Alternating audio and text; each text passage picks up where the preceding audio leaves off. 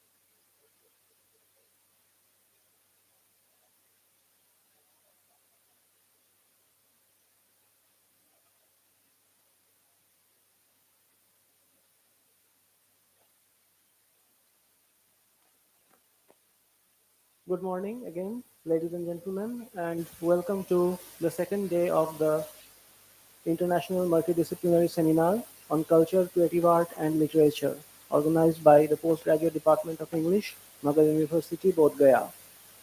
Today's proceedings will begin with the second plenary session, and it will be chaired by Dr. Subodh Kumar Jha, who is fortunately already present before us.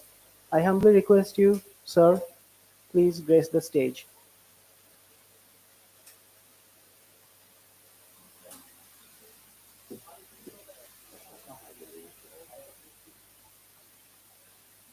Hello.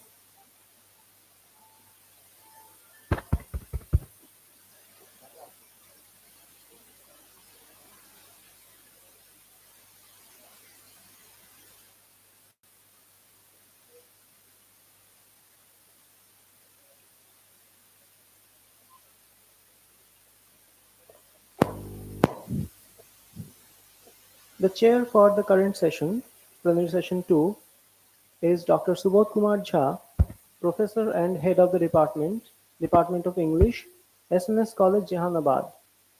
He has authored multiple textbooks on English and education. In 2022, he was conferred the International Lingua Litera Award (ILLA) in recognition of his literary contributions, exceptional English language skills, and academic material development in the field of English education in the country. We are fortunate to have him here, and it's my privilege to introduce him. We are now waiting for our speaker, Dr. Tabish Khair, to join the session online from abroad, and as soon as he joins, we will begin the proceedings. Thank you for your patience.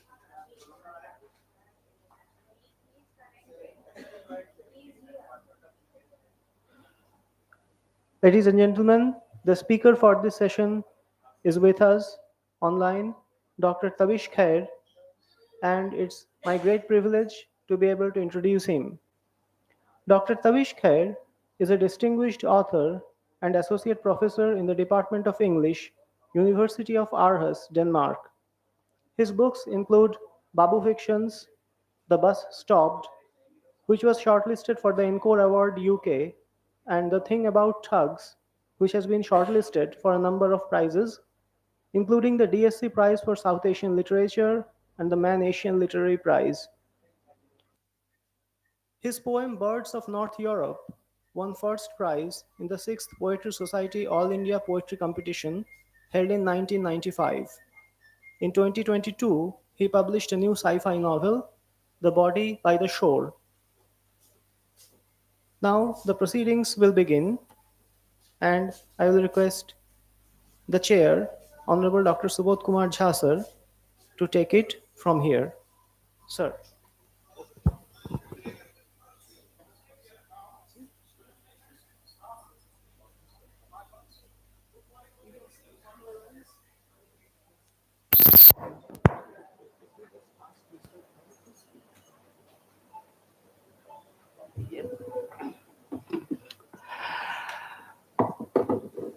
We feel honored to invite Mr. Tabish Khair, the notable writer, poet, for the plenary session. And we hope that we shall be benefit immensely from his speech today. Dr. Khair, please, the floor is yours. Um, please start your address. Thank you.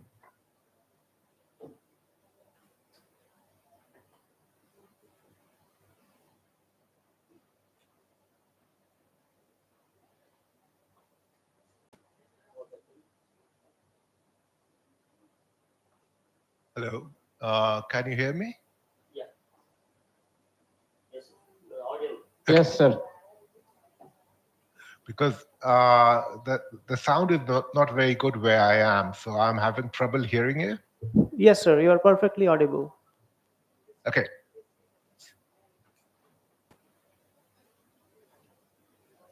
So do you want me to make my presentation now? Yes, sir, please.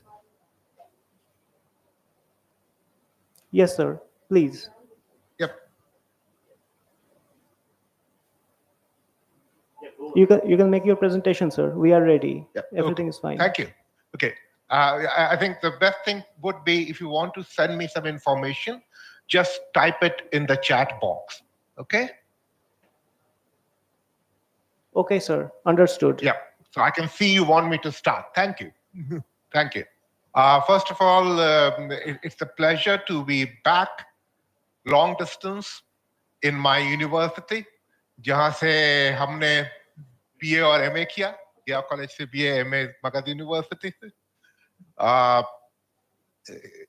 Unfortunately, I'm not in Denmark right now. I'm in America, which means that it is about bit after midnight here, which is why you can see that there's very little light in the room. I'm staying in a hotel room, so I'm speaking from a hotel room. I hope everything goes well because, as you know, hotel Wi-Fi's are not always that reliable. But if something goes wrong, just send me a message here, okay? Thank you for the invitation. I will talk about democracy, literature, and related matters, as I indicated in my abstract. I don't have a clear idea exactly how long you want me to go, but I would say about half an hour or so, because it's also pretty late here. Will half an hour be okay? Of course, sir, as long as you Yeah, please. or less or more? More I would think be half an hour will better, be fine. sir. I Okay. think we have like Okay. over 1 hour anyway.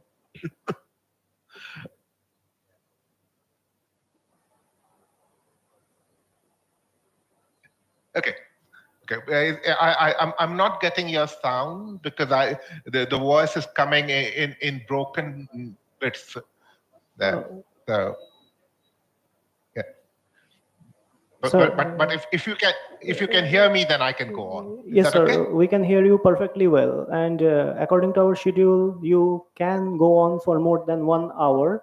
But if you please नहीं, to do it in half an hour, that will be also perfectly fine for everyone.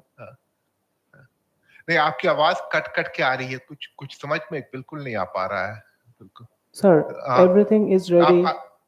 You can begin your presentation.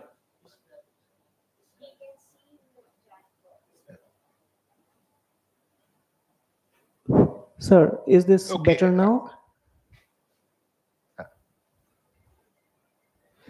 Is it better now? Is the sound? Now it's better. Yeah.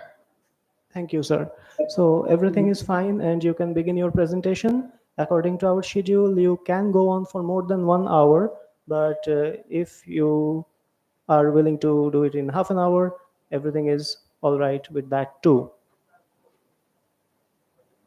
Okay.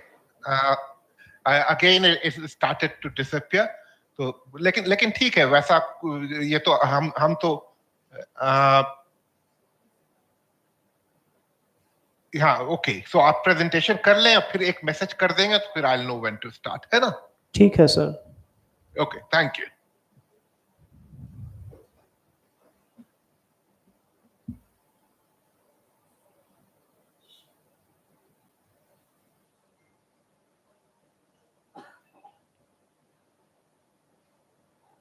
Sir, please begin your presentation. We are ready and waiting for you.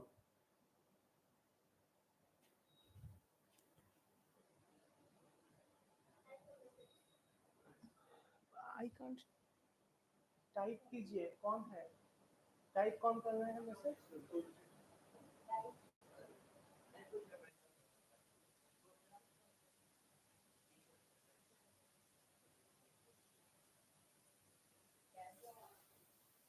हाँ, okay, thank you. Okay, because आपकी आवाज फिर उड़ गई थी बिल्कुल, इसलिए कुछ समझ में नहीं आ रहा था.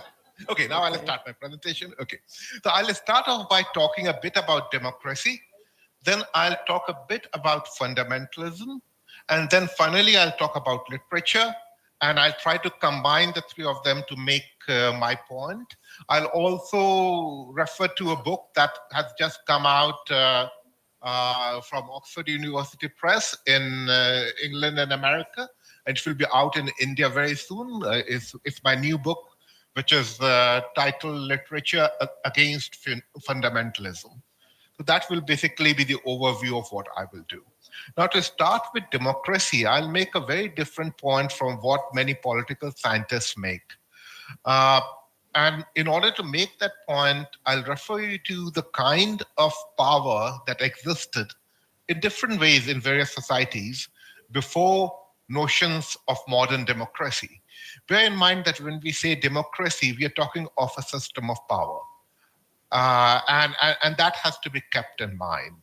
This is a system of power that is rested more in the people rather than in other personages or institutes. But before that, the system of power that very often existed in many parts of the world, apart from some aboriginal and indigenous ones, was that of monarchy. And very often, or some version of monarchy. And very often that kind of monarchy, especially in the West, was based on some notion of the divine right to rule. Now, this is something to bear in mind, because when you talk of divine right to rule, you're talking of a divinity. You're talking of something that is infallible, something that cannot make a mistake, something that is perfect. Now, obviously, in human society, we have never experienced perfection or infallibility.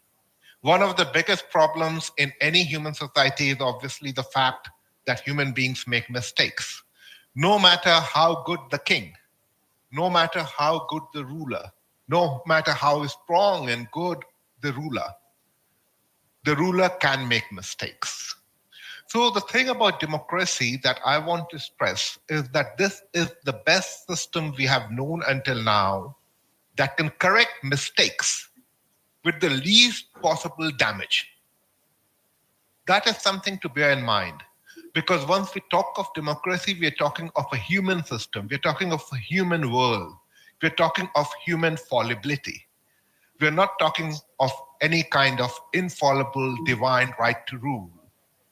And it is in that sense that I think one can talk of democracy as a secular construct, not secular as opposed to religious, but secular as having to do with ordinary people, ordinary lives, ordinary living. Okay. And Recording in progress. with that notion of democracy in mind, with the idea that democracy to me is the only system that allows human beings to correct mistakes with the least possible damage. Having said that, we can then move on to the next point that I want to make, which is about fundamentalism and its relationship to literature. I'll come back to democracy too later on, but right now, a few words about fundamentalism. And for me, again, fundamentalism is not necessarily just connected to religion. We talk of religious fundamentalism, but there can be political fundamentalism. There can be economic fundamentalism. What is fundamentalism? That's the question. And when you look at definitions of fundamentalism, or even definitions of religion, you realize that mostly fundamentalism has been difficult to define because religions are difficult to define. You can have religions of many different kinds. You can have religions without any belief in a god. You can have religions with many gods. You can have religions with some kind of monotheistic concept and so on and so forth. So if religions themselves are quite difficult to define, then obviously fundamentalism, which is very often applied to religion, would be difficult to define too. My approach in the book is that fundamentalism is essentially a textual matter. It's the way in which we read. And that's why I apply fundamentalism also to economic, political, and other ways of reading. Now, what do I mean by this? Why do I call fundamentalism a textual matter? One good example would be to take up any religious text and give it a literary reading as against a fundamentalist reading. If you take, for instance, the book of Job from the Bible, you can give it a very narrow religious reading and say this is a story about God testing Job, and it is a story about faith. Or you can look at that book in greater detail, and then you realize that the book actually does not give you any easy answer. It doesn't just talk about how Job believed and that's why he was saved. It actually gets you to ask a lot of questions. Why do good people suffer? How do we understand a world in which good people suffer and bad people do not sometimes? How do we understand a God who allows this to happen? And so on and so forth. These are vital questions. And to some extent, all religions have engaged with it at some level or the other. So when you read the book of Job along those lines, that it actually becomes a piece of literature. You're reading it as literature. You're reading it as a text that does not give you just one answer. Now, it is that one answer that fundamentalists very often impose on every text and every system of science. This can also be extended to other areas. For instance, if you think of capitalism, you can think of many capitalist versions, ideologies today, which are essentially fundamentalist, which say this is the only way we can achieve progress. This is the only way we can achieve development.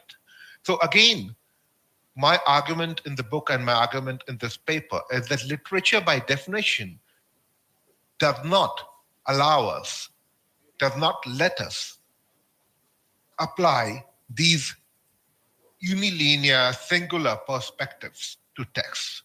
Now, why is that so? One way to understand it would be to look at how language operates in literature. Literature, I have argued in this book, is the only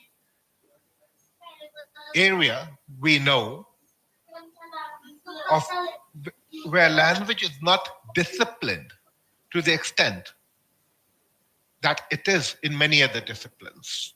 Now, disciplining language is necessary because language itself, left on its own, can have multiple meanings, changing meanings, lots of gaps, lots of contradictions, and so on and so forth. In almost all other disciplines, whether it's sociology or history or any of the sciences, language is disciplined because there's an attempt to communicate with the least possible differences, with the least possible confusion.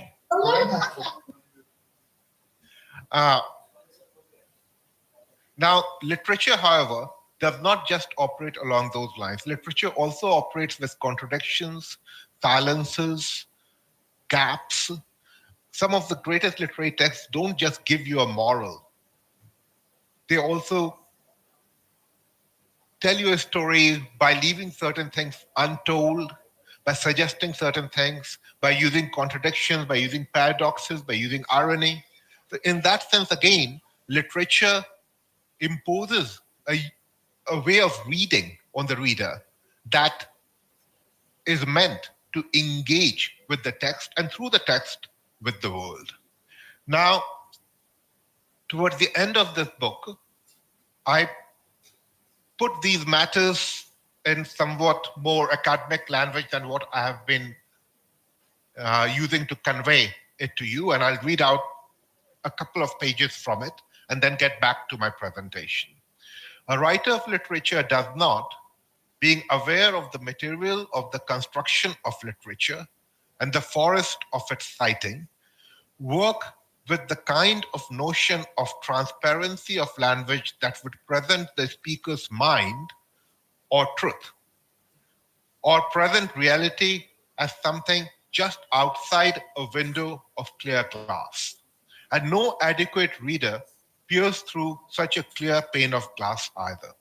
However, the window remains there, and it shows certain things, occludes other things. It points in a certain direction. Neither the view nor the frames are chosen haphazardly, and no matter what readers do, they have to look through that particular window with its many and selective vistas and not a careless, mindless eternity of sights. As James Bridle notes in a different but not unrelated context, quote, that which we see shapes not just what we think, but also how we think. In short, there's something out there and in here. Throughout this presentation, I want to operate with not with a fixed or given or even an entirely knowable idea of reality. And I do not want to treat language as a clear window to it. But I assume that something, reality, that is always liable to be contested and never fully knowable, but that reality does exist out there and in here. Without getting into an elaborate discussion that shades from philosophy to sophistry, I claim, and I'm not alone in this claim, that the real is what also exists outside our mind. It is in that sense that we can discuss whether a ghost, a problem, a unicorn, or an elephant is real or not.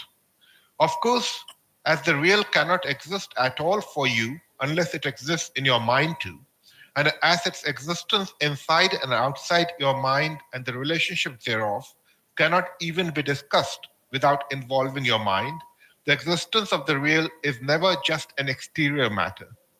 It is also always a matter of language, for one. And because the real cannot exist for me and for you outside our minds and our languages, does not mean that it does not exist. A matter that can be tested in many ways, including, for instance, in a third mind or language. Literature, one can argue, comes into existence in the space of such testing and the gap thereof.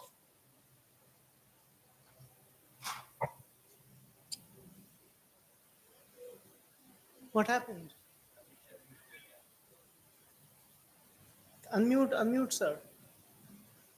अभी सिर्फ unmute कीजिए. है तो ऊपर तो है. I think I disappeared. I don't know. Okay. Because literature, one can argue, comes into existence in the space of such testing and the gap thereof, for it assumes both reality and the reality of language and exists as a constant interrogation of its nature, an interrogation that is repeated and repeated with potential differences every time a work of literature gains another reader. So having said that, now you can come back and see how this overlaps with democracy. Because democracy is also obviously an engagement with your own reality and the reality of others. This reality is not exactly the same. It's not God-given. It's always open to negotiations. And we need to have practice in negotiating with both our own realities, which are quite complex, both external and internal, and the realities of other people. It is through this negotiation that any kind of effective democratic action can come into being. Now, obviously, as I've tried to suggest to you, literature is one of those spaces, I would say is the only space to some extent, where that kind of training is given to people. When you read, for instance, let's talk of a novel. I can say this with reference to plays and poems too, but let's stick to a novel because it would make the matter simpler. When we read a novel, we are not just reading anything. We are reading something that shows us a certain set of stories from a certain set of perspectives. Now, this is obviously not just our perspective. We are reading someone else's story. We're reading someone else's language, but it is coming to us in our language.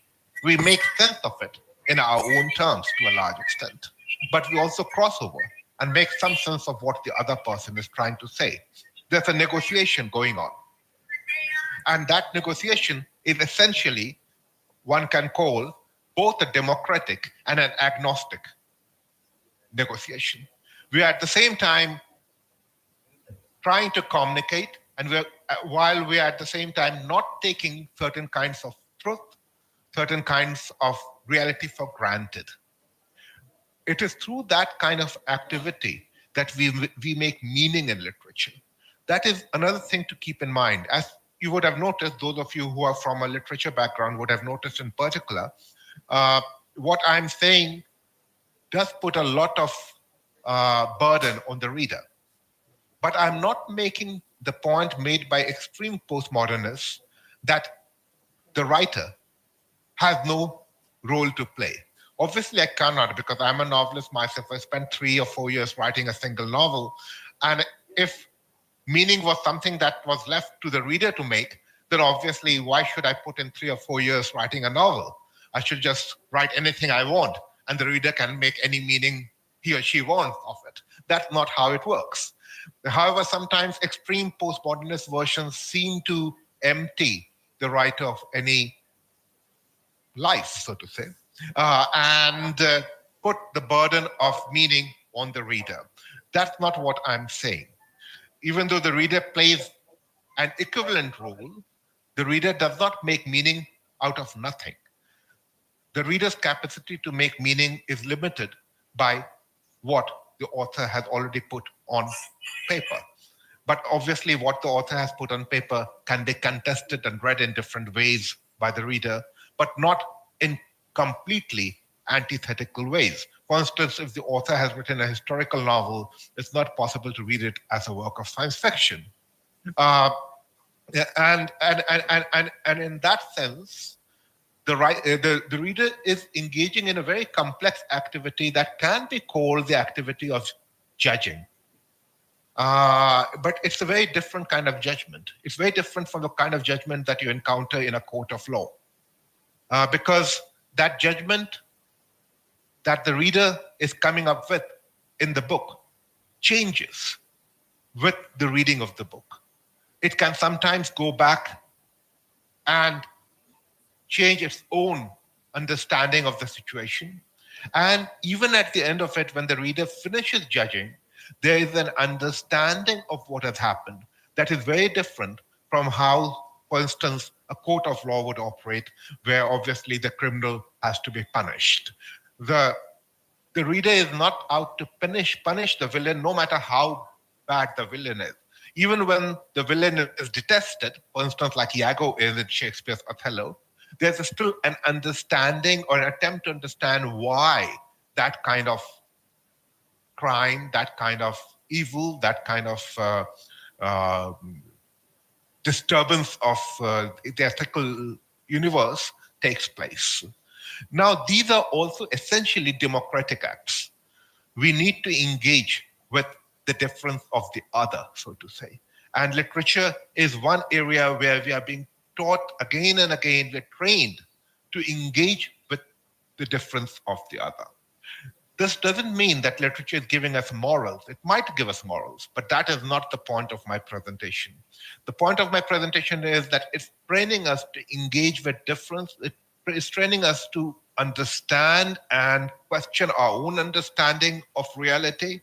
And in that sense, it is creating a large democratic space, a space in which we are aware that we have to take decisions, we have to make judgments, and we are also aware that we are likely to make mistakes. And we are aware that everyone else is also in exactly the same situation. Everyone else will also be judging, and everyone else will also be making mistakes. And in that situation, we have a democratic setup where we say, okay, maybe I think this is exactly what everyone should do. And this is what I will tell all of you. But maybe I have made a mistake. Maybe you think that this is exactly what you should do. And maybe I disagree, but maybe you have made a mistake. Let's have some kind of a democratic system where we can all make mistakes and not have to have a civil war to settle that mistake. I think that is basically what democracy does. It prevents us from having civil wars. And it allows us to make mistakes and correct them. It allows us to be human. And that is also what literature does. So basically, that was my very short half an hour presentation. I'm a bit sad that I cannot really hear you, as I don't know how you will run it later on, but you can hear me. So I want to say something that I do hope that in due course, whenever I come to Gaya quite often, but I'm usually very busy with family matters. But whenever I come to Gaya again, I can perhaps meet all of you face to face and have a proper talk when you will be able to talk to me and not just listen to me. Sir, I have a question, sir. Yeah. One question. Yeah, I can hear you. Okay. Initially, sir, in your lecture, you said that sometimes good people suffer and bad not. Sir, why, Yeah. sir? According to literature, what should be the answer? According to literature. Literature, I think literature doesn't really give you answers of that sort. And I think religion doesn't give you answers of that sort either. No one gives you answers of that sort, unfortunately. I think religion sometimes claims to give you those answers. But when you really look at the answers, you realize that they are not answers. A good example is the Book of Job. I'm staying out of Islam and Hinduism for obvious reasons, and I'm sticking to Christianity just because I don't want to end up offending anyone. But Okay, sir, okay. Thank you, sir. Thank you. Thank no, you. the book of Job. If you read the Book of Job, you realize that towards the end of the Book of Job, God appears and gives. Yes, sir, I have read, sir. I have read. Yeah, and he gives answers. But if you really look at the answers, are they really answers? They're not very convincing answers, to be honest. And also, if God appears and give you answers, is that an answer? Because when you have questions, when I have questions, when any one of us will have questions, God will not appear and give us answers. Okay. So obviously, any story in which God appears to give answers does not apply to you and me. We have to find answers on our own without God appearing and telling us, well, this is what the answer is. And I think in that sense, literature does not give you answer. It makes you think. It makes you engage. It makes you engage with yourself and with other people. And maybe in the process, you can find answers. Thank you, sir. Thank you. Thank you. Anybody else has any other questions? Please ask.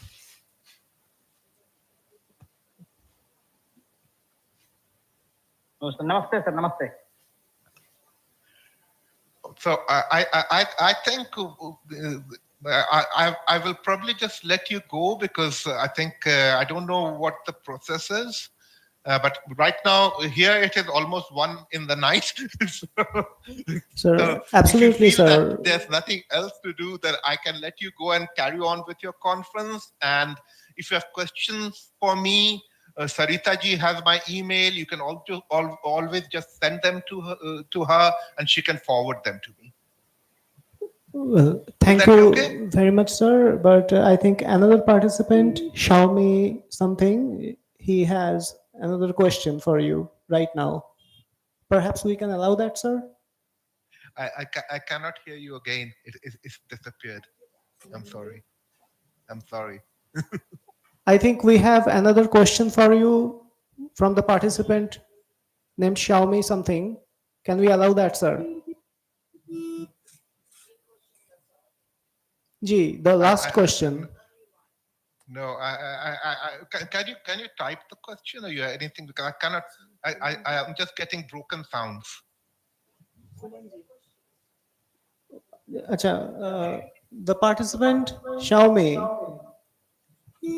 do you have a question? People who have unmuted themselves, does anyone have a question?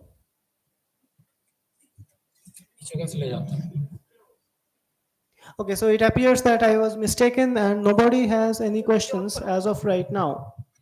So I will ask. I think I'm writing my email address there, so you can email your question to me later on, and then I can answer you.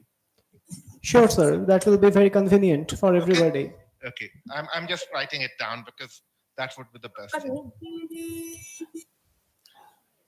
Subodh, sir, perhaps you will be kind enough to conclude.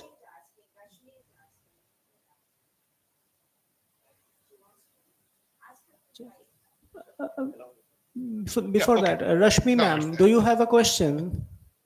Okay. So with your permission, I'll let you go. Okay. Thank you. Sir, Namaste. please wait for 5 minutes more. We are not yet giving you permission.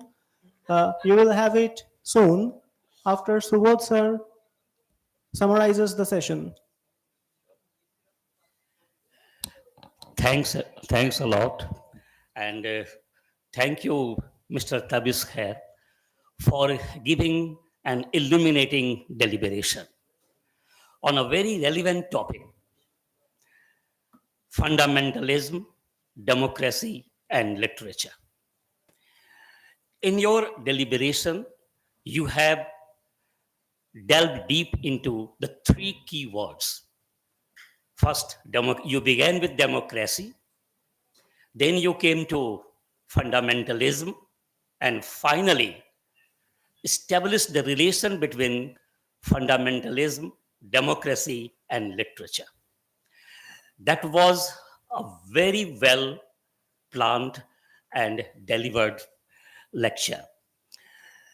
What is very important and significant to note is that you try to define all these three components in your own way. Democracy, you said that. आवाज क्यों गुजर रही है भाई?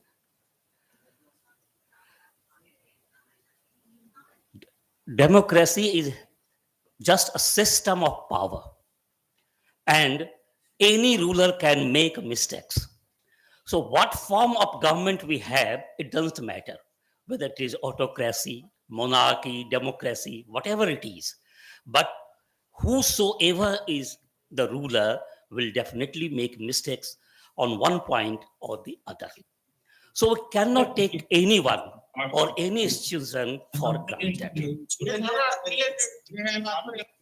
Again, with fundamentalism, you used the term in a very wider sense. Usually we believe that fundamentalism is related to religion.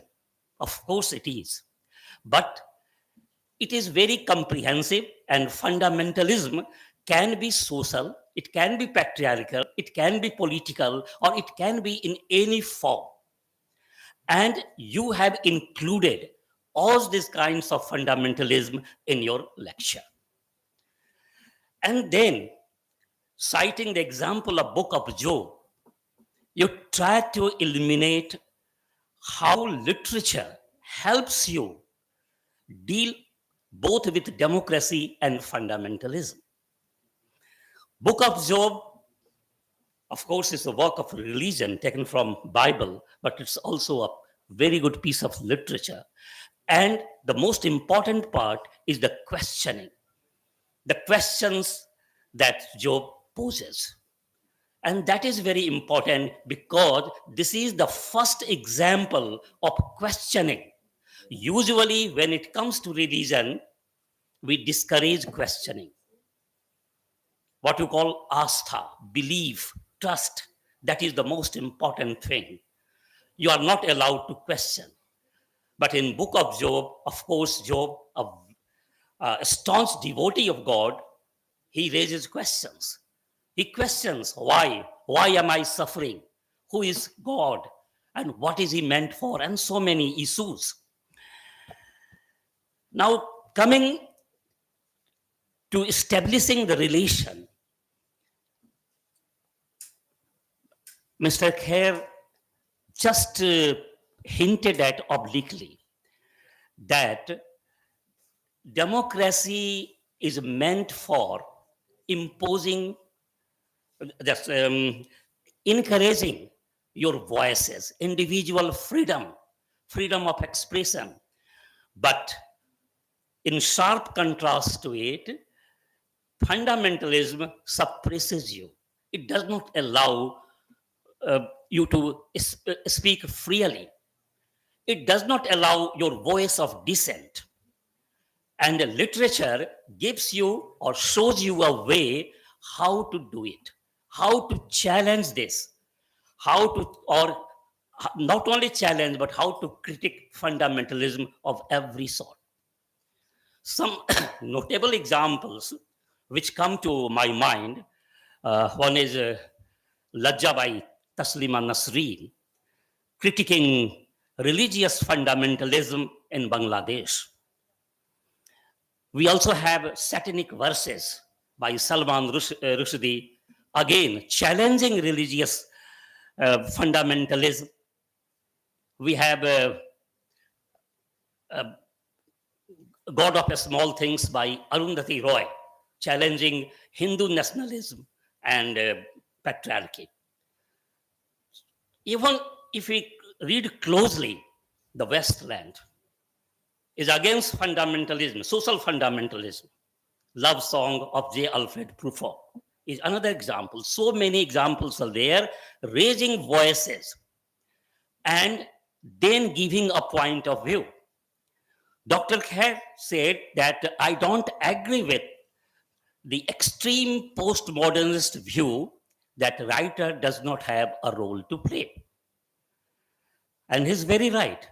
Because, of course, Writer's identity is dissolved, but it does not mean that writer has no role to play, because writer definitely has a point of view, and the whole narrative is woven around this point of view, and that's how we have the narrative. So literature in that way can show us a way to deal with the challenges of fundamentalism and nurture democracy, because after all, democracy is the best available governance. It's not the perfect. And I'm reminded of Mr. Foster's statement. It's a very famous essay, What I Believe. I believe in democracy not because it is the perfect form of governance, but because it is less hateful than others. It's less hateful, but right now we don't have any substitute, and we have to nurture it, and literature has to play a very significant role in this. Thank you, Dr. Khair, for illuminating us, and thank you all. Thank you very much, Dr. Subodh Kumar Jha. And now, may I welcome Dr. Santosh Sumanji on stage to felicitate Dr. Subodh Kumar Jha.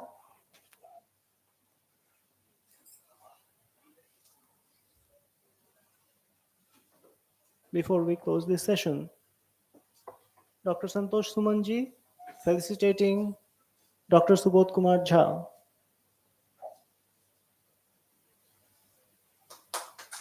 A big hand for them.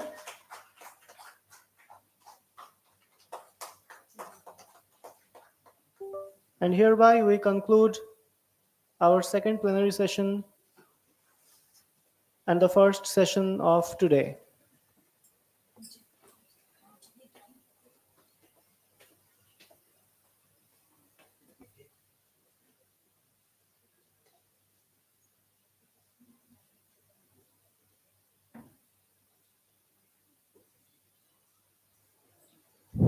After this, there will be technical sessions starting simultaneously at the rooms designated for them. So people who are connected with the different sessions may visit those rooms after tea break, which will be happening right now at its own designated place. Thank you.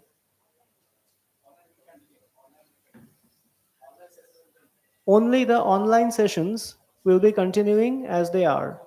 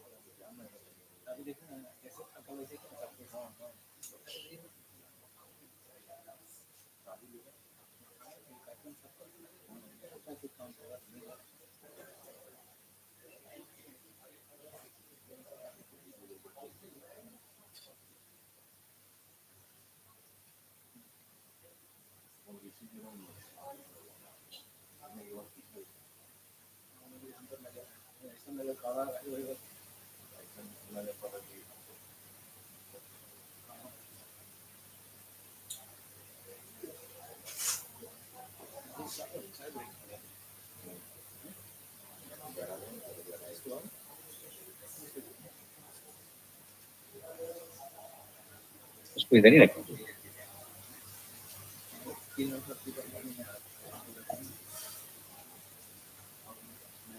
Okay, now we are.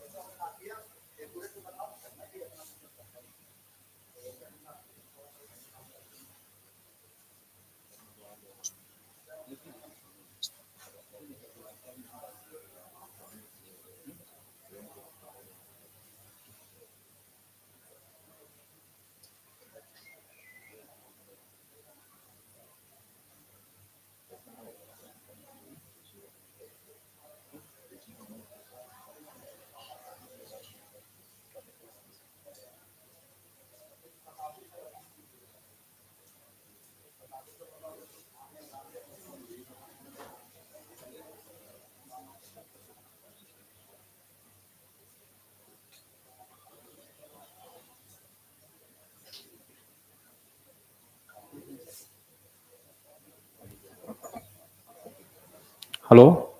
Very good morning to all of you. This announcement is related to parallel session, which is going to start at 11:45. All the reporters whose names have been mentioned here, Mr. Hari Vardhan Singh, room number 1, room number 2, Department of English. Then Mrs. Rashmi Sinha, room number 3, Department of English. Then room number 1, Department of Sanskrit, Kumari Shweta, and Mr. Tashif Raza, room number 2, Department of Sanskrit. Please report at 11:40 in the department. And one Mr. Wasif Raza, also in room number 1, Department of English. So they are requested to make them available in the Department of English at 11:40. Thank you.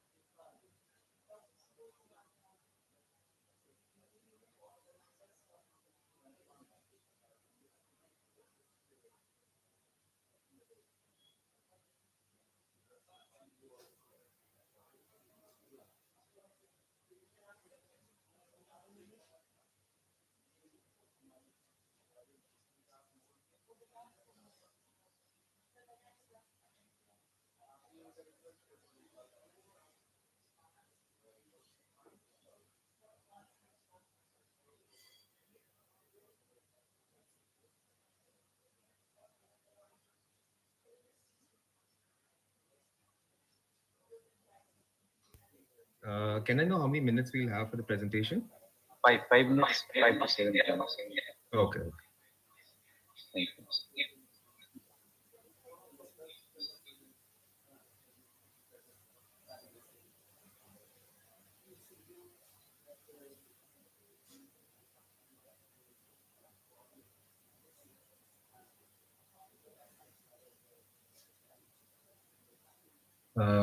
So I'll begin. Is my screen visible?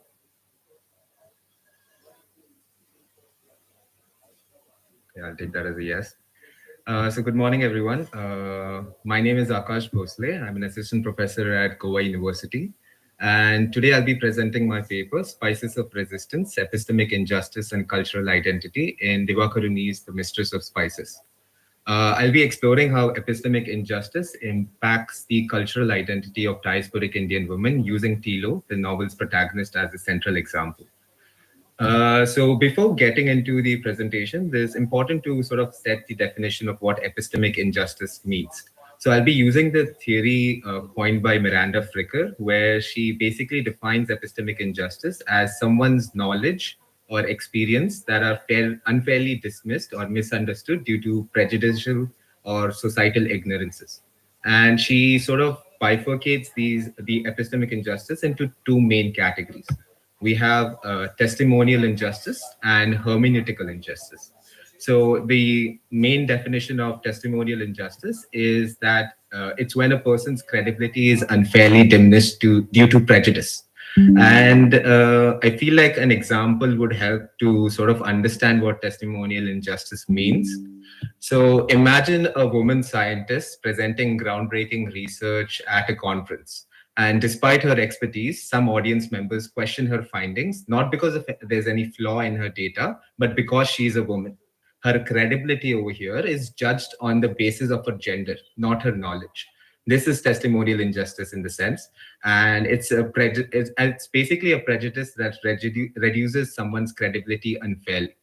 Then we have hermeneutical injustice, when marginalized groups lack the conceptual resources to understand or explain their experiences.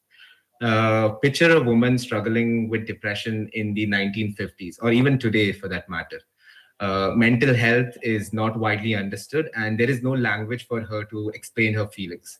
Even though she knows something is wrong, she can't fully express it, and others dismiss her struggles. This is hermeneutical injustice, where society lacks the interpretive tools needed for individuals to understand or articulate their experiences.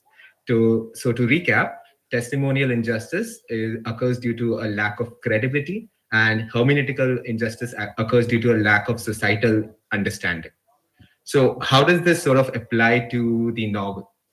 Basically, what I'm trying to figure out is how these two forms of injustices shape identity creation in diasporic women. And in Divakaruni's novel, Tilo faces testimonial injustice due to her background as an immigrant Indian woman and her role as a mystical healer.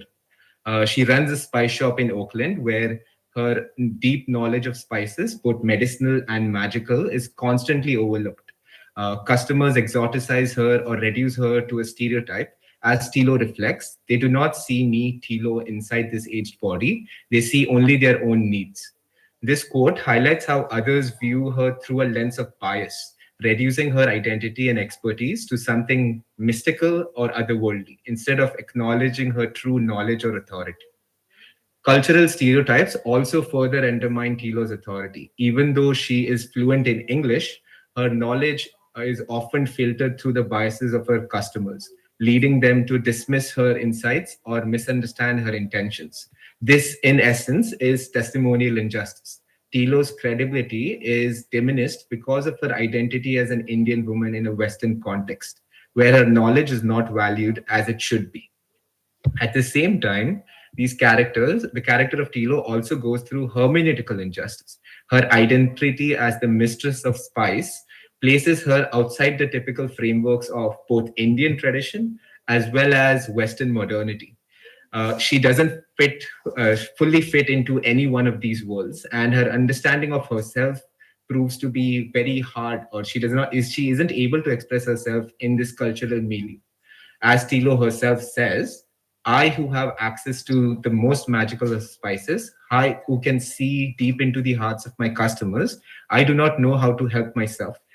This highlights her struggle to articulate her experiences in ways that others, or even herself, cannot fully understand. This is the hermeneutical gap that leaves Tilo feeling isolated and misunderstood. Her magical abilities and knowledge, rooted in cultural heritage, are often not recognized or valued in a dominant Western society. She exists in a world that lacks the conceptual frameworks to properly give her the needs to express herself. So, through both of these injustices, we see that there is a lack of epistemic resources, or basically knowledge giving resources for diasporic women.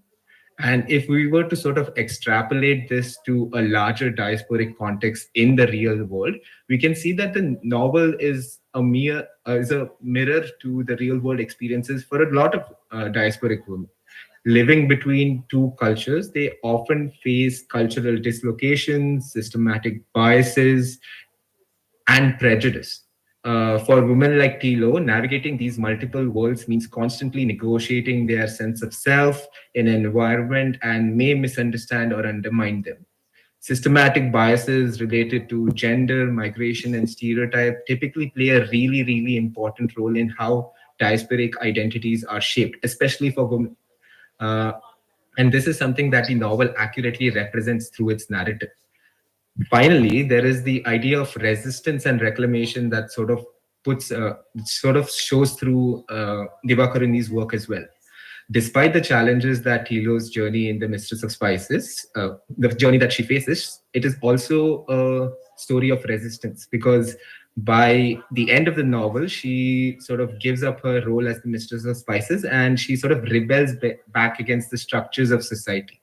Her relationships, uh, her way of being completely changes. As she breaks free from the expectations of both her heritage and society, Tilo reclaims her agency. She no longer allows the testimonial injustice that devalues her knowledge or the hermeneutical injustice that limits her self expression to define her. In the end, she abandons her mystical past, choosing personal freedom over everything else.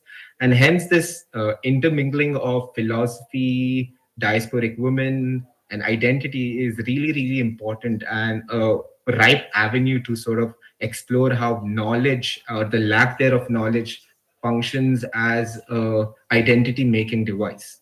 And hence, in conclusion, Tilo's story, The Mistress of Spices, serves as a powerful illustration of how epistemic injustices affect cultural identity formation, particularly for diasporic women. Through testimonial injustice, Tilo's knowledge is dismissed. And through hermeneutical injustice, she struggles to express her unique identity. But despite these challenges, Tilo's journey demonstrates the strength of resistance and reclamation. Her story reflects the broader struggles faced by many women navigating identity and marginalization in a world that often doesn't fully understand them. And that is basically what my paper is getting at, the idea that knowledge is so denied that identity formation for a lot of diasporic women is not something that they're able to easily form in a very foreign or Western society. Yeah, that's it. Thank you so much for the time. Thank you for the organizers for giving me this opportunity. Thank you so much, sir. The next presenter we have is Atma, a research scholar from PG Department of English, Magad University, Bodh. Ma'am, are you there? Yes, sir. Please proceed.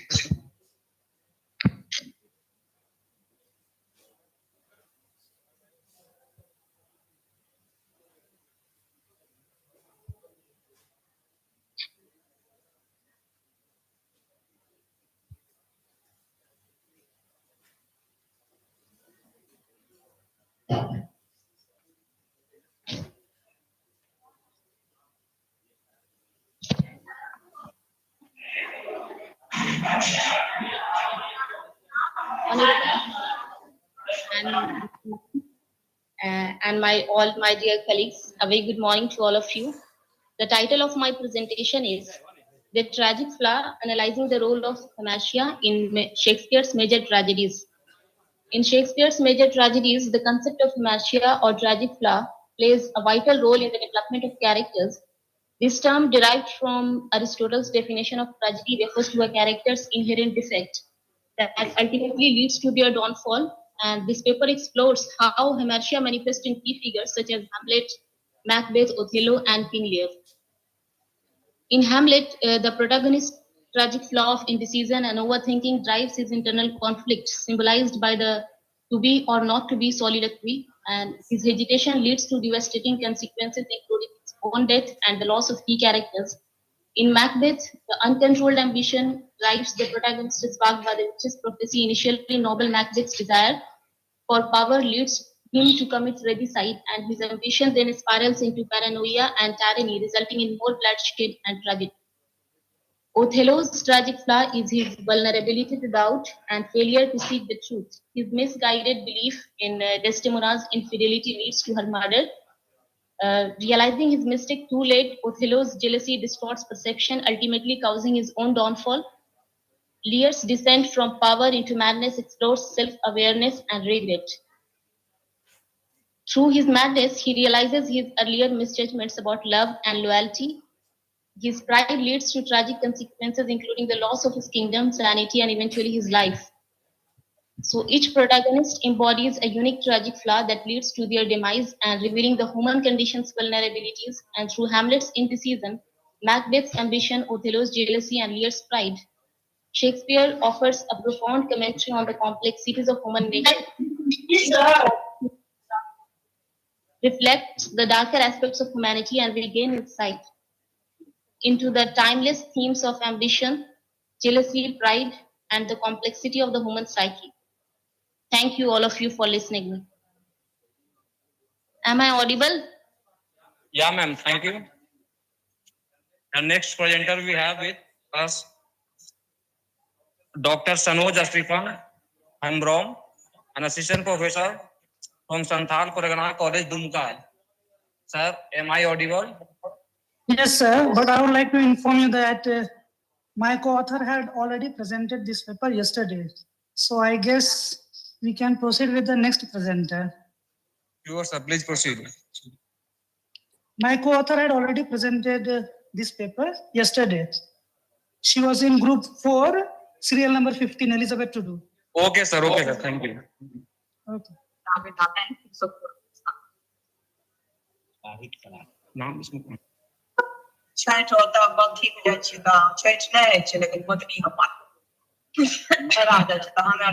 next presenter is Dr. Nahir Sana Khan. Thank you so much, sir. A very good afternoon to everyone. Respected chair, faculty members, and all the participants. The paper that I am going to present today is titled as Echoes of the Butterfly Effect, Eco-Critical Insights in Ray Bradbury's The Sound of Thunder. I hope I'm audible, sir. Yeah, ma'am, you are audible. Please proceed. Okay, thank you so much. So Ray Bradbury's, it's a short story, A Sound of Thunder, and it's often cited as one of the most influential works in science fiction, not only for its vivid exploration of time travel, but also because it laid the foundation of the very concept of the butterfly effect.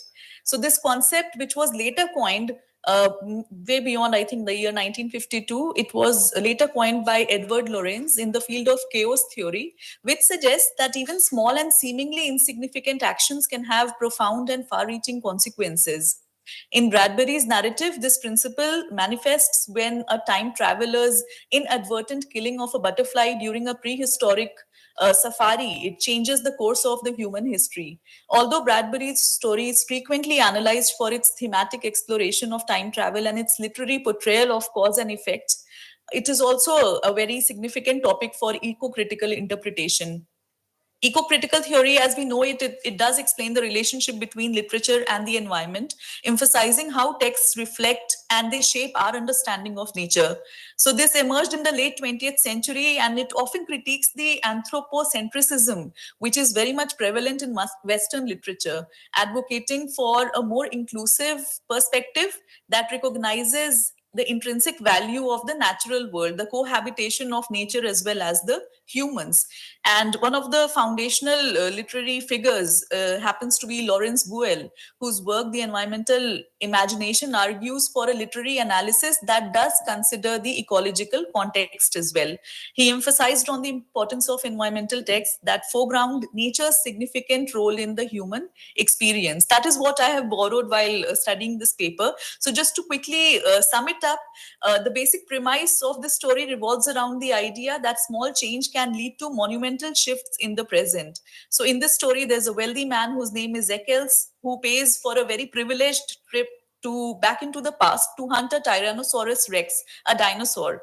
And the trip is orchestrated by Time Safari Inc. That's a company that takes all the precautions to ensure its client not to disrupt the prehistoric environment in any way. And they are instructed to travel on a levitating path and avoid any kind of contact with the outside world, as in the prehistoric world. But despite all the warnings, Eccles, the protagonist, he panics, and when faced with the dinosaur, he steps off the path and in the process crushes a butterfly. So this event sets off a chain of consequences that ultimately alters the present day reality upon the hunter's return back into the present. The language has changed, the political regime has shifted, and the air also feels very different. So the butterfly, in a way, serves as a symbol for the interconnectedness of all the life forms and the fragility of the ecological systems. The story's depiction of the butterfly effect can be understood as a metaphor for environmental causality, that even the smallest actions can have unforeseeable consequences for the ecosystem and for the human survival as well. So with this, I would like to end my presentation, and hopefully I'll be sending the complete paper very soon to you. Thank you so much, sir. Thank you, audience, for listening to me. Thank you so much, ma'am. The next presenter we have Nishita Patel, a research scholar, independent. Ma'am, are you there? Yes. Is my presentation visible? Yes, ma'am. Please proceed. Okay, so I'll be presenting this paper titled Loneliness and Impact of Strangers in a Big City, explored in 3 stories from Jayant Kaikini's No Presence Please, Mumbai Stories. Some time ago, I did end up reading this collection of short stories, which had an impact and understanding about how a state of psychological being can help culture or help create culture. So to start with, what is loneliness and what is a big city? Okay, and though it is these are the things that we are already aware of, I'm kind of trying to do kind of a defamiliarization situation in context of the short stories only. So loneliness is lack of qualitative relationships in somebody's life, which is it is the kind of relationships that you want and the kind of relationships you have, and there's a gap between that, right? Because you cannot share the same kind of intimacy with everybody. The way you talk to a stranger and the way you talk to a friend is completely different. But how does a modern city fit into this kind of situation? Because when we think of a modern city, we think of strangers, because most of the people who are in part of modern city, and when I say modern city, I mean a picture of urbanization that most of us have in our minds, it does end up becoming a crowd of loneliness, because mostly the stranger who is present in the city is also a stranger to the city, right? The city as a place itself is stranger to the person, and hence the people that he or she surrounds himself or herself with also becomes a strange environment. And because city provides you with an overload load of input, mostly people want to seek quiet time.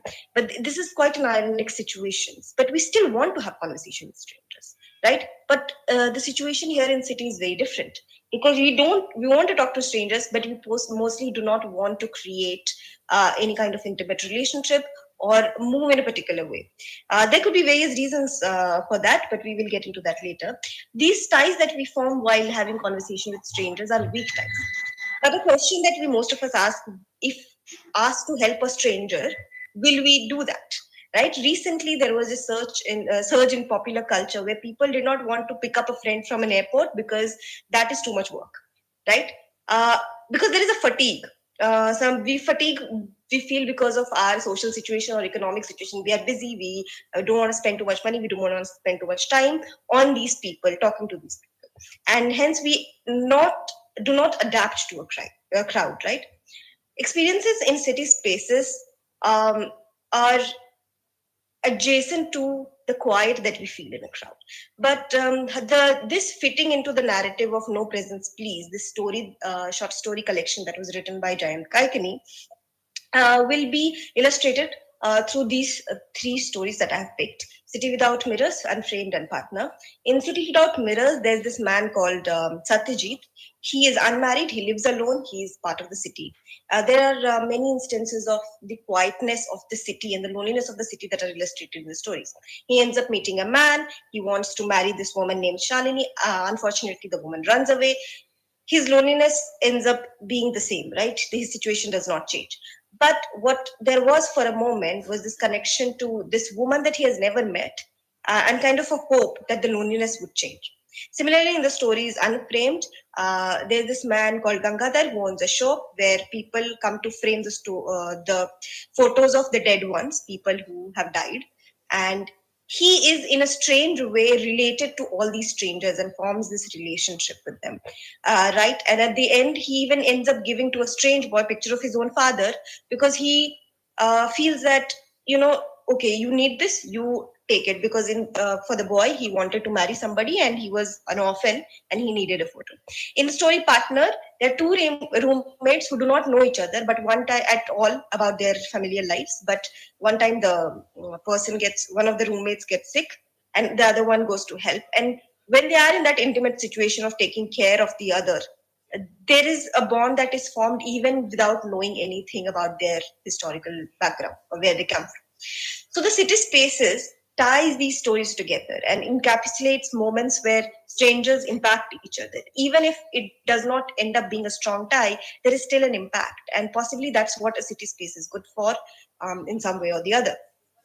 What No Presence Please also shows us is that city itself is a character in stories and hence in life as well.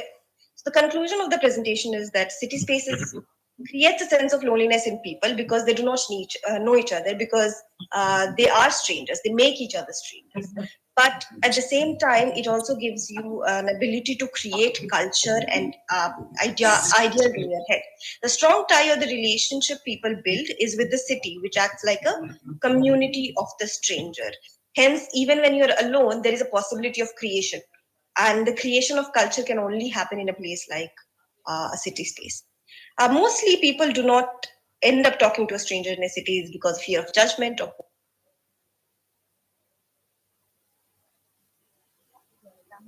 Thank you, ma'am. The next presenter we have is Akhlaq, a research scholar from PG Department of English, Magad University, Bodh Gaya. Am I audible to you?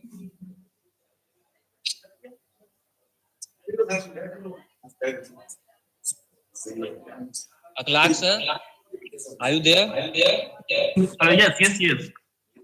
Yeah, please proceed.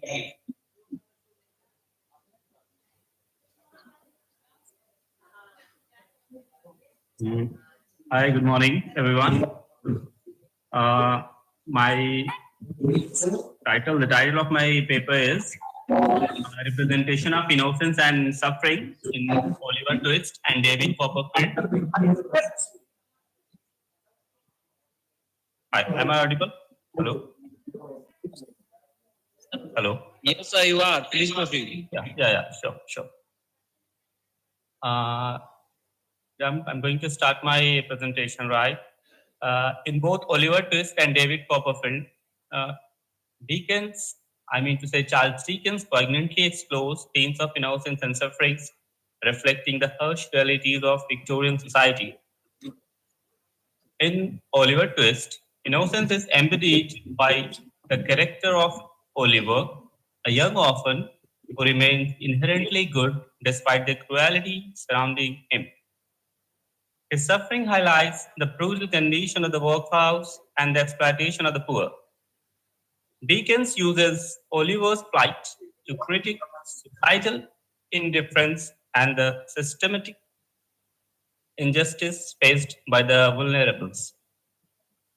Oliver's innocence serves as a moral compass, contrasting sharply with the corruption of figures like Fagin. Bill Skies, ultimately emphasizing the resilience of the human spirit amidst suffering. Conversely, David Copperfield presents a more complex journey of innocence lost and regained. David's early life is marked by hardship and emotional turmoil, stemming from his abusive stepfather Murdstone and the loss of his mother. This suffering shapes David's character, leading him through a series of trials that forces him to confront the realities of adulthood. Throughout his journey, David's inherent goodness shines through, guiding him towards a self-discovery and redemption. Unlike Oliver Twist, whose innocence is preserved, David navigates the complexities of human experience, ultimately finding hope and fulfillment. Together, these novels illustrate how innocence can be both a source of vulnerability and a catalyst for personal growth, while suffering becomes a transformative force that shapes character and resilience in the face of adversity. That's all about my presentation and my abstract. Thank you. Thanks for listening. Thank you, sir. Welcome. The next presenter we have with us is Aarti Gupta, a research scholar from PP and PG College, Kanpur. Yes, sir. Please proceed. Good morning to all of you. My name is Aarti Gupta and I am a research scholar and doing my PhD from PPN Degree College, Kanpur, affiliated to Kanpur University. Today's my topic is familial disintegration and cultural identity in Doris Lessing's The Golden Notebook.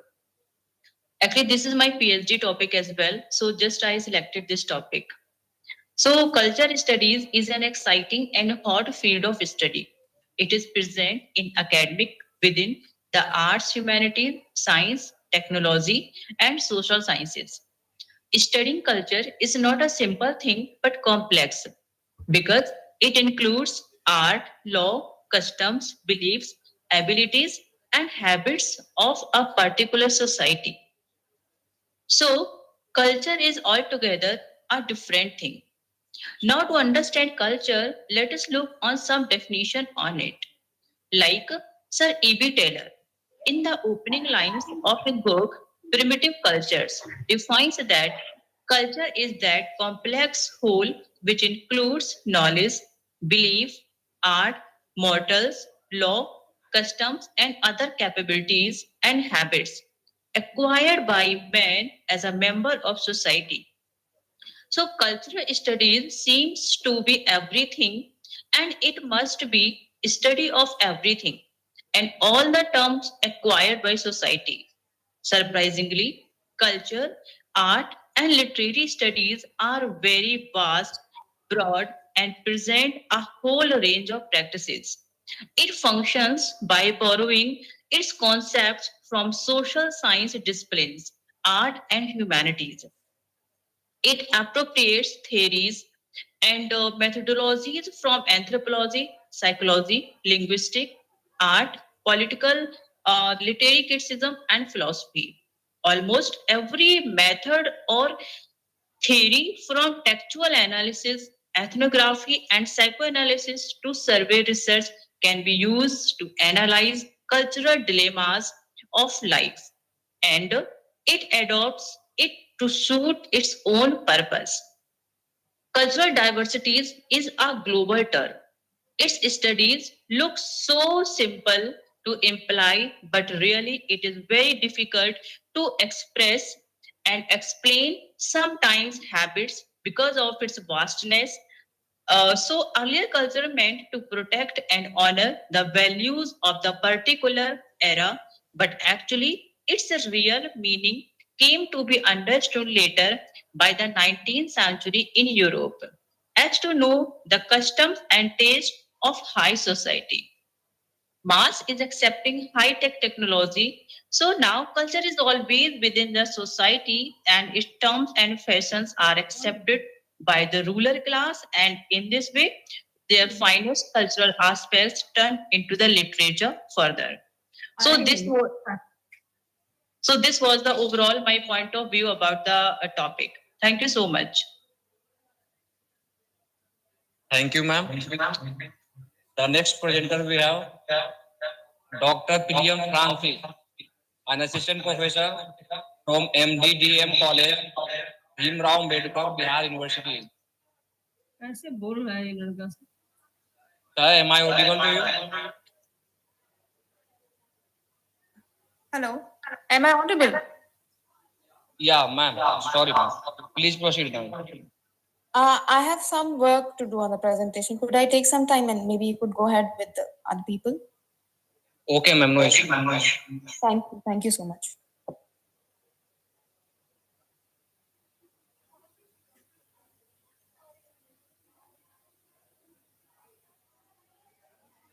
So we are moving to the next presenter, Dr. P. Rebecca, an assistant professor from BSK College, Maithon. Good morning, everybody. Am I audible? Yes, ma'am. Please proceed. Okay. The topic of my paper is post-colonial literature, a studied engagement with the experience of colonialism. Now, post-colonialism in literature is basically the study of the effects of colonialism on colonized nations of the world and its implications in modern society.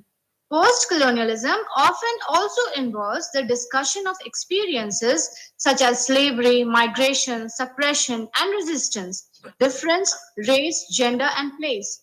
The term is as much about conditions under imperialism and colonialism proper as about conditions coming after the historical end of colonialism. A growing concern among post-colonial critics has also been with racial minorities in the West, embracing Native and African Americans in the US, British Asians and African Caribbeans in the UK, Aborigines in Australia and Canada. Among other adverse sides, Orientalism is considered as pivotal in shaping of post-colonial studies. Now, post-colonial literature includes works such as Samuel Beckett's Murphy, Gabriel Garcia Marquez's 100 Years of Solitude, Salman Rushdie's Midnight Children, Chinua Achebe's Things Fall Apart, and many others. Shakespeare's Othello, Antony and Cleopatra, and The Tempest have been taken as key texts for the application of post-colonial modes of analysis. It may therefore be said that post-colonial literature is a broad term that encompasses literatures by people from erstwhile colonial worlds as well as from the various minority diasporas that live in the West. Post-colonialism has also been a term used to reinterpret Western canonical literature from a variety of fresh and diverse perspectives. Thank you so much. Thank you, ma'am. The next presenter we have is Deepak Kumar Chaudhary, a research scholar from PG Department of English, Veer Kubar Singh University, Ara. Thank you so much, sir. Am I audible? Yes, sir. Please proceed. Okay. So, good morning, everybody. My name is Deepak Kumar Chaudhary, research scholar from PG Department of English, Veer Kubar Singh University, Ara. And my topic is art and literature in digital age. So in the digital age, art has become more entrenched in everyday existence. Today, it is a part of the course to see much conceptual video, internet, social media, and multimedia art utilizing digital tools and media without a specific alignment with the digital art movement.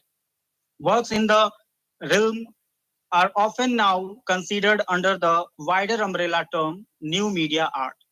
These flexible categorizations often now considered under work that engages with technology. These facts are the combinations of digital and physical environment, real-time engagement with artistic content, and three-dimensional interactions of both virtual and real-life objects. So literature cultivates critical thinking skills, enhances language proficiency, and foster a deep appreciation for the complexities of human nature. Literature and individuals' development beyond its social impact, literature plays a crucial role in the personal development of individuals in digital age. Literary works serves as a source of inspirations, guidance, and solace.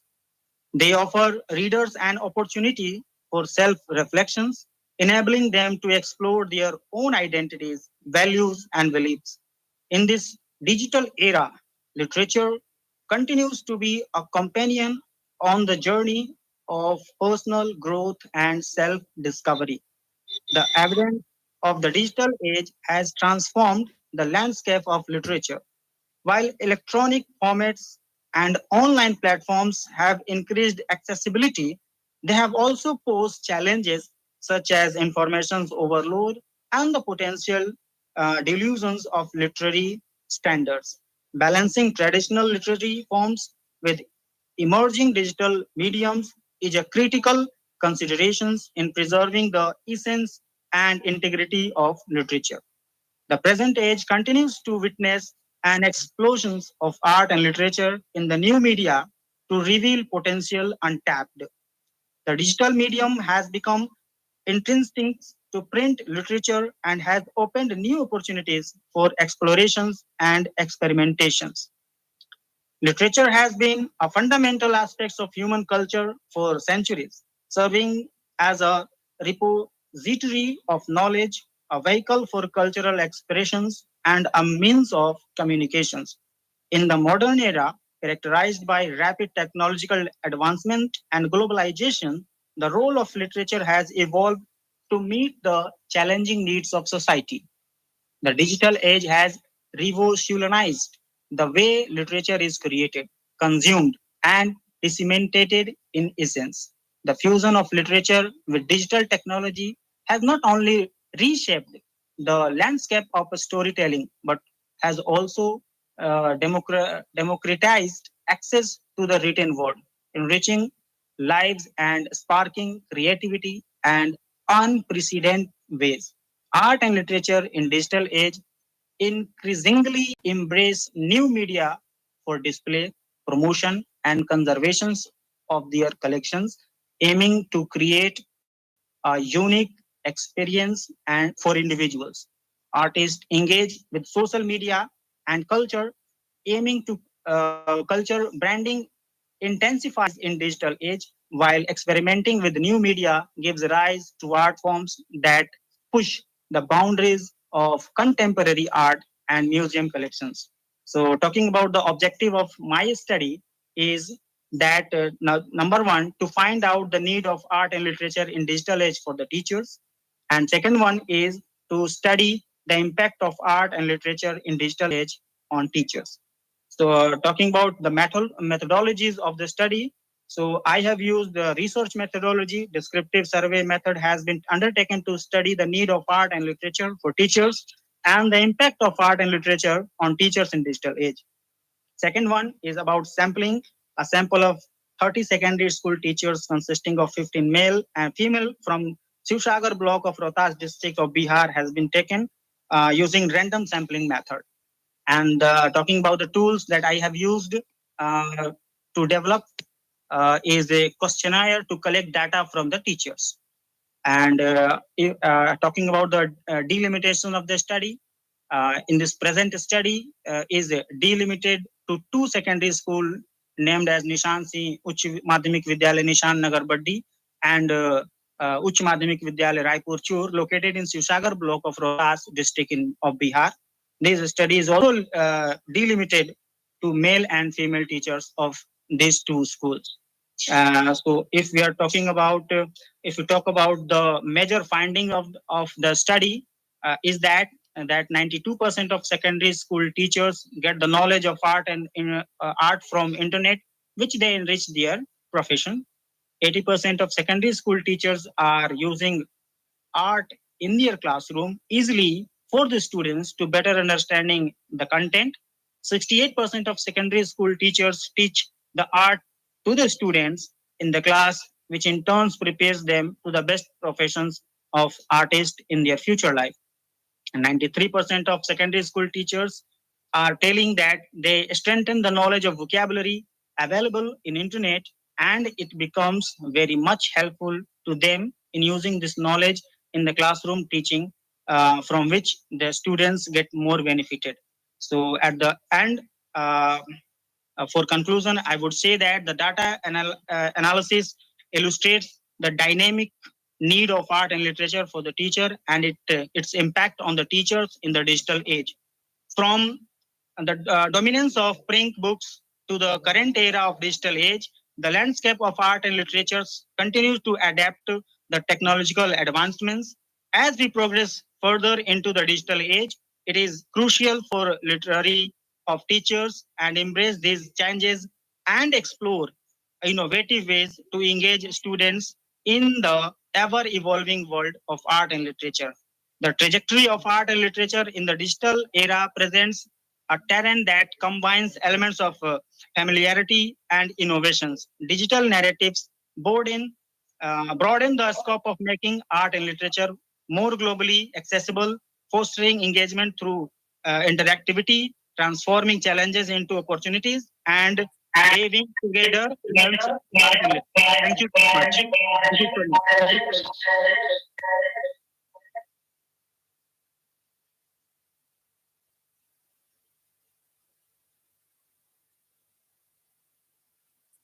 Thank you so much, sir.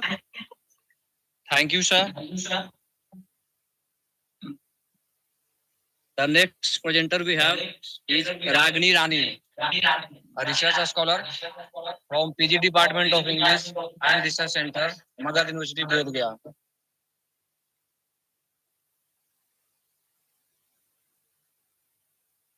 We are moving to the next presenter. Is Chandrahas Kumar, a research scholar from Department of English, Magadha University, Bodh Gaya. Okay, next.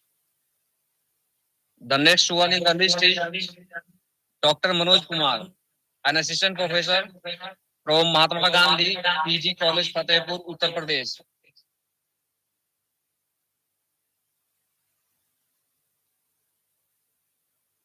The next presenter is Prem Pratap, a research scholar from PG Department of English.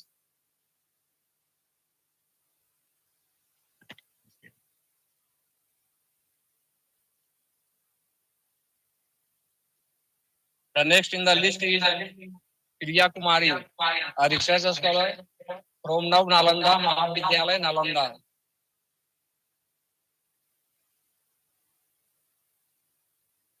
So now we are moving to the group 2 session. I would be calling the names in the list one by one. The first is Dr. Arieka Paul, an assistant professor from CM Science College, Darbhanga. The next is Pinky Excuse me? Kumari. Yeah, ma'am. If people, there's no one from my group left, maybe I could, make my presentation now. Yes, ma'am. Please proceed. Yes, you can. Thank you. Ramji. So this is Dr. Priyam Francis, Assistant Professor at the Department of English, MDDM College, B.R. Ambedkar, Bihar University. And my presentation will be on animals and marginality. And I have studied this or tried to work on this topic from the perspective of the works done by A.K. Ramanujan and Arun Kolatkar, both of whom were Indian English poets. I begin with outlining how, as civilization, as people, we have launched ourselves and the planet into the Anthropocene, which echoes which is an ominous echo of the geologic ages that Earth has had. And it reflects the kind of influence that human beings exert over the Earth now. And we have come to this point because we have neglected what we have been doing, how we have been pursuing growth and civilizational goals. And we have had a tunnel vision, which has been, encouraged by, sustained by our idea of a very separate, a distinct sort of a vision, which allows us to, imagine the world into very distinct, clear-cut boundaries and sections. We do not realize that our whatever we are doing will have long-term effects and consequences. The dominant interest groups, which are at the helm of the greatest manipulation and pollution of Earth's resources, they have systematically managed to eschew the worst exposure of environmental degradation and instead have allowed otherized humans and non-humans to bear the maximum brunt of it. So, and it is somewhere the hierarchical nature of human societies which has inured us to, this kind of categorization, marginalization, and normalization of such ecological injustice. So,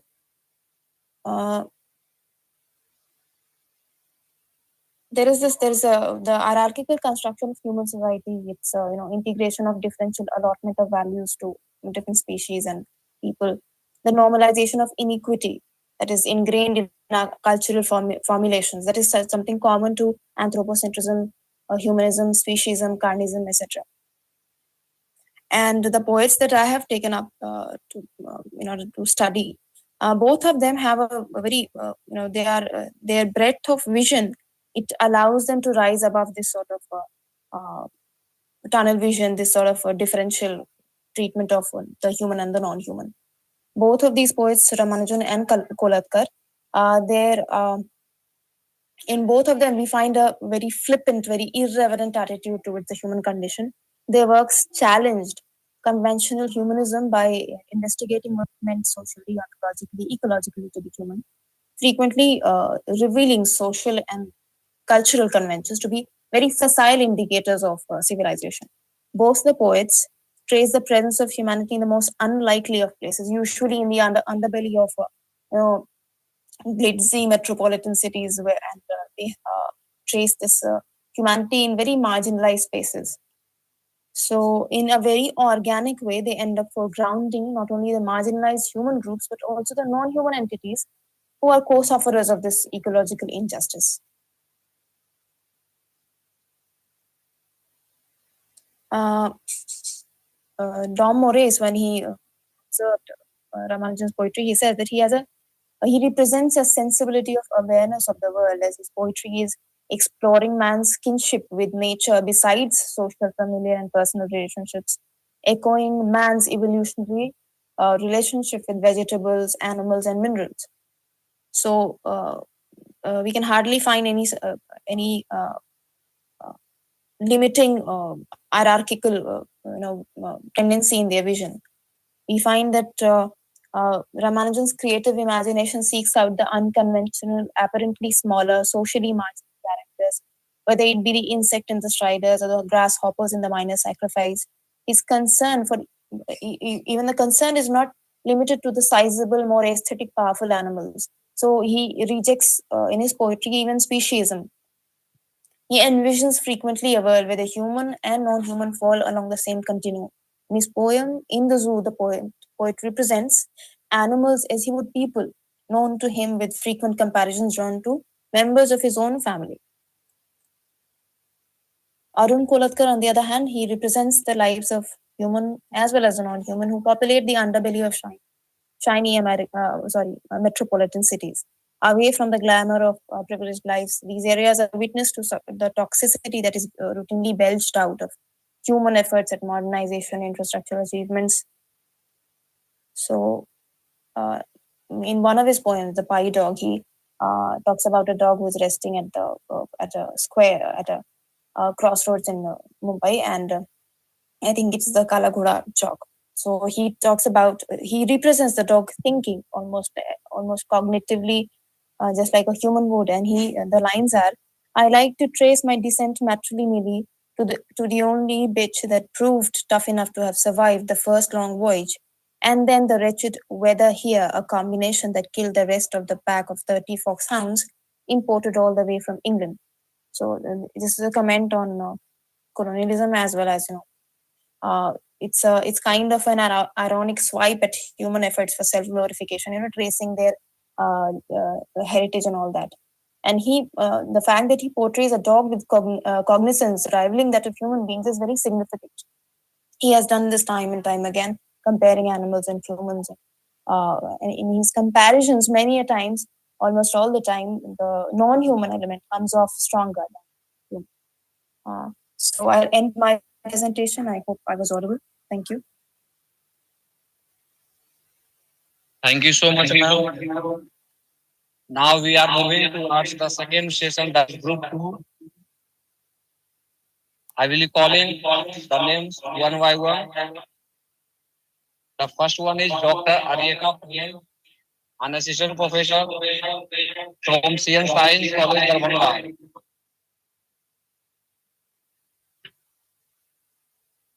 The next we have Pinky Kumari, a research scholar from Tilka Manji Bhagalpur University. The next we have Dr. Mausumi Chakrabarti,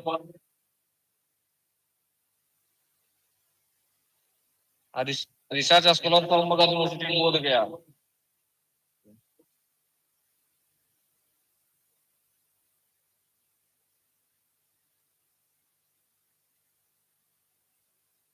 One we have Dr. Sasidhar Gupta, an assistant professor from SN Sinha College, Jahanabad. The next in the list is Lavkush Kumar, a student from PG Department of English, Magadha University, Bodh Gaya.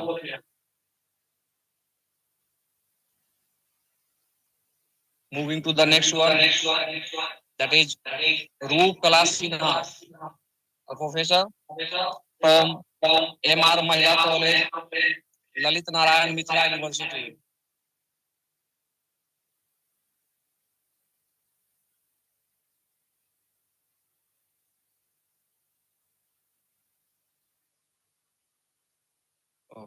The next one is Devika V, a research scholar from Christ University.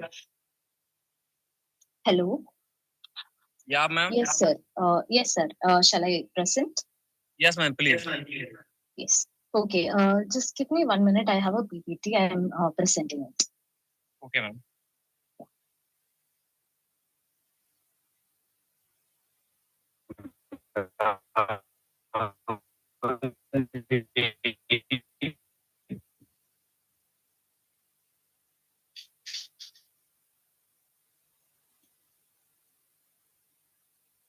See the chat box also. Hi, everyone. Rahulji. Shall I present? Rahulji. Yes, sir. See the chat box and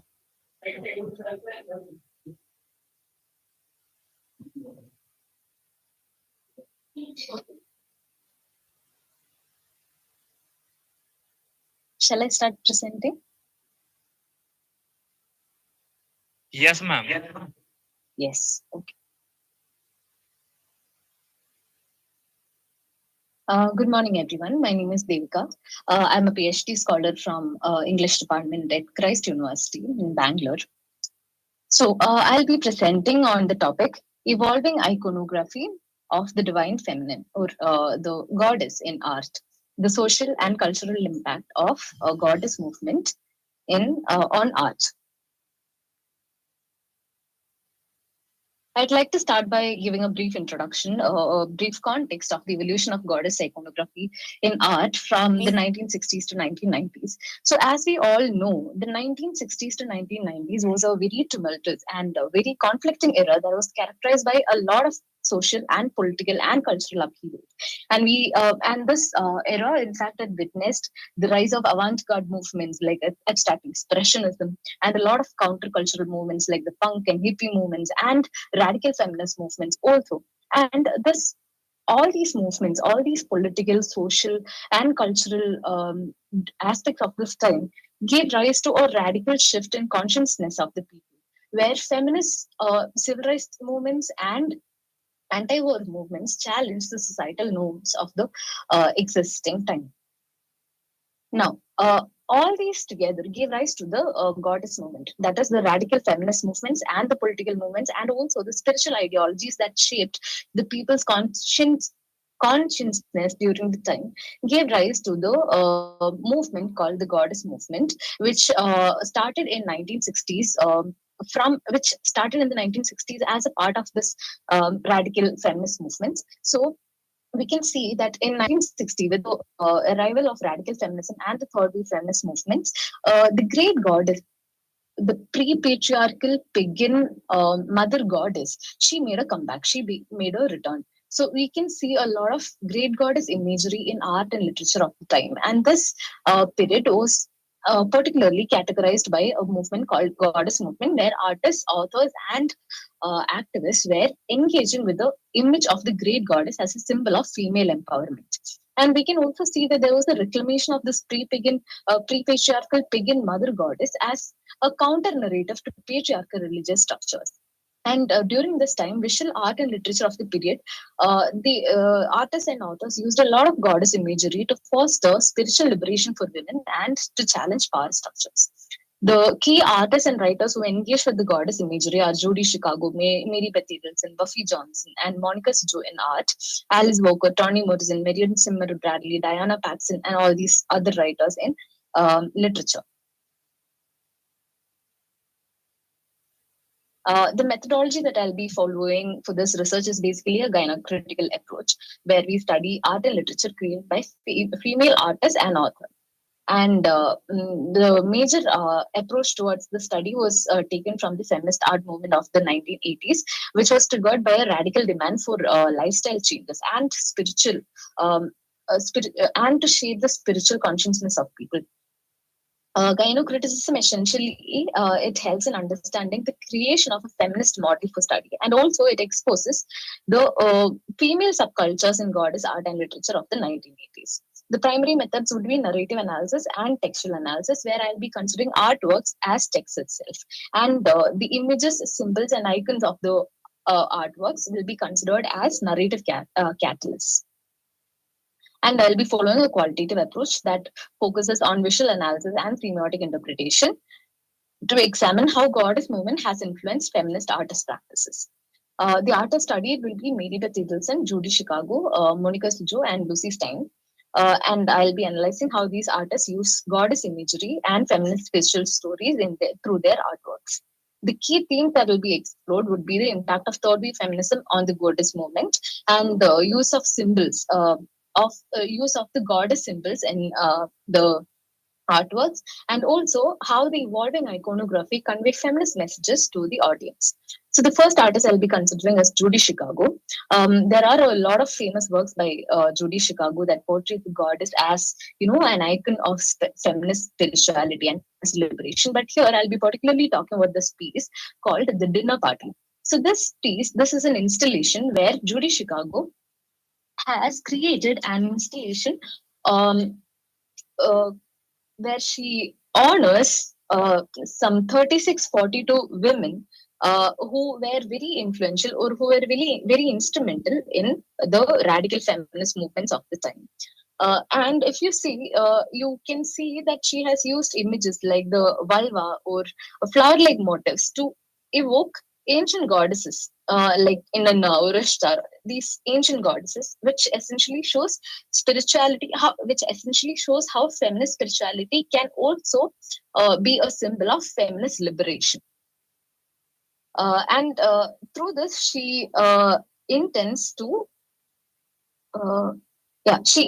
symbolize the sacredness of women's bodies through her artworks. And dinner party, essentially, it centralizes women in history, myth, and culture using this goddess imagery. And all the images used, like the flower motifs, or the vulva motifs, it echoes ancient goddesses, linking women's bodies to sacred power. So at a time when women were not considered to be instrumental in religious or spiritual acts of the time, Judy Chicago gave an installation which essentially showed that women's sexuality can also be connected to spirituality, and that is why she evoked the images of the goddesses, or evoked the imageries that connects to the ancient goddesses.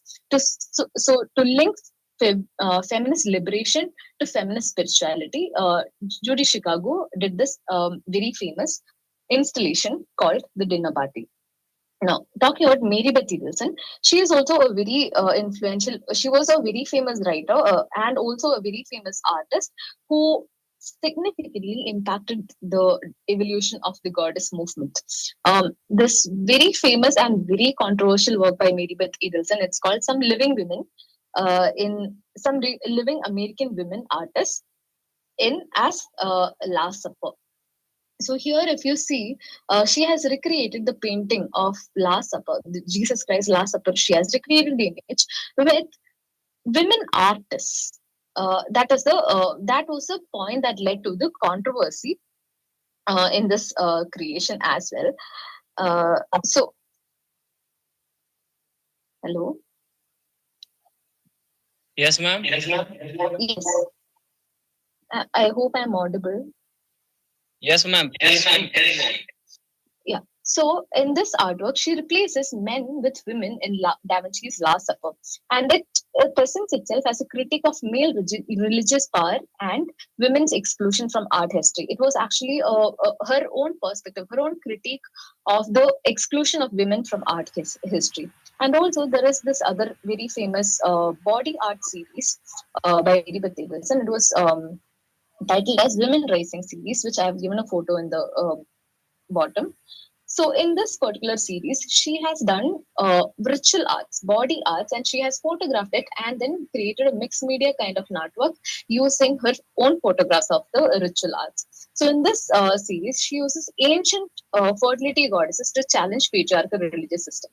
So she has in fact done a ritual art in sea and also with sky and also with earth, where she connects each elements of earth to feminist spirituality. And it was also a political gesture where she is presenting a continuity of female power predating patriarchy. Now, in some living American women artists, it replaces men and women with Da Vinci's Last Supper, and it subverts religious male dominance. And it also helps in reclaiming pre-patriarchal female deities to challenge patriarchal control over religious symbols. Monica Sijo was another very famous ecofeminist artist who also used the image of the goddess to challenge patriarchal notions in art. For example, her very famous work called The Great Cosmic Mother. I'm sorry, I don't know what happened. I had a photo also. I'm sorry. So this artwork, it was called The Great Cosmic Mother. It was a very significant work in ecofeminism, and many universities are teaching it now.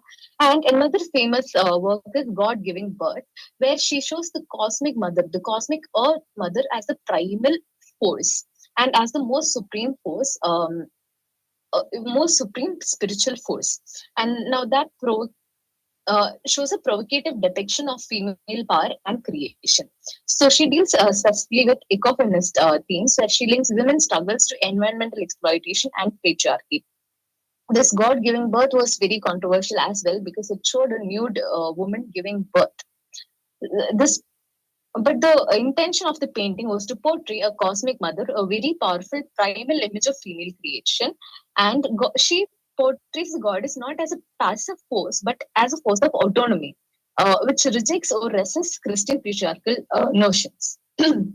So in that way, she represents women's life-giving power in a radical, creative, and rebellious way. Now, coming to the discussions part of the paper, feminist artists have reclaimed goddess imagery to challenge patriarchal and colonial narratives by taking inspiration from the goddess movement.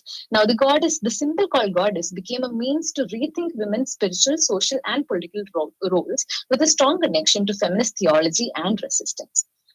These artists envisioned spirituality as a tool for liberation, feminist spirituality as a tool for liberation. For example, artists like Judy Chicago and Mary Beth Peterson, we can see that they have used the goddess imagery to restore women's spiritual authority and connect contemporary feminist struggles with pre-patriarchal myths. And also, as we saw earlier, Monica's just radical portrayal of the goddess, it challenges institutionalized religion, presenting a divine feminine force as a life-creating and autonomous force. And the purpose is to expand the critique beyond gender.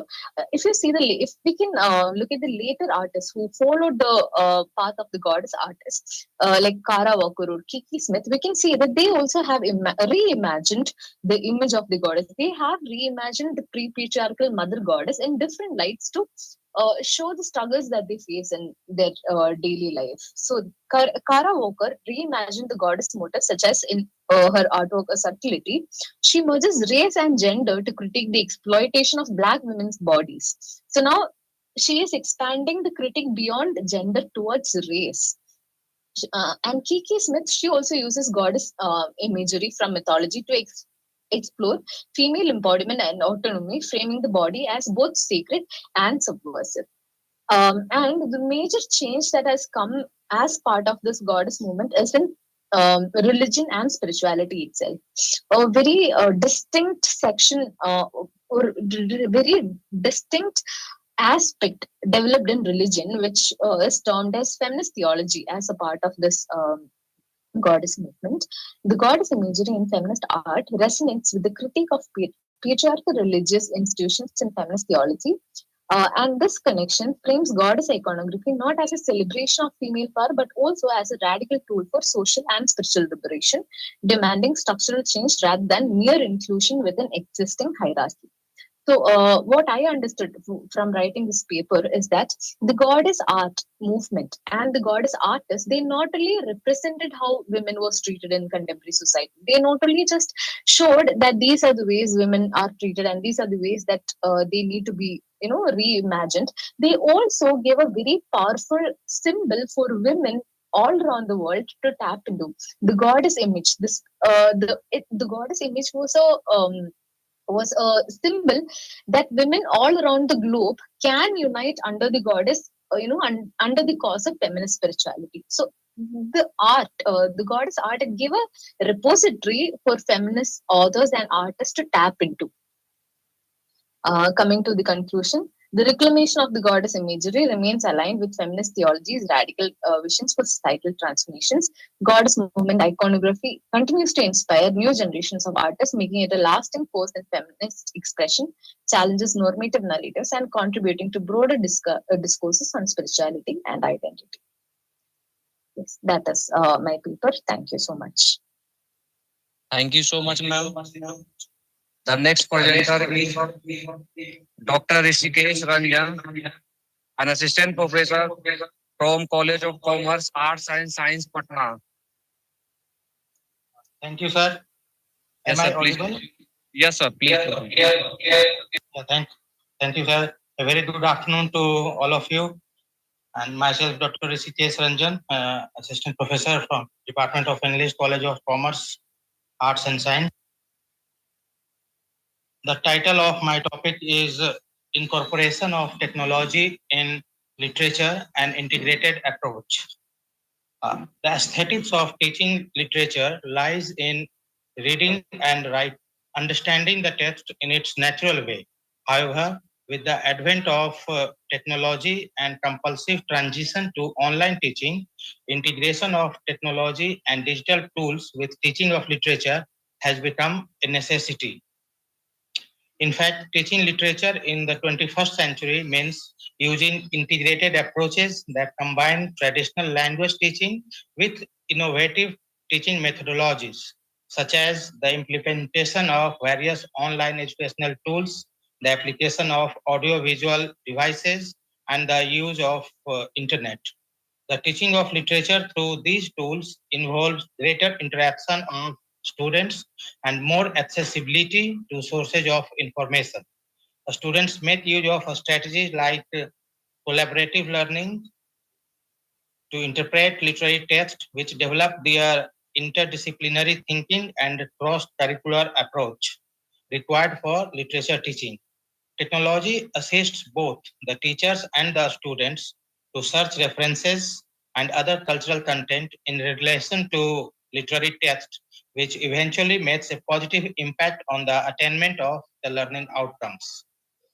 Another major benefit of using technology to teach literature is that it acts as an instructional tool that scales both visual and auditory skills of the learners. Over the past decades, technology has become an integral part of the teaching and learning environment. This technological evolution of our lives is an important part of integrating students into the digital world with the help of teachers who facilitate the learning process. During the pandemic, we actively use digital technologies in all aspects of education. Digital tools for learning are evolving every day, and the introduction of technology in education is no longer an option but a requirement. The internet is the most powerful tool of modern times, assisting us not only in our personal lives but also in our professional life. It is frequently used in education to obtain information, conduct research, and expand one's understanding of numerous areas. The internet has evolved into an important tool for both successful teaching and learning. Teachers can utilize it as a teaching tool by uploading the lesson plans, notes, and videos on the college website or forum. The inclusion of teaching videos and notes makes the learning process more exciting and diverse. Teachers might employ animations, PowerPoint slides, and graphics to keep their students' attention. So we can say that inclusion of digital tools into English language teaching has brought about transformative changes, influencing both educators and learners in numerous ways.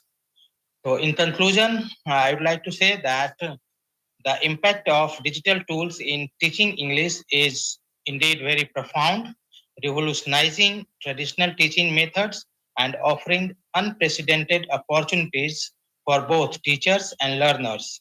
As technology continues to advance, the integration of digital tools will definitely play an increasingly crucial role in shaping the future of language education.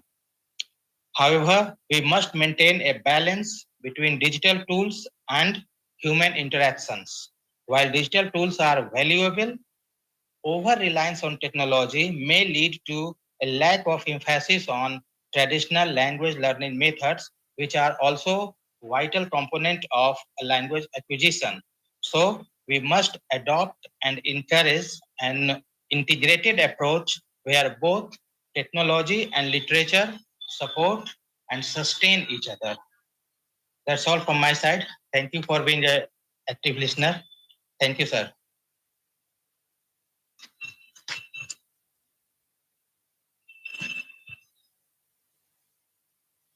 My presentation is over, sir. Thank you so much for listening me presently. Yes, sir. Thank you so much. Hello, sir. Hello, sir. Please wait, ma'am. The next presenter is Dr. Arika Paul, an assistant professor from CM Science College, Darbhanga. Hello, Rahul, sir. Yes, ma'am. Please proceed with your presentation. Very good Rahulji, please see afternoon the to chat box. all of you. I shall directly move to my topic, which is Interpreter of Maladies, Gender Representation Through Diasporic Lens. And this research paper deals with the gender representation in Jhumpa Lahiri's Interpreter of Maladies. The paper throws light on how gender intersects with cultural identities. Moreover, this paper also deals with dynamic nature of gender representation within diverse cultural landscape.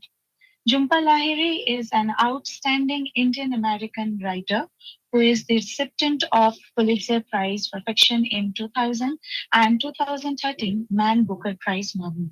She has always been known for her unique perspective on gender roles and offer readers to look at identity development, cultural issues, and changing gender roles and other things. She has worked hard to amplify the voice of women in general and women authors in particular. Jhumpa Lahiri is seen raising the issue of identity crisis in Interpreter of Maladies, which has become a very challenging subject in this era. This study is conducted by using descriptive analytic methodology and has used materials available in valid libraries. So the story starts with the central character of the story are Shobha and Sukumar, and the story starts with a story of a temporary matter.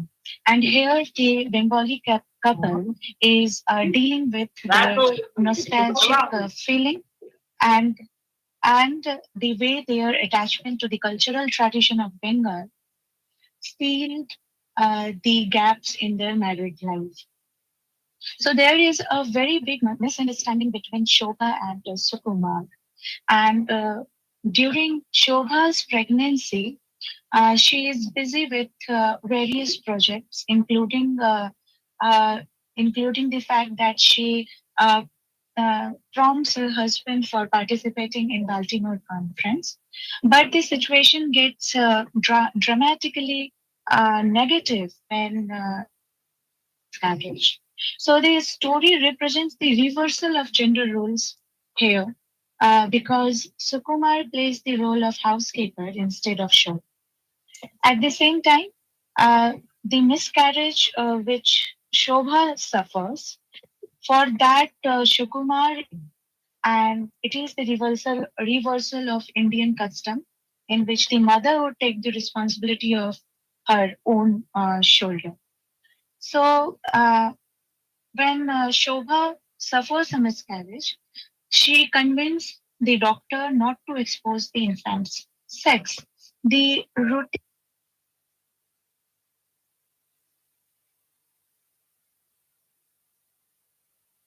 thinks deeply about their relationship. I quote, but nothing was pushing Sukumar. Instead, he thought of how he and Shobha had become experts at avoiding each other in their three-bedroom house, spending as much time on separate floors as possible. So Sukumar has become unwilling to work or use energy. He oversleeps in the morning, and Shobha has become Solovini too. So the story, as I have already mentioned, is the reversal of gender roles, and it is also the reversal of Indian custom, where mother would take the responsibility on on her own shoulder. So the electricity department informs the residents that uh, here the power will cut for 5 days, and darkness creates an opportunity for getting Sukumar and Shobha together again. The confessions still hide their inner emotions. So on the last day of the power cut, Shobha reveals her decision to live separately. And Sukumar feels extremely upset, and by hearing this news, this bitter news, and uh, through for him, Shobha is a selfish wife, and Sukumar makes her aware of their child sex and memory of holding it close to his heart. So Shobha epitomizes those independent women who suppose their husband to be cruel and seek to get out of their clutches. So in this case, the death of their newborn infant adds fuel to the fire. So the characters' confessions, however, do not culminate in the happy outcome of the marriage. So their marriage is broken up and they are going their separate ways. Having been born in America, Shobha and Sukumar believe that the foreign land America has bestowed them with the chance to explore their identities and bring their dreams into reality. So I shall sum up the paper by concluding that the study of diasporic character in the beginning of this story, a temporary matter, clarifies the elusiveness of the concept of boundary between cultures, since their existence is bound with fluidity and interplay. However, the situation is challenging and diasporic. Thank you very much, sir. Thank you so much, ma'am, for the wonderful presentation. Thank you The so next much. speaker we have with us is Sushila Kumari. Ma'am, are you there?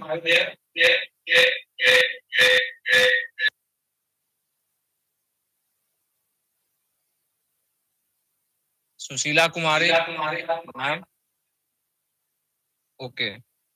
The next we have Pragya Singh, a research scholar from PG Department of English, Nagar University, Bodh Gaya. Yes, sir. I am here, and Please just proceed. because of some technical glitches, I couldn't be able to present my paper yesterday, but I get the opportunity to present it finally. So, my title of the paper is Toni Morrison's depiction of New World women in the African American experiences. My topic is actually presents the term of feminism. Feminism is a very important term. Uh, are you are you able to hear me, Rahul sir? Hello. Yes, ma'am. Toni Morrison is a voice of African American literary tradition, and she is very much expatiate of gender and race. Her works are polysemous and multidimensional. Feminism, she always preferred to write on the system and the term of feminism, and as a feminist writer, her development of women characters in her novels parallels the way in which the most black women combined their concern for their feminism and ethnicity. She exposes the damages that oppressed both the female characters inside and outside to the ethnic group, but Morrison never advocate as a solution to their operation. Okay, feminism in the simplest term. I want to first define what is the term of feminism. Does it refer? Feminism is a simplest term which believes the equality of women in social, political, and economic quality, sexes, and the moving around all the organization. But in actual way, in some places, these things are not happening. Then Toni Morrison always write in the advocacy of black women, and she actually defined about their system. So, having acquired increasing attention since the publication of her earliest novel, The Bluest Eye, this novel was not much famous as the Beloved and the Sula was, but it was her first novel, in which Morrison believes to be one of the most damaging components of sexiest and racist operation in black women. Morrison always believes that a physical standard of beauty commercializes the virtue of all women. But this physical trait is generally inherent in white people, and it suggests that women who are black are not beautiful and hence inferior. African American writers favor and focus on the theme of particular interests to black people, liberalism, and black feminism. Black feminism proclaims about sexism, class oppression, racism in African American culture. Like Morrison in her novels, like Beloved, she focused the complications such as slave narratives genre in the early 19th century. She shows the strongest in her all the novels. I am basically focusing on her three novels, like Bluest Eye, Sula, and Beloved. And the three protagonist characters of her novels are really empowered, and this and they really defend herself, and they really protect themselves through her novel Sula. Morrison set down a community in which black women influenced and control their public and private life. In many ways, Sula goes as far as Morrison's another novel, Beloved, which portrays the most pragmatic, sorry, pragmatic and sensible impression of black life, slavery, and black empowered women like Seth, who is a prominent and willful woman like Sula, who is especially too devoted to her children because she killed her own oldest daughter just because of she doesn't want to lead her kids life as a slave. So because on the basis of those things, she said that slavery is the worst thing in this world, and I do not want to survive her by this slavery. Okay, then Morrison's substances are foundational and full of folklore, and many a time full of universal ideas which can be which can be explored in her literary works. The theme we explore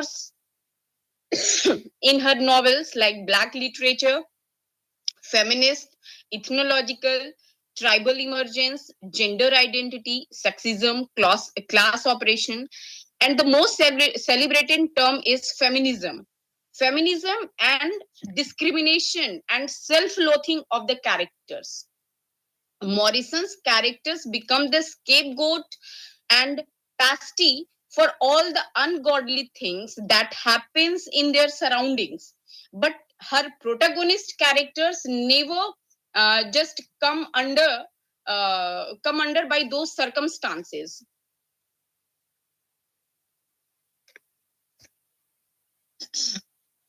Morrison's novel is that there is a lot of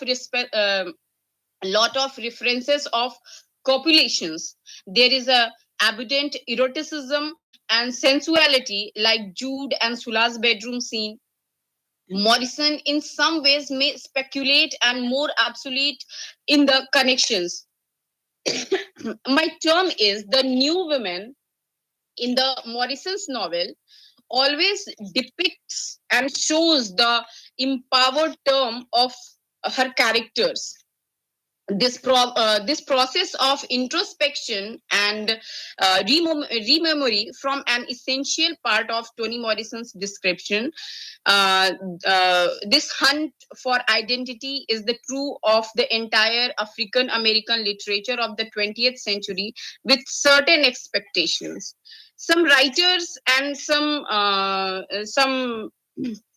magazines or other things always praise Morrison's work, like the Guardian praised Morrison's work and said mercurial imagination and brilliantly elegant prose.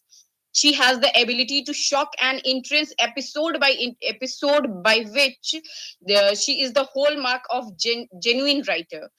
I'm just coming to the my conclusory point. To cap it all, Morrison's woman world is the microcosm of New World women. It is truly a microcosm because her women are really fight for themselves, and they live their own life for their own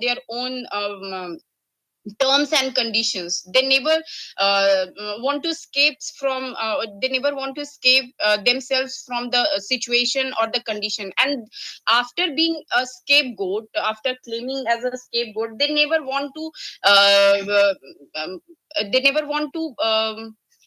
defend themselves. They never want to advocate themselves. So just I'm saying that they are the really Morrison's women world is the real microcosm of New World women. Her female characters struggle to define themselves amidst their current social expectations, where it is Sula or Piccola or Seth. They all demonstrate strength and resilience for their survival in a society which is dominated by male. Then I'm thank you to you all to give me opportunity to present my paper, and that's it all. Thank you, sir. Thank you, ma'am. The next presenter is Sushila Kumari, a research scholar from PG Department of English, Magadha University, Bodhgaya. Sushila Kumari, ma'am.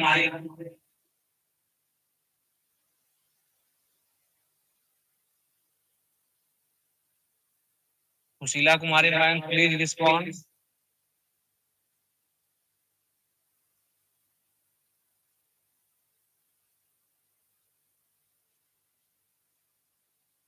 Okay, then we are moving to the next.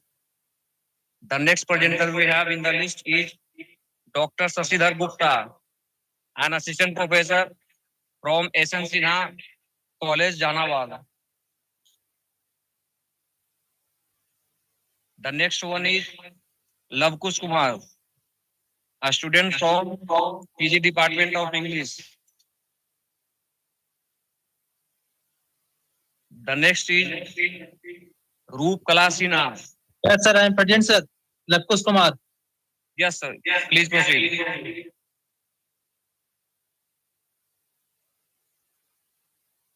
Hello. Yes, please proceed.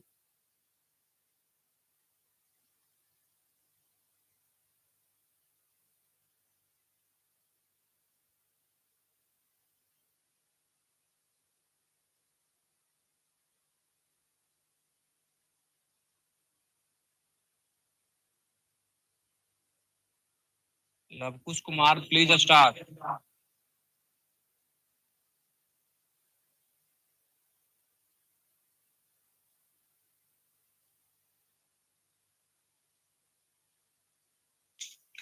Okay, it seems there is some network issue from Lavkush Kumar's side. So now we are moving to the next. The next presenter is Dr. Ramhit Chaupal, an assistant professor from Department of English, Patna University, Patna.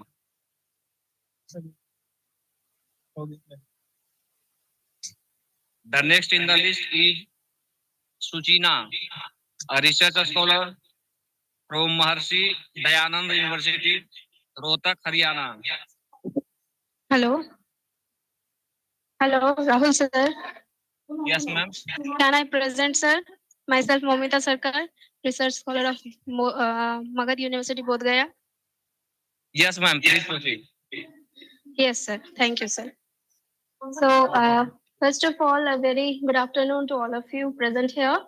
First of all, I thank you to the respective organizers who gave this opportunity to present my paper over here. Myself, Momita Sarkar. I hope I am audible, sir.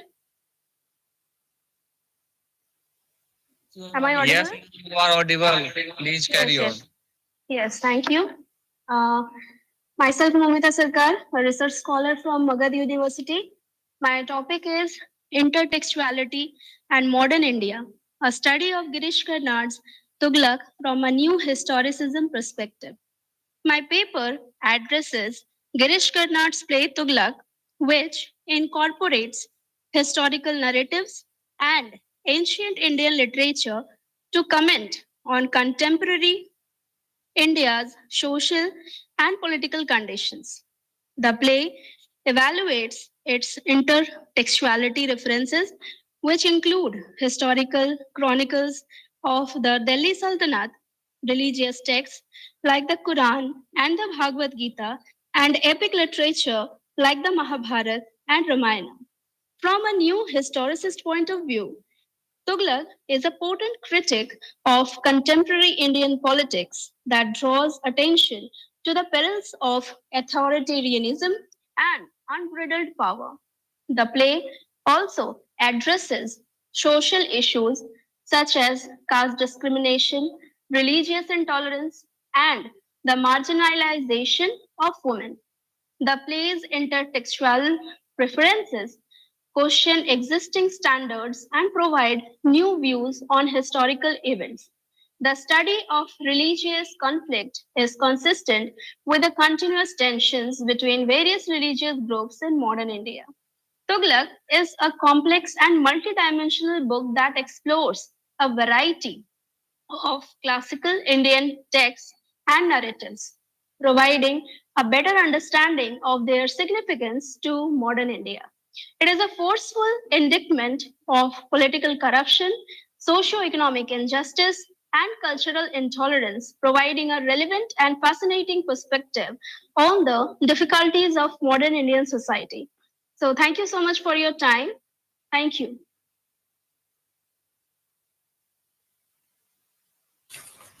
Hello, sir. Am I audible? Hello, sir.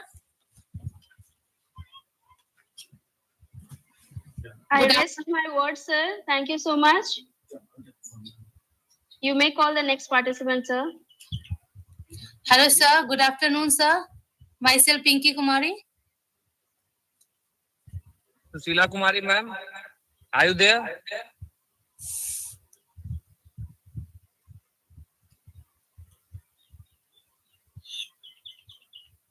Okay, we are moving to the next presenter.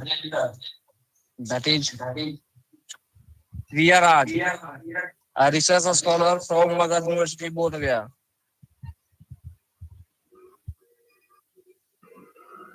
Hello, sir. Yes, ma'am. Please proceed. Susila, ma'am.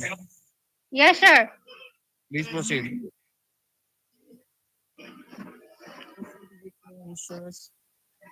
Hello, sir. Sound is clear? Yes, ma'am. You are audible. Please proceed with your presentation. Good morning, everyone. My name is Susila Kumari. My topic is philosophical and religious impact in Pali literature. Sir, sound is clear? Yes, you are audible, ma'am. Please proceed with the presentation. Okay, sir. The teaching of Lord Buddha may be divided into two groups, philosophical and religious. The fundamental principle of Lord Buddha's philosophy is causation. The number of causation is 12. Therefore, this philosophical theory has called Dvatsang. It is 12 kinds. After that, the analysis of Buddha's theory is Anatmavad, Anityavad, and Aniswarvad. And another theory of Buddha's for noble truth. For first is all existence is full of suffering, and second is all suffering has cause, and third is there is an end to suffering, and fourth is there is a way to the end of suffering, or which is called Ashtangik Marg. Ashtangik Marg is know that the noble path means the noble path called Marg or Ashtangik Marg. It is 8. The first of right view, second right intention, third right speech, fourth right action, fifth right livelihood, sixth right effort, seventh right mindfulness, and eighth right concentration. The teaching of Lord Buddha may be divided to four fundamental principles of this philosophy. First is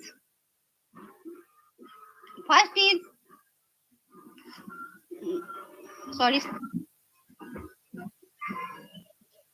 First is all existence is suffering. All existence is suffering. All suffering has cause, and all suffering has uh, and all existence of a being like a wheel of cause and effect. The number of causation is 12. Uh, and Ma'am, please come to the conclusion part.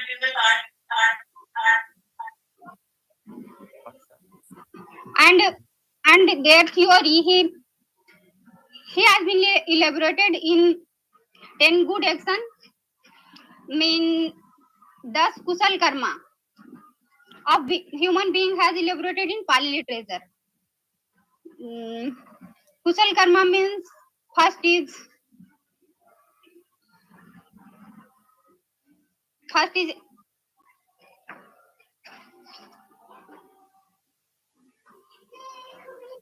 his senses grasping. Ma'am, you can conclude.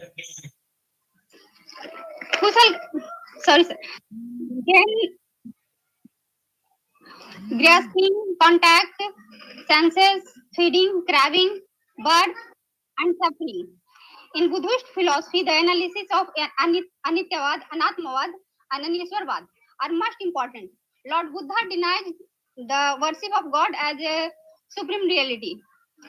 The word religion in Pali literature has used sadhamma. Sadhamma, a good way of therefore held a distinct approach to dhamma, religion in the ancient Indian societies.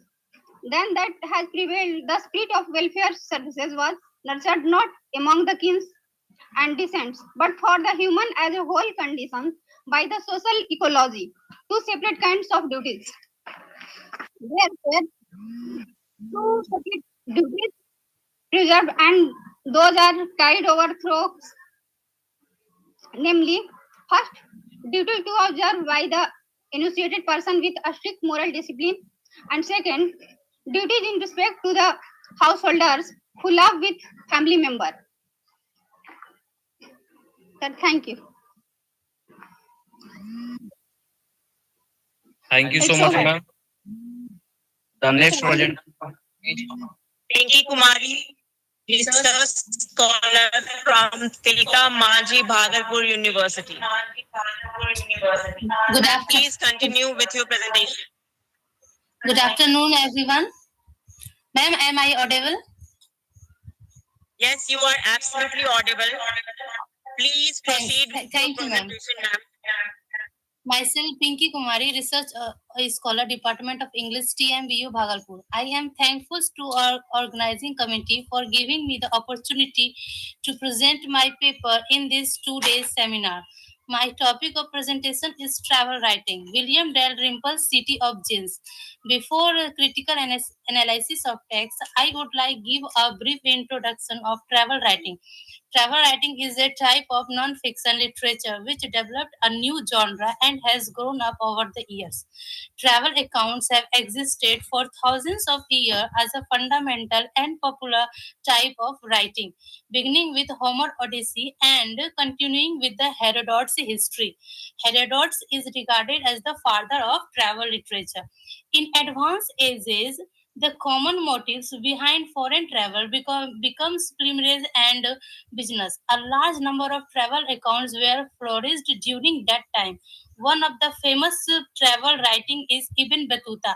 His writing Rihala gave a detailed account of journey of Ibn Battuta to Makkah for Hajj in China of East Asia. In modern period, the voyage of Christopher Columbus between 1492 and 1504 are turning point in the history of travel writing. His voyage to America can be seen as a new beginning for travel writing in the world. The invention of printing press in the 15th century gave a boost in the travel writing. The emerge of new world is possibility the result of travel in 7th century. To promote travel and travelers, the Royal Society was founded in London in 1660. The society published a catalogue of directions for travels. Captain James Cook's voyage to the Pacific Oceans opened up a new era of scientific exploration. The period between 1910 and 1914 has been referred to the heyday of travel and travel writing. This could be because of expansion of transportation options, particularly air transport travel, which shortens trip times. If we talk about Indian travel writing, the first foreign visitor in India was Megasthenes. He was a Greek historian who traveled to India in 305 BC as an ambassador of Seleucus, who paid a visit to Chandragupta Maurya at Patliputra, the capital of Mauryan Empire. Similarly, another Greek traveler, Ptolemy, visited India during 130 AD and wrote the geography of India in 14th century. Chinese traveler Fahan came to India in search of Buddhist texts and wrote the book A Record of Buddhist Kingdoms. In 7th century, another Chinese Buddhist, Wang Shan, come to India to wrote book Records on Western Religion. The first English merchant traveler arrived in India was Ralph Fitch, traveled to eastern provinces like Allahabad, Banaras, and Patna. After independence, Indian travel literature gained attention and they were primarily written in English with a focus on post-coloniality and East-West axis. R.K. Narayan, Kushwant Singh are some of the well-known writers who wrote the travel books. Which one is more important than R.K. Narayan's My Dateless Diary and American Journey? In modern period, V.S. Naipaul, Vikram Seth, Rahul Sankrityayan, William Dalrymple, and Tom Atkin are famous travelogue writers.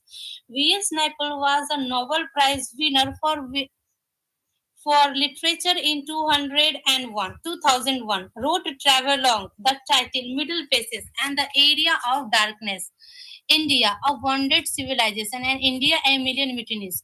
Amitav Ghosh is another prominent writer who traveled extensively to India's subcontinent and England and wrote his notable work titled The Shadow Lines in Antique Land, Dancing in Cambodia, and Lars in Bourbon. And last but not the least, the Glass Palace. Now I came to the uh, city of Jeans. Jeans is a part travel and past history. The book is shaped like a novel which has history at the center. City of Jeans in his second book, which was published in 1993. This book won the Thomas Crook Travel Award and Sunday Times Young British Writer of the Year Award. After this book, he becomes the world's most renowned and established travel writer. In City of Jeans, William Dalrymple encompasses travel history and autobiography in order to articulate his chief concern in uncovering the different layers of Delhi's past. He uses a unique method to travel Delhi's history. He goes backward in times and history to review the evolution of Delhi. Relationship with the past has been brought out through a series of stories and characters encountered by Dalrymple. To peel off the layers of Delhi's past, he adopted a reverse chronological order. On his journey towards the past, he transfers through the partition of Indian subcontinent to anti-Sikh rights, the British Raj and Indian independence, and then to the Mughal history, and finally he comes to epical world of Mahabharata, which records the foundation of city by moving deeper into the history. He also gives the accounts of journey made by Ibn Battuta, Moroccan traveler who served under Tughlaq Khan. Dalrymple adopts a distance while narrating history in City of Dreams. He does not give his own opinions and judgment on the past and present. Rather, he does it through the characters whom he encounters. Each aspect is presented and substantiated by the personal accounts of the people who suffered. For example, the story of Sikh rights has been told through his taxi drivers. Dalrymple tries to find survivors of each historical events he takes up. He remarks all the different ages of men were represented in the people of the city, different coexisted side by side. His extensive research is to library information gleaned up from unpublished document and intertextual references to travel accounts from previous, as well as bringing together factual evidence from historical sources, uncommon or unpublished manuscript, photographs, and book. As a travel writer, Dalrymple increased his normality to construct a setting and evoke characters and events from different times of period, emphasizing the distinctive historical and cultural context which defines them. Dalrymple convinces the readers into believing the years of Delhi in prosperous and flourishing, while the present in somewhat subdued. Architectural importance of Delhi is another aspect of represented different phases of Delhi, a close focus on Mughal and British structure also. Conclusion. Dalrymple comprehensive research on subject of book represents Delhi in a new perspective. However, by the end of journey, his attitude had changed dramatically. He founded Delhi to be a large metropolis city with a diverse ethnic population and culture.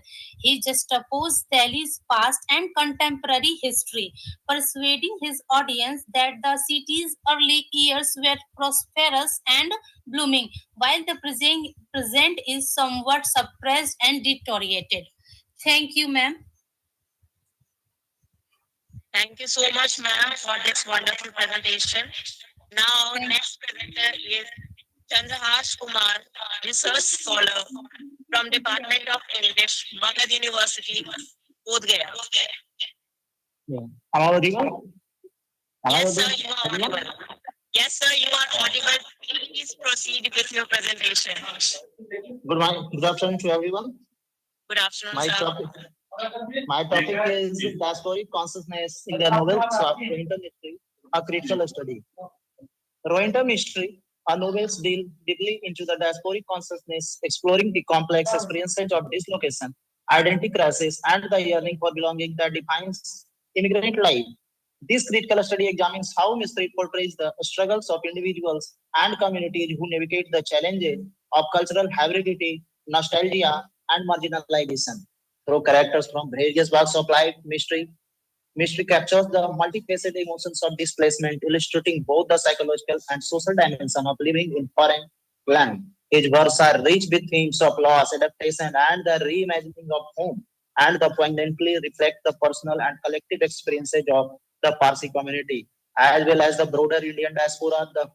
The study provides a critical analysis of mysteries, portrayal of diaspora, paying particularly attention to the cultural, historical, and political context that shape the characters' identities. The novels, such a long journey of fine violence and family matters, serve as primary text for exploring these themes. By focusing on diasporic consciousness, this research aims to contribute to a deeper understanding of how literature reflects the immigrant experience and the ongoing negotiations of identity in the globalized world.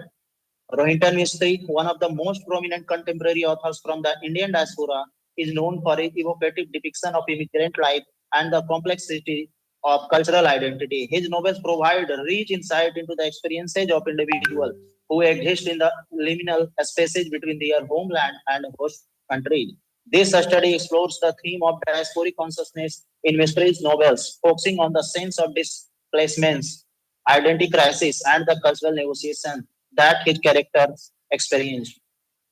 Diasporic consciousness refers to the state of mind in which individuals who have left their homeland feel a constant pull between two worlds. It is characterized by a sense of longing for a lost home, while simultaneously attempting to adapt to a new cultural context. For many immigrants, this results in a fragmented identity as they struggle to reconcile their past with their present. History's novels vividly captures this attention as its characters navigate the complexities of cultural hybridity, belonging, and the exclusion.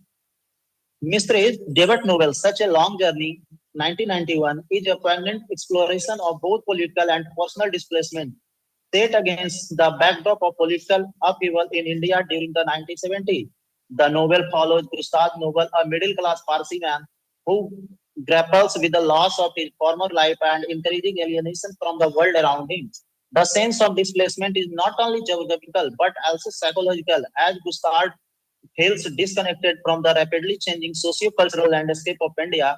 His desire to cling to the past is emblematic of the broader diasporic consciousness that Mystery explores in his work. Through the character of Gustave, Mystery highlights the emotional turmoil that arises from dislocation.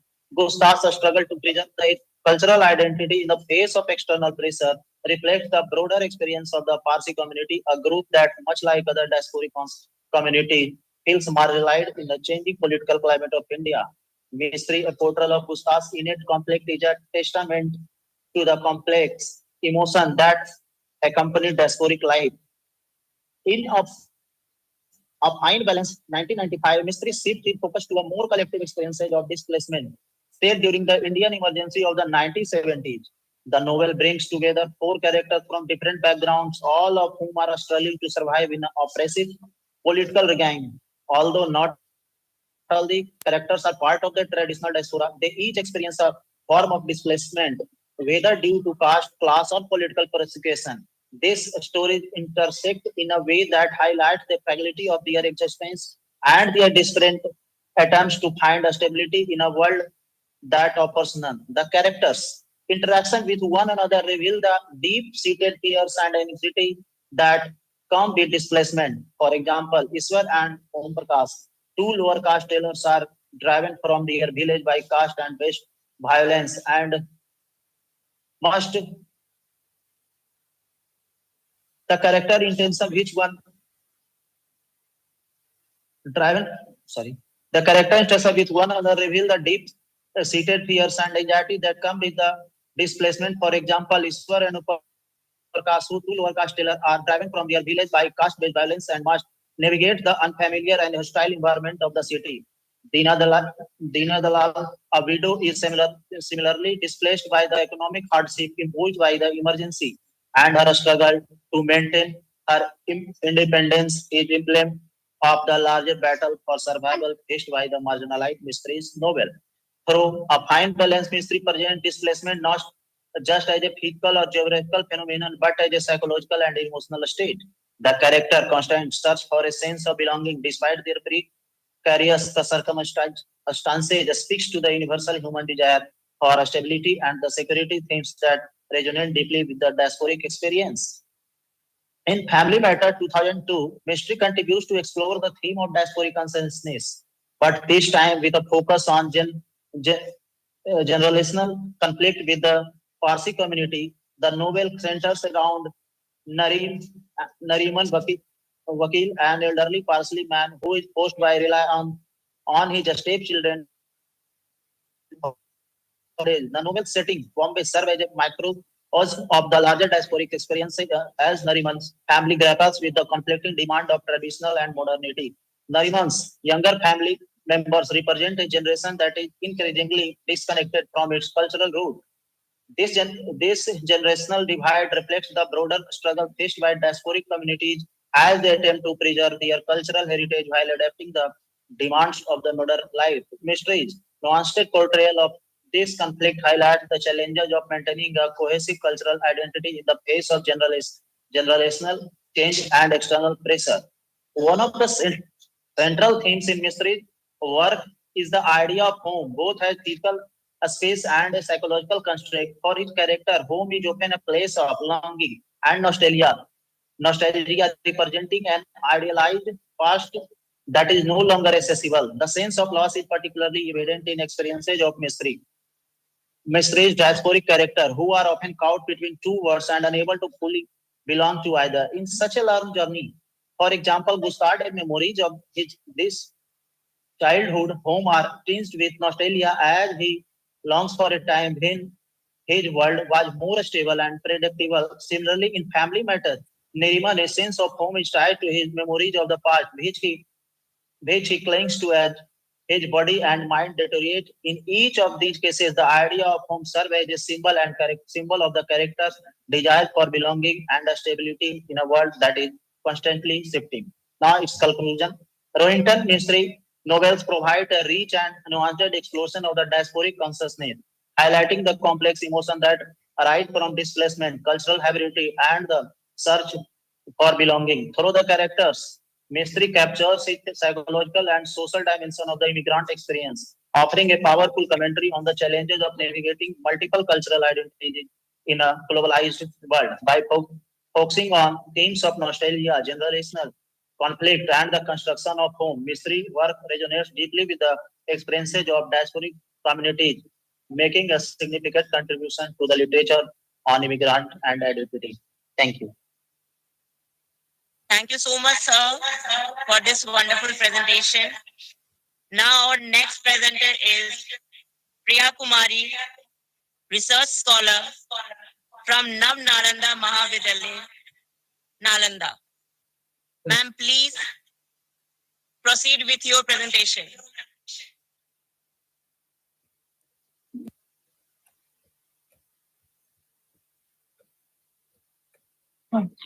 Priya, Am I ma'am? audible, ma'am? Are you there? Yes. Am I audible? Yes, ma'am. Ma'am, please continue with your presentation. Okay, ma'am. Thank you, ma'am. Good afternoon, everyone. My name is Priya, and the title of my paper is Gender Representation in the Select Shorter Fiction of Jhumpa Lahiri and Chitra Banerjee Divakarini, a Critical Study. Abstract. Gender representation in the transnational space is an ever-changing concept in the contemporary scenario. It aims to bring liberty by means of self-introspection and self-investigation to the character. This globalized world intersects with their gender identity to provide them an opportunity and liberty to transform. Jhumpa Lahiri and Chitra Banerjee Divakarni both have different lengths to envision the gender representation. The paper aims to analyze both authors through select shorter fiction, unraveling their unique approaches to gender representation. Where Divakarni unveils and challenges the same old societal expectations, in contrast, Lahiri investigates through challenging experiences of the characters in cultural intersect within the postmodern and globalizing space. Both Jhumpa Lahiri and Chitra Banerjee are known for their exploration of immigrant experiences, cultural identity, and gender dynamics. Their works portray the challenges faced by women and men on the crossroad of traditional and contemporary scenario. Gender representation in A Choice of Accommodation by Lahiri from Unaccustomed Earth. Lahiri, the story focuses on Amit and Megan, a couple attending a wedding at Amit's former boarding school. The narrative is filtered through Amit's perspective, where the tension is their marriage is explored. Amit struggles with his sense of belonging, emotional distance, and his role of father, husband, and as an individual. Lahiri's portrayal of gender is subtle and lean towards introspection, examining Amit's feelings of emotional distance, ambivalence, and his marriage within and a certain dissatisfaction with the life he has built. Amit reflects on how he viewed his marriage. I quote, he was not unhappy. He loved Megan, admired her, and yet he was astonished by how much their life has been together. Megan, on the other hand, is portrayed as a more grounded and decisive in the relationship, particularly when compared to Amit's ambivalence and emotional distance. This reversal of traditional gender roles shows Lahiri's sensitivity in the postmodern marriage. I quote, "She always seemed to know what she wanted. Amit admired her for it, even if it meant she sometimes grew impatient with him." The story also subtly comments on the emotional labor often expected by women in relationships. Megan's ability to make decisions and navigate social situations contrasts with Amit's more introspective and withdrawn nature, highlighting the unequal distribution of emotional labor. I quote, "Megan was the one who had suggested they attend the wedding, reminding him how much he had loved the school and that it would be nice to get away." Gender roles in the story are also influenced by globalization and cultural exchange. Amit and Megan's cross-culture marriage brings with tensions that stem from their different backgrounds, adding layers of complexity to how they navigate their relationship. Larry does not present their marriage as a problematic, but she does suggest that their cultural upbringings shape their expectations of each other in a subtle way. There is a choice of accommodation subtly critiques and portrays gender roles within globalized space. Through Amit's and Megan's relationship, Larry illustrates how traditional gender expectations both persist and evolve in postmodern marriage. Megan's decisiveness and emotional labor contrasted with Amit's passivity and introspection reflect Larry's understanding how gender shapes personal identity and relationship in the contemporary scenario. Gender representation in Chitra Banerjee Divakarni's Affair. In Affair, a short story from Chitra Banerjee Divakarni's arranged marriage collection, gender representation plays a crucial role in highlighting the dynamics of marital relationships, societal expectations, and personal identity. Traditional gender roles.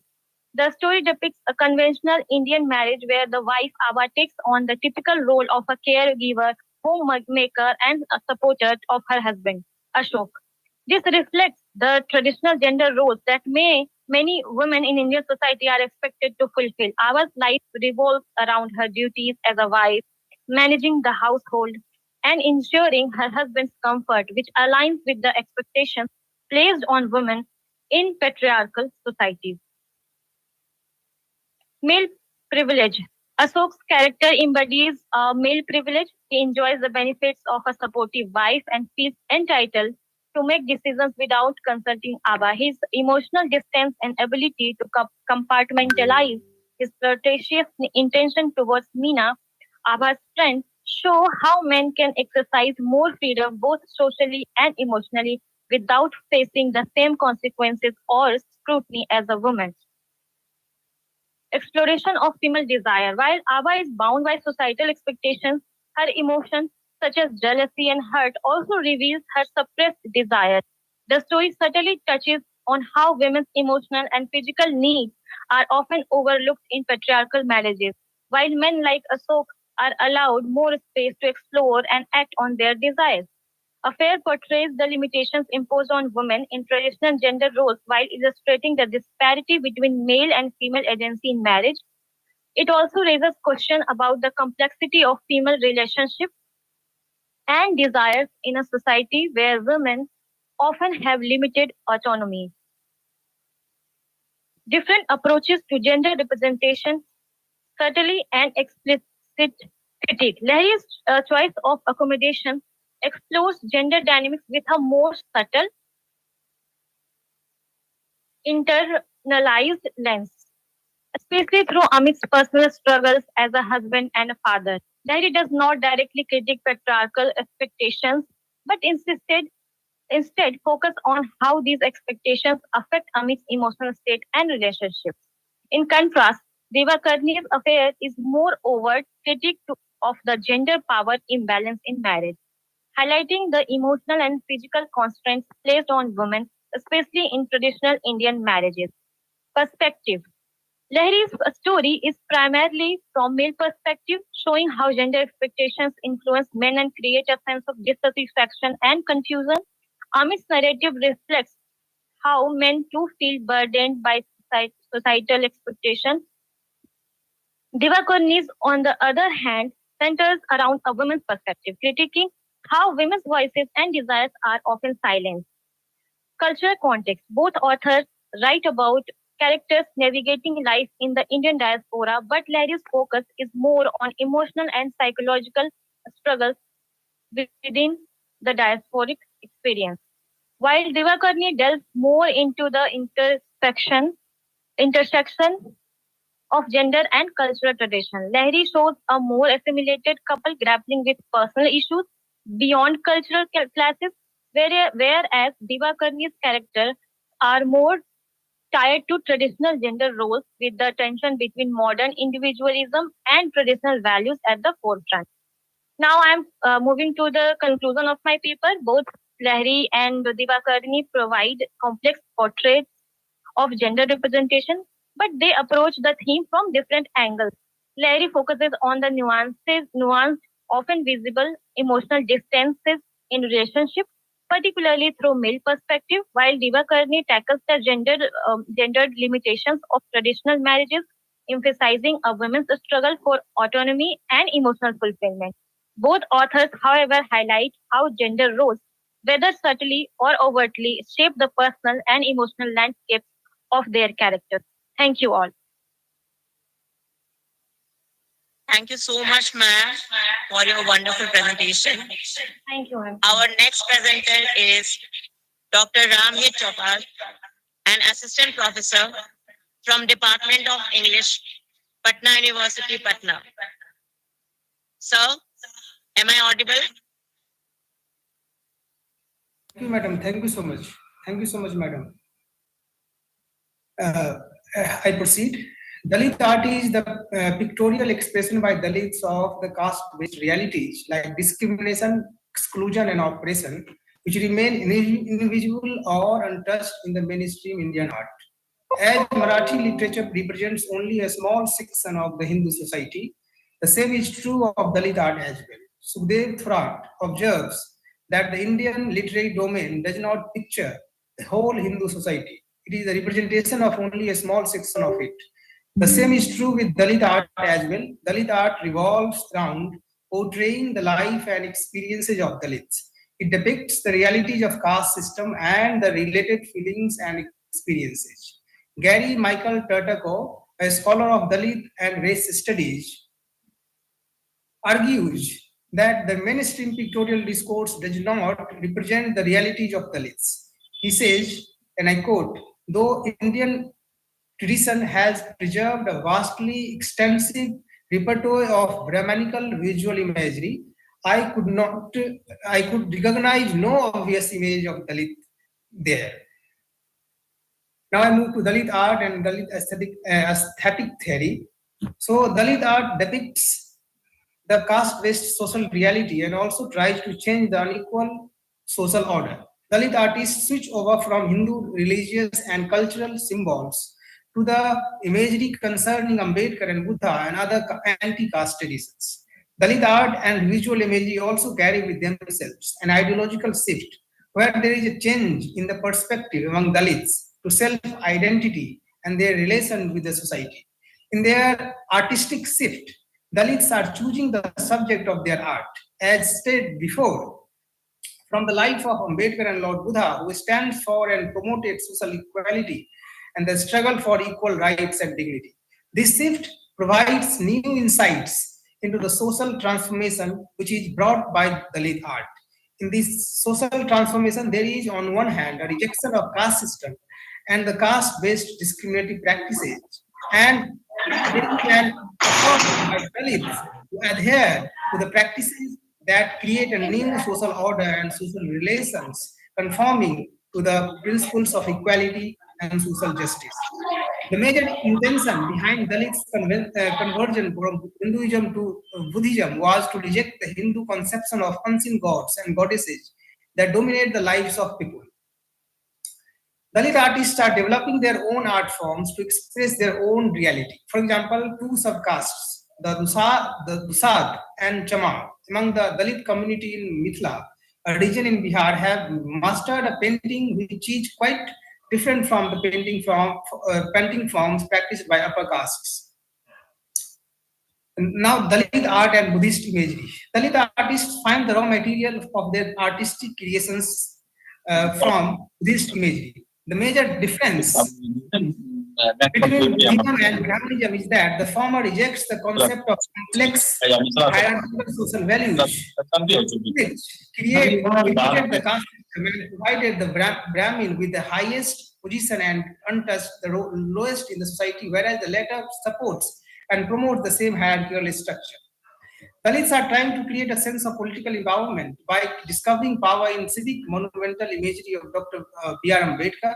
This idea of erecting statues in honor of some great heroes was initiated by the British, who used it to erect some statues of British officials like General, Viceroy, etc. to display their virtues.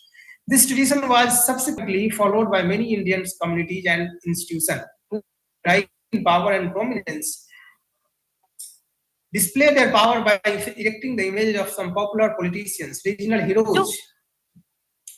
Now I name some of the Dalit artists. They are, for example, Savindra Sabri Savarkar, an influential artist, is known for his portrayal of issues concerning domination, discrimination, and gender. Born in 1961 in Mahar caste family in Rangpur, Savarkar artistic representation talks about the interplay between meaning and power in the framework of hierarchical structure of caste, gender, religion, and politics. Some of the popular Dalit paintings by Savarkar include Devdasi, Untouchable Under the Black Sun, Untouchable with the Dead Cow, and Foundation of India. His works bring into surface the problems and difficulties faced by Dalit artists. Now there is Sambhaji Bhagat, a popular singer, playwright, writer of Ambedkarite songs, intersects an ideology and music in his art, making it an educative tool to raise awareness against caste-based prejudices. Sudhakar Olve is a Dalit artist whose photographical works are largely centered on the problems and issues of the farmers. In an interview with India Today, Olve says that art in India has always been associated and practiced by higher classes. Persons belonging to the lower section of society rarely had any chance to access in this arena. Now I come to the writer of The Untouchable Spring, and that is G. Kalyan Rao. G. Kalyan Rao belongs to a family of great artists and cultural lineage. Born in 1945, Kalyan Rao considers himself an artist and activist both. Influenced by revolutionary ideology, he became a member of the Communist Party of India. He is also known to have affiliations with the Naxalites and considers Charu Majumdar as his role model. So I come to Untouchable Spring. Untouchable Spring is an autobiographical novel where G. Kalyan Rao tries to locate the place of Dalit art in mainstream artistic discourse. A novel and a historical document rolled into one. This autobiographical text covers the story of 3 generations. The book not only covers the social and cultural life of generations of Dalits, but also talks about their art forms. Through the stories of successive generations, the author takes the readers on a journey to the hearts of these Dalits, from one who were exploited to the one who discovers their humanity through defiance. Regional Dalit, now I come to some of the regional Dalit art forms that is practiced in Untouchable Spring, that has been discussed by G. Kalyan Rao. So in this memory text, G. Kalyan Rao gives the readers an important insight into Dalit artistic richness. He talks about Urumula Nrittam, which was practiced by Malas, a Dalit caste in Tamil Nadu, an indigenous art form of Telugus, and this thunder dance is performed during Ganga Jatara, a festival in honor to the goddess Ganga. It is a grand dance that is still practiced in the Maran region of Anantapuram district in Tamil Nadu. The author also talks about the artificiality that entered this art form, which results into Perini dance. The next artistic form of Dalits that the author talks about is Chanchu Lakshmi play. As mentioned earlier, the author describes the various aspects of Dalit art through the character of Elena. Elena, from the very beginning, has been learning and practicing how to sing and dance. He, with the help of his teacher Nagana, practiced and perfected his artistic talents. He learned artistic forms like Chanchu Lakshmi play, Urmula dance, and Vidhi Vagotam from his teacher Naganna, who learned them dance forms from his teacher Chandrapa, a skilled master in folk dance. Also called Gadugachla Natakam, Chanchu Lakshmi is the most famous street play of the Malaj. Yanadij, Yara Gulalu, and Madigaj have performed this dramatic form. It is one of the earliest Telugu plays in Andhra folkloric tradition. Now another that is artistic form is Vidhi Vagotam, is the next Dalit art form that the author talks about. The author here also talks about Naganna's teacher Chandrapa, a Dalit artist who had great command over Vidhi Vagotam. Vidhi is a Telugu word which means street or open place, and the word Natakam, which means dramatic performance. Thus, Vidhi Vagotam means a street play. It originated in the 16th and 17th centuries when the Krishna cult, one of the Bhakti cults, was becoming popular in Andhra. Being one of the most popular folk dramatic forms in Andhra Pradesh, it is known as Balata in Rayalaseema region and all as Vidhi Bhagavatam in rest of Andhra. These street plays were performed during the festivals in the region in which the praise of the Lord was offered. Now, the next dramatic form that he talks about is Tham dance. It's a typical Dalit art form from prevalent in the state of Kerala, which is now becoming an effective tool to resist and fight caste-based inequities in society. It is performed by an indigenous Dalit community of Kerala, which combines instruments and vocals. Lasting for 40 minutes, it blends religious belief and art, music, and dance, and abounds in devotional ethos and feelings. It includes different rituals and practices such as worship of spirits, ancestors, and various other beings of human, animal, and divine level. The performer invokes the concerned deity accompanied by singer and artist who recite poems in praise of the deity. Just at the end of the performance, prasad, that called adyalam or puri, usually rice with turmeric, is distributed among the devotees. So this was my presentation. Thank you so much. Thank you. Thank you so much, sir, for this wonderful presentation. Thank you. Now our next presenter, Suchina, research scholar from Mahasi Dayanand University, Haryana.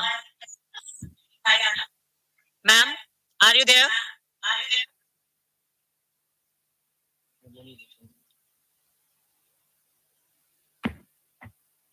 Okay, I think Suchina ma'am is not there. So our next presenter is Soni Singh, research scholar. Soni ma'am, Yes, are you ma'am. there? Yes, ma'am. Yes, ma'am. Okay. Am I audible? Yes, ma'am. Yes, ma'am. You are audible. Ma'am, please proceed with your presentation. Okay, okay. Good afternoon, ma'am. Hello. Good afternoon. Very good afternoon. Okay, my topic is the name shape, diasporic fiction with immigrant experience. The term diaspora comes from the Greek word diasporo, means to scattered about. It is a status in which a diasporic is living in a foreign land away from the place of his or her origin. The term also refers to the members of ethnic group who have willingly or forcefully left their native land. Diaspora Indians on foreign land expressed themselves best through creation of literature. Earlier, it was possible only when a non-resident Indian come to the homeland and tells about his life and struggle for settlement. Diaspora is often understood with some terms such as migration, exile, transnational, etc. Other terms so often used for diasporic status are expatriate and immigrant. These two terms, however, come under the umbrella of diaspora, but both have different connotations. Expatriate refers to a professional sent to a foreign land by his or her government or company. The term immigrant refers to a person who arrives in a foreign land with a hope to settle there forever. So, the difference between expatriate and immigrant is that the expatriate does not imply the sense of permanence, but the immigrant does possess the connotation of permanence.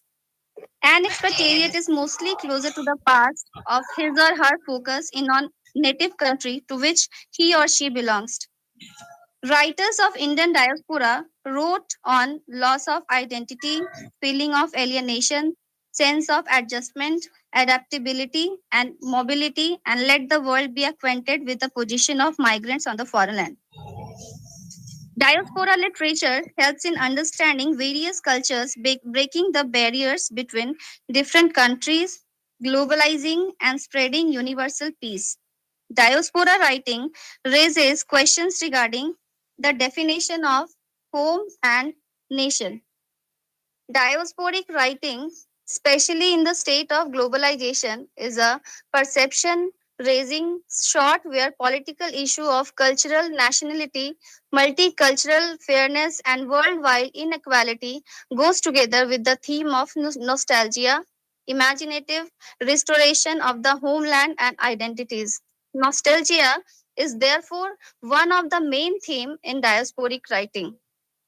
Jhumpa Lahiri, a writer of high acclaim, draws her literary excellence through her first collection of story entitled Interpreter of Melodies, which has fetched her the prestigious Pulitzer Prize for Fiction, the New Yorker Prize for Best First Book.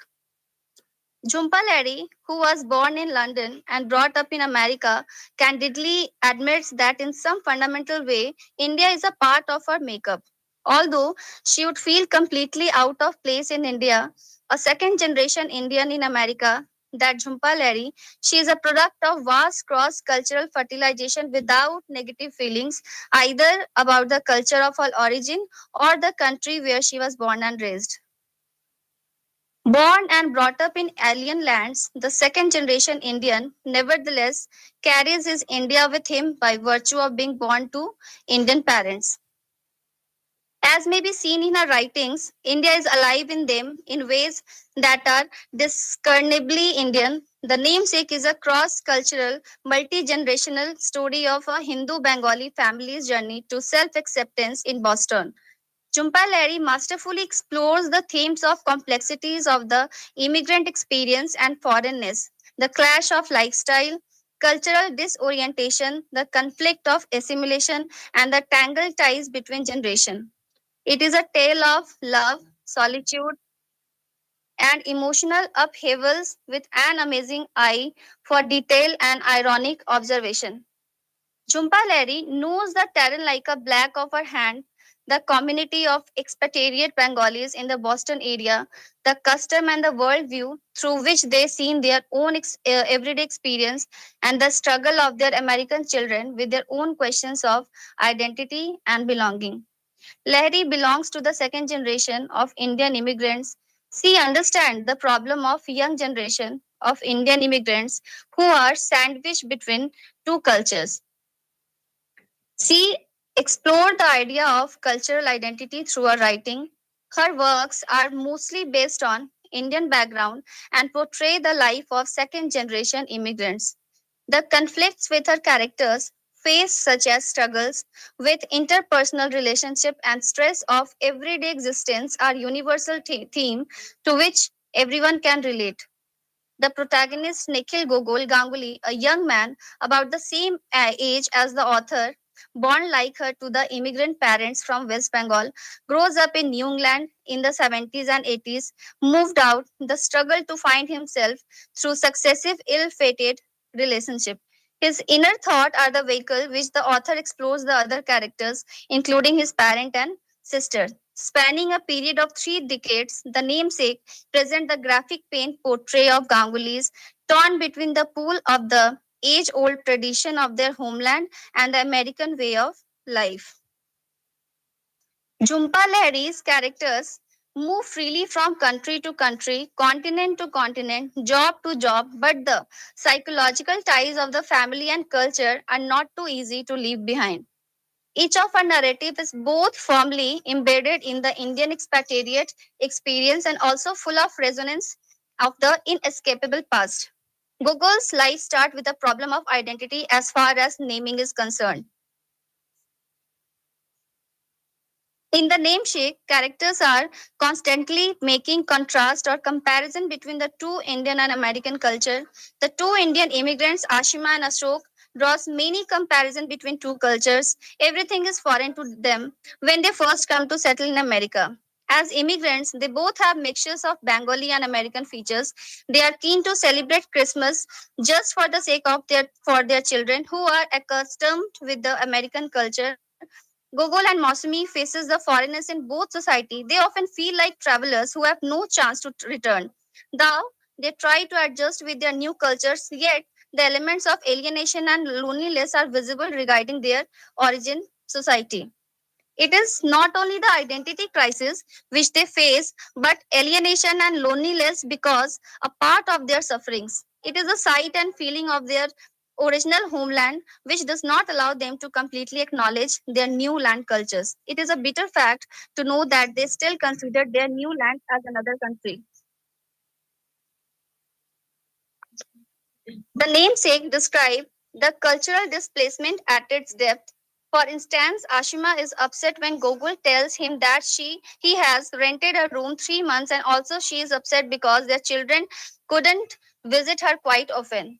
Asima suffers a lot, having been deprived of the company of her own parents upon moving to America. Her children's independence, their need to keep their distance from her, is something she will never understand. Diasporic identity may be articulated in large part via the medium of language. When writing the namesake, Lahiri was interested in how words and phrases affected her character's feeling of acceptance. As a result of Gogol and his sister's immersion in English, they lose touch with their Bengali speaking parents. The protagonist diasporic experiences are complicated further by the loss of language or the inability to speak coherently in their native tongue. The novel highlights the loss that is inevitable when one lives life torn between the East and the West. Thus, this novel is about contemporary immigrant life and ongoing parallel world left behind. Jhumpa Lahiri tries to negotiate the diasporic space and the narrative space as well as cultural space. Lahiri powerfully portrays a society that is lost in nostalgia and how memories of home intensify their nostalgia. The novel is a luminous family saga that bridges eras and cultures. Lahiri narrative offers meaningful insight into the character struggle to relate due to their diasporic identity and diasporic consciousness created by dislocation. Thank you.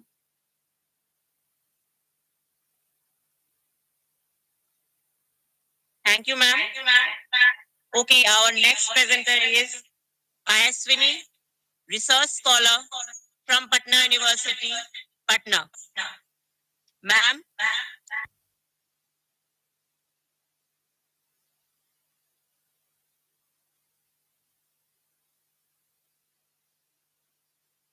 Am I audible? Ayaswini, ma'am.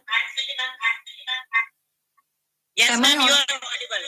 Okay, so the paper that I'm going to present is the name of the paper is Situating the Forms of Resistance in the Novel Petals of Blood by Ngugi wa Thiong'o. And first of all, I would like to talk about the terms that I've used in my paper.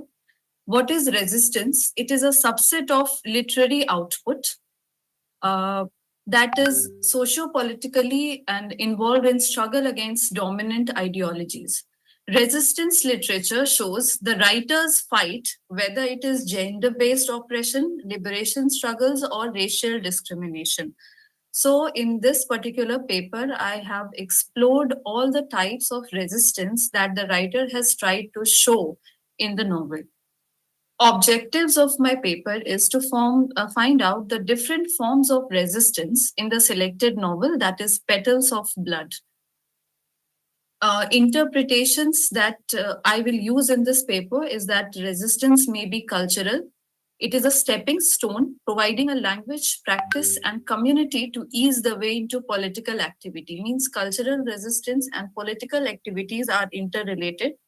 Cultural resistance is a heaven in heartless world. an escape from the world of politics and problems. And some of the writers even suggest that cultural resistance does not exist. It means all culture is or will immediately become an expression of dominant power. So all these interpretations will be explored in this paper. Ngugi wa Thiong'o is a Kenyan teacher, novelist, essayist, and playwright whose works function as an important link between the pioneers of African writing and the younger generation of post-colonial writers. Let us talk about the novel in brief. It is a novel written by Ngugi wa Thiong'o, and the title Petals of Blood, it represents the violent deaths of the people who sacrificed their lives for independence. What are the means of cultural resistance? I have just summarized because reading the entire paper is very troublesome. So just the means of cultural resistance I've discussed in my paper. Content, the political message resides within the content of the culture. The political message is expressed through the medium of transmission. Interpretation, what is the political message, how the culture is received and interpreted. And activity, the action of producing culture, regardless of content or form or reception, is the political message. Now, many people are writing papers, so I have included one point that what is the contribution of knowledge of this paper to the world of literature. So my research will create a pathway to analyze what one faces, what one endures through the characters of this novel. We will get a sense of unified, although this story is of Africa, but yet it connects the readers to the resistance shown here. It creates a pathway for the readers to compare, contradict, and evaluate at the same time as a social and political mirror of these locales. It means through one particular geographical location, how the resistance was shown there. So we can interrelate our resistance and our struggles everywhere throughout the world. Now, the findings that are there in my paper, it highlights the paper that I have written, it highlights the renewed struggles and resistance of the people against oppression and repression implemented by colonialists, colonial power. Through different characters as well as the narrative, the collective survival of the exploited in Africa by the means of resistance towards existing structures has been shown. The novel highlights the fact that the coming together of the peasants and workers in a united and collective manner and showing resistance against their exploiters will liberate them from the current state of slavery and life of misery and poverty. These are the works that I have cited for my novel. So this was the summarized view of my paper. Do I need to read the entire paper as well?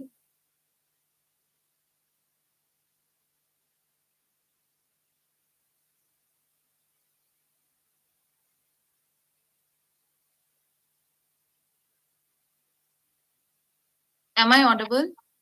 Yes, you are audible. Thank you so much, ma'am. Okay, thank you. For this wonderful presentation.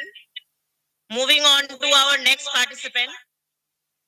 Our next participant is Dr. Mohammad Hasin Ahmad, research scholar from King Abdulaziz University, Jeddah. Sir, are you there?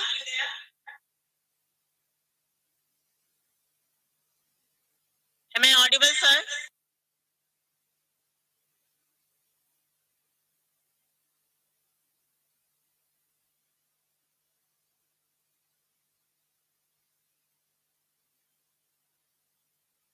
Ma'am, you are not audible.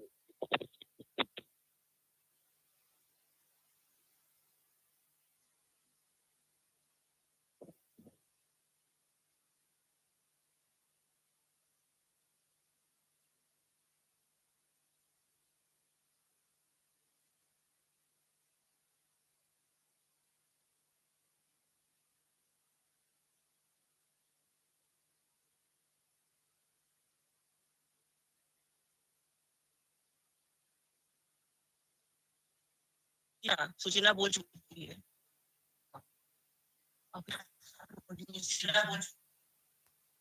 Okay, our presenter.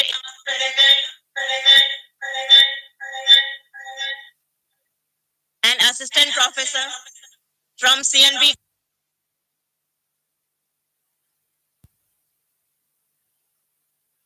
Okay, moving on to our next presenter, Sneha Raj, research scholar from PG Department of English. But Sneha ma'am, are you there? I guess she is not there. Our next presenter is Anupriya, research scholar, Magad University, Bodh Gaya. Anu ma'am, are you there? Am I audible? Yes, she is not present. Okay. So our next presenter is Sweta Jha, research scholar, BNMU, Madhepura. Ma'am, are you there? Am I audible? Okay, I guess she is not present here. Moving on to our next presenter, Uma Shankar Kumar Singh, research scholar, BNMU, Madhepura. Sir, are you there? Okay, I guess sir is not present here.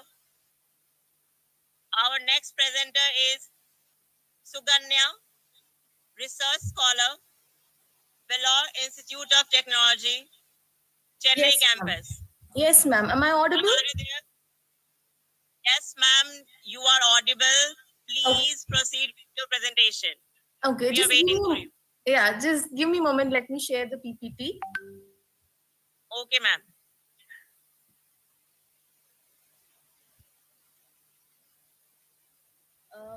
Is it visible for you, ma'am, the PPT? Excuse me, ma'am. My name is Mr. Samanto. My serial number is 2. Actually, my name is missing. You have not called. Ma'am, should I continue with my presentation? Can you see the PPT?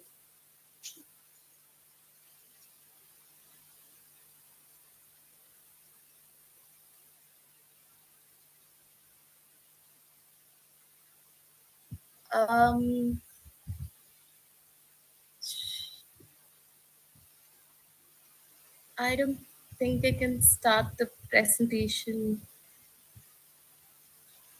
Okay, yes, please. I got a yes, please from a comment session, so I'm starting. Hopefully, I'm audible as well. So, good afternoon. Yes, ma'am, you're audible. Please start with your presentation. Okay, thank you. So, good afternoon to one and all present here. I'm Suganya, research scholar from Vellore Institute of Technology, Chennai. So, today I'll be presenting my paper entitled as Social Memory of Perpetrators, a dissection of selective representation of crime. So, the overview of my presentation will go something like defining social memory and how it is different than collective memory.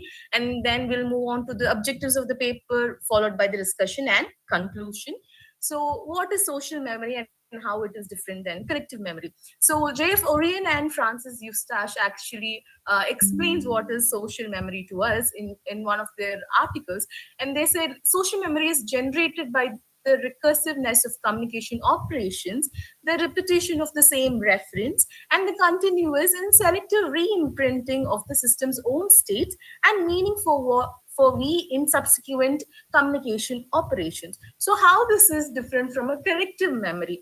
So in collective memory, the emphasis is more on the individual's memory as opposed to social memory, where the emphasis is on the communication system on the whole. So how the society is reprinting a certain narrative back to the individual, forming their memory on the whole.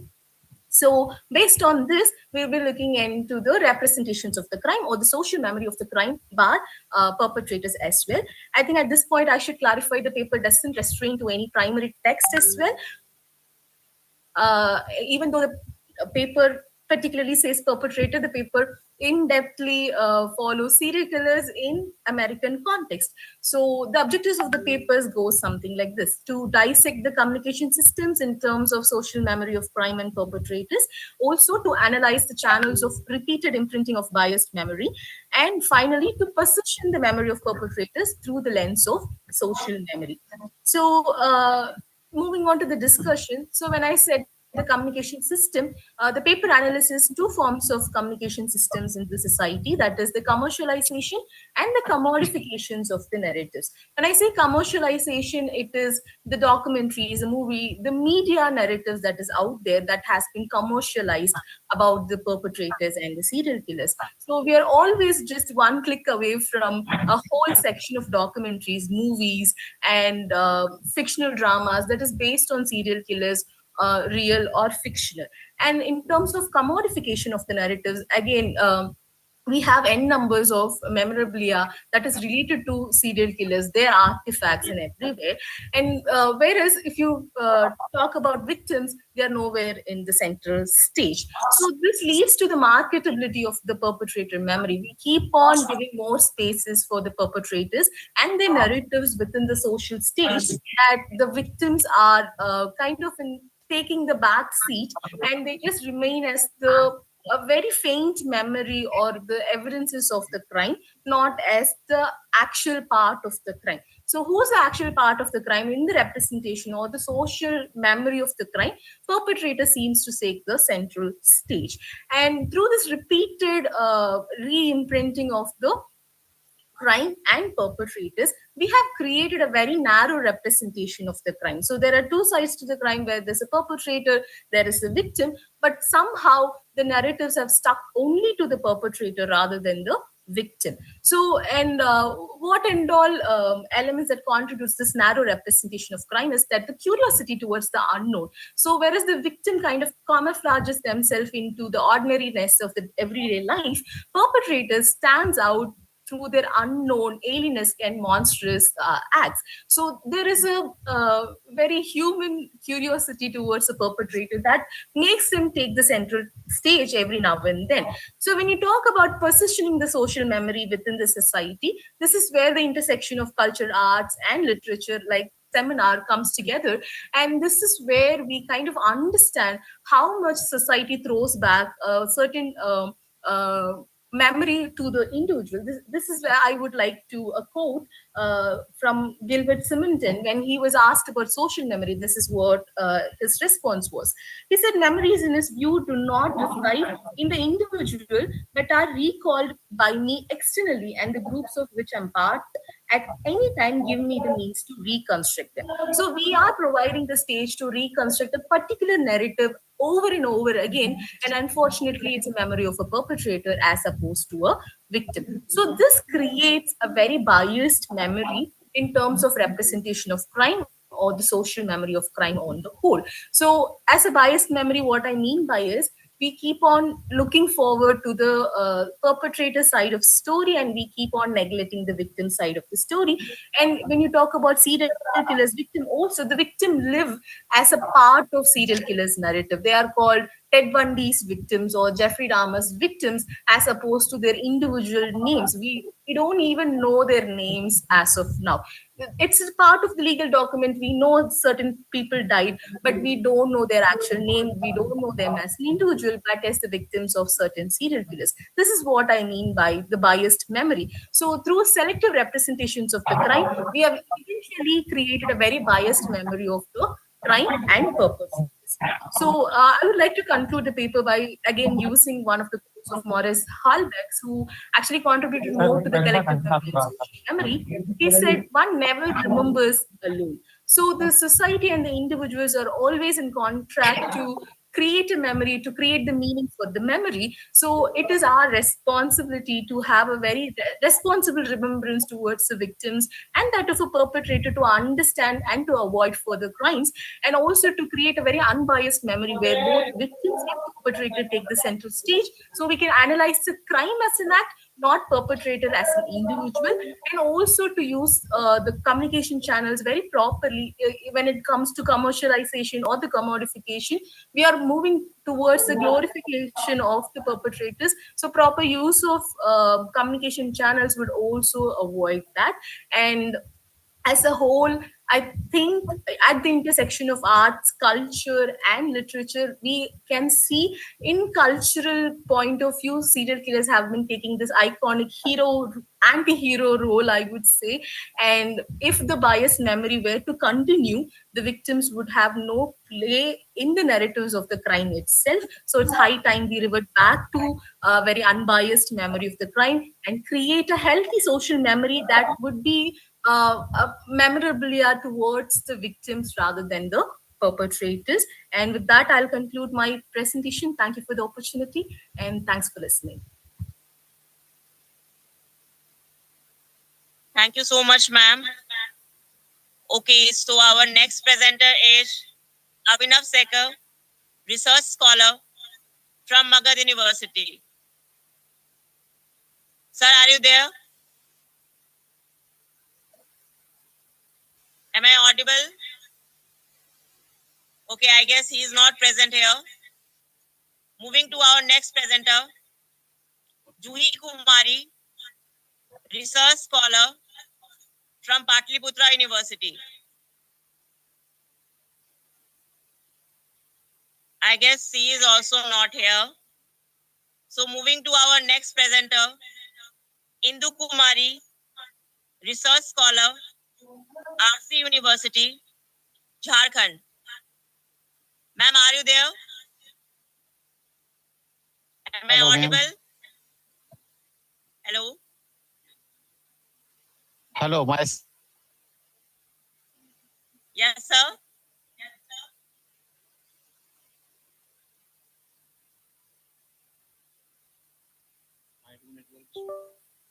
I think there is some network issue, some technical glitch. Moving on to our next participant, Dr. Manoj Kumar, an assistant professor, Mahatma Gandhi, PG College, Fatehpur, Uttar Pradesh. Sir, are you there? I guess sir is not here. So moving on to our next participant, Prem Pratap, research scholar, PG Department of English. I think he is also not present here. So moving on to our next presenter, Dr. Shashidhar Gupta, an assistant professor of SN Sinha College, Jahanabad. Shashidhar sir, are you there? Okay, I guess Shashidhar sir is also not present here. Okay. Our next presenter is Priya Raj, research Ma'am, scholar, Magad Umar University. Shankar Kumar Singh is. May I know your name, sir? Umar Shankar Kumar Singh, research scholar. Your name is not mentioned right now, sir. We'll call your name. Okay, ma'am.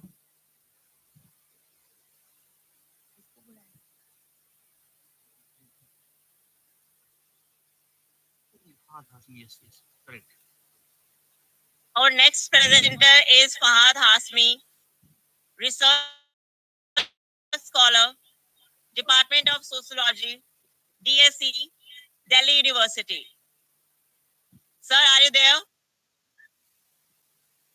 Fahad, sir? Am I audible? I think there is some technical glitch. Network issue maybe. Okay, moving on to our next presenter. Our next presenter is Parvinder Kaur, student from Department of Architecture, Central University of Rajasthan. I guess he is not present here. Our next presenter is Mrityunjay Samanta, Assistant Professor, Maharaja Nand Kumar, Mahavidyalaya. Sir, are you there? Yes, ma'am, I am present. Am Yes, I can you audible, listen? sir? Yes, yes. Can you Sir, listen to me, please ma'am? proceed with your presentation. Okay, ma'am. Am I audible, ma'am? Yes, Am sir, I audible? you are audible. Okay, ma'am. Thank you for giving the privilege to present my paper online. So, the title of my presentation is Migration and Human Smuggling. Actually, for my case study, I have taken the text, The Lightless Sky, My Journey to Safety as a Child Refugee by Gulwali Pasali. Actually, I want to focus in the light of the text. I want to focus on some of the issues of migration and the difference between uh, smuggling of human beings and trafficking in person. And I also want to focus on the system, how human smuggling operates and how it runs an informal economy, black economy, and some of the ethical responses concerning the text. I begin with the introduction. Actually, migration in common parlance means movement of human beings from one place to another. I can mention a formal definition.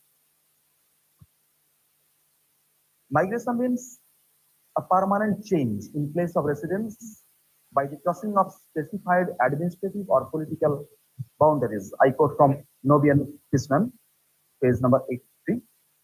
Actually, the reasons of migration are multifaceted. We find one migrating from one place to another for searching new hunting pastures, to seal the cruel fangs of enemies, or to avoid oppression from forces bigger than themselves or from powerful agencies, or it might be triggered by some environmental threats or drifting of soils. It may also be due to geopolitical tensions, religious persecution, opportunity-based migration, and needless to say, the most abominable. Yes, ma'am. Sir, sorry to interrupt you. You are not audible. Could you please be little loud? So, am I audible now? Yes, sir. Please continue with your presentation. Okay, ma'am. So, I was not audible from the beginning. Okay, ma'am. Sir, you are audible, but you are not that loud. Oh, okay, ma'am. So, my voice is... Please be loud. Okay. Thank you so much, sir. Thank you. Thank you for... Okay, ma'am. Okay. I'm trying to be a bit louder. So, there are many reasons for migration, geopolitical tensions, maybe there are religious persecution, opportunity-based migration, and needless to say, the most abominable and heinous form of migration, that is post-migration, which garners irregular migration or refugee migration. So people want to take refugee beyond the borders of the nation states, merely for security reasons. Quite naturally, a great many of the refugees seek to have cross-border migration and settle in those countries where success and carefree life beckon with glimmering dreams. But the freedom of human movement is restricted along the line of a nation border. Crossing a border needs documents. One must seek a visa before one crosses a border. So it's therefore the legal framework for trans-border migration that creates two types of migration. The regular migration, where the migrants work with legal documents, and the irregular, who have no documents. So the restriction of visa ultimately functions explicitly as blocking the mechanism for asylum seekers and denying the refugees the scopes for initiating legal migration. Very naturally, a migrant tries to cross the border by illegal means and thereby lay themselves open to the folds, to the arms of human smugglers as an alternative means of transportation to other country. So after this, I want to actually focus my discussion on the difference between human smuggling and human trafficking. Actually, regarding this particular issue, there is a kind of widespread disagreement among the scholars. Actually, some of the scholars think that human smuggling and human trafficking, both the words are synonymous. They have no differentiation, no difference between them. But actually, not. It's not so. Smuggling of migrants over the last couple of decades has claimed serious attention from both the media and the politicians across the globe. Human smuggling is different from human trafficking. In case of smuggling, the refugees willingly put themselves in the arms of the smugglers for avoiding persecution, killing, and sometimes for economic opportunities. The international law defines smuggling of migrant as a crime. A separate protocol against the smuggling of migrants by sea, land, and air, commonly known as Smuggling of Migrants Protocol, supplementing the United Nations Convention Against Transnational Organized Crime, defines smuggling of migrants as in Article 3A. The procurement, I quote, the procurement in order to obtain directly or indirectly a financial or other material benefit of the illegal entry of a person into a state of which the person is not a national or a permanent resident. So again, human trafficking or trafficking in persons is stringently defined in Article 3A of 2000 protocol to prevent, suppress, and punish trafficking in persons, especially women and children, supplementing the United Nations Convention Against Transnational Organized Crime as, I quote, the recruitment, transportation, transfer, harboring, or receipt of persons by means of the threat or use of force or other forms of coercion, of abduction, of fraud, of deception, of the abuse of power, or of a position of vulnerability, or of the giving or receiving of payments or benefits to achieve the consent of a person having control over other person for the purpose of exploitation. So the debate over these two words, human smuggling and human trafficking, has come to the surface in the 1990s. These two concepts are ubiquitously and interchangeably used in the literature of the academia. Still, the improper use continues, but the fallacy to these two terms as akin in meaning now be removed in order to remove the qualitative and quantitative research. Prima facie, the chief cause of trafficking in persons is to garner profit and unleash exploitation on some victim who may not involve always transnational dimension. It may take place without any kind of transborder migration. It may occur within the home country of the victim. People smiling, on the other hand, is not conducted for the purpose of exploitation. Generally, people smugglers purport to generate profit through facilitating illegal entry or stay into some other country. With the execution of the illegal entry or stay of the migrant in a target country, the role of the smuggler, as usual, ends. And again, the smuggling of migrants always incurs transnational dimension involving at least two countries. The transportation of a victim of human trafficking is regulated in both ways. It may occur in a legal way or in an illegal way. But in human smuggling, victimization of migrant is not an usual phenomena. A usual phenomena. Migrants in that case generally consent them to be smuggled, and it happens that the smuggled people may retract their consent during a smuggling operation. Sometimes it happens that during the smuggling process, there might be some kind of violence or peril. But in case of human trafficking, a crime is always done against the victim and never, ever they consent for being abducted or sold or exploited. So trafficked persons are considered to be social victims. They are entitled to legal protection and financial compensation by the state. Again, according to the Smuggling of Migrants Protocol, as N. Gallagher says, states have an obligation to protect and preserve the fundamental rights of smuggled migrants, particularly when their lives are in peril in the smuggling process. So, ma'am, do I have more time? So, Gulalis Pasarle's memoir, The Lightless Sky, My Journey to Safety as a Child Refugee, published in 2015, records the minute of his journey and moments he experiences as a child refugee at the age of 12. Gulu Ali Pasali is an Afghan political refugee currently living in the UK. At the age of 12, he left his country to seek an asylum in United Kingdom and became an illegal migrant.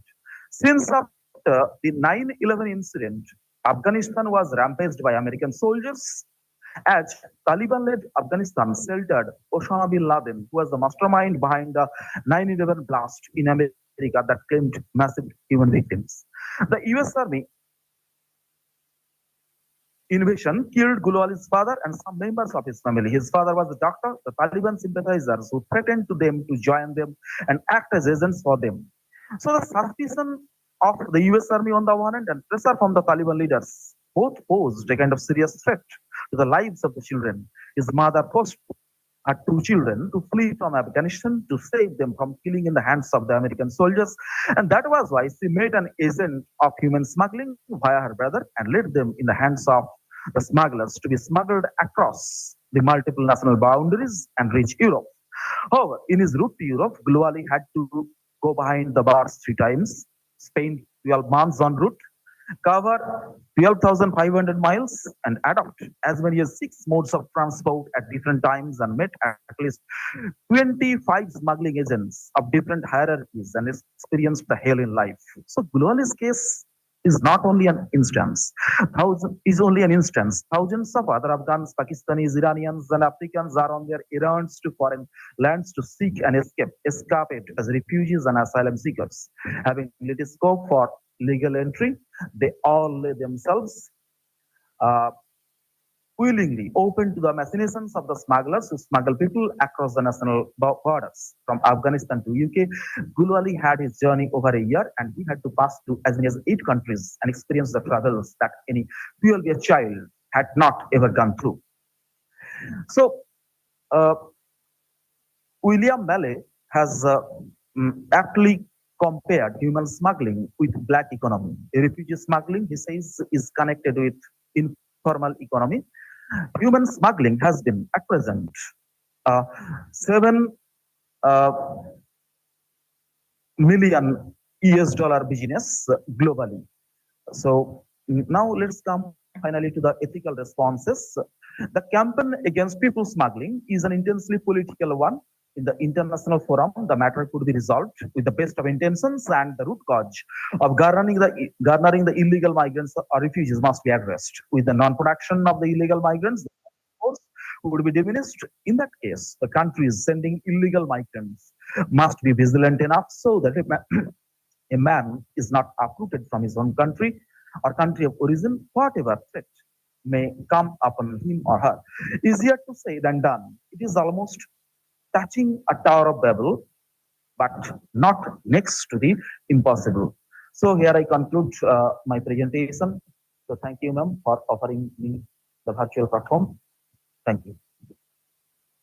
Thank you so much, sir, for your wonderful presentation. Moving on to our next presenter. Our next presenter is Fahad Hasmi, Research, Department of Sociology, Delhi University. Hello, ma'am. Hi there. Am I audible? Fahad Hashmi is there. Yes, sir, you are audible. Please proceed with your presentation. Okay, thank you. My paper is titled Mahfil, Mushaira and the Public Sphere in the 18th Century Mughal India. This paper seeks to explore 2 interrelated questions. First, did the common people have any say in the 18th century Mughal India? And second, what was the language in which people were able to articulate their political, social, economic, and a string of other grievances? Going against the colonial narrative about the East, that it was a stagnant civilization suffering from intellectual laziness, this paper dwells on the literary milieu of the 18th century Mughal India to retrieve a vibrant public sphere wherein challenging the imperial sovereignty and critiquing powerful people, nobles, religious figures, along with a host of social evils like corruption, parasitism, etc. was a common practice. To this end, the paper argues that the public arena was not always an elite space. On the contrary, it was also a site where common people were involved in the formation of social identities and participated in the political and social issues in the media of non-discursive forms of communication. Drawing on Mir Taqimir, Zikr Mir, Jafar Zatalli's Zatalnama, Muhammad Rafi Sauda's Kalam Sauda, Shah Waliullah's Hujjatullah al-Balagha, and a few important treatises of the time, this paper brings out the literary and political culture of Shah Jahanabad to show that the public sphere of the time was certainly not a stagnant, rather it was a very vibrant public space. Since we don't have much time, I will switch to the main content of the paper.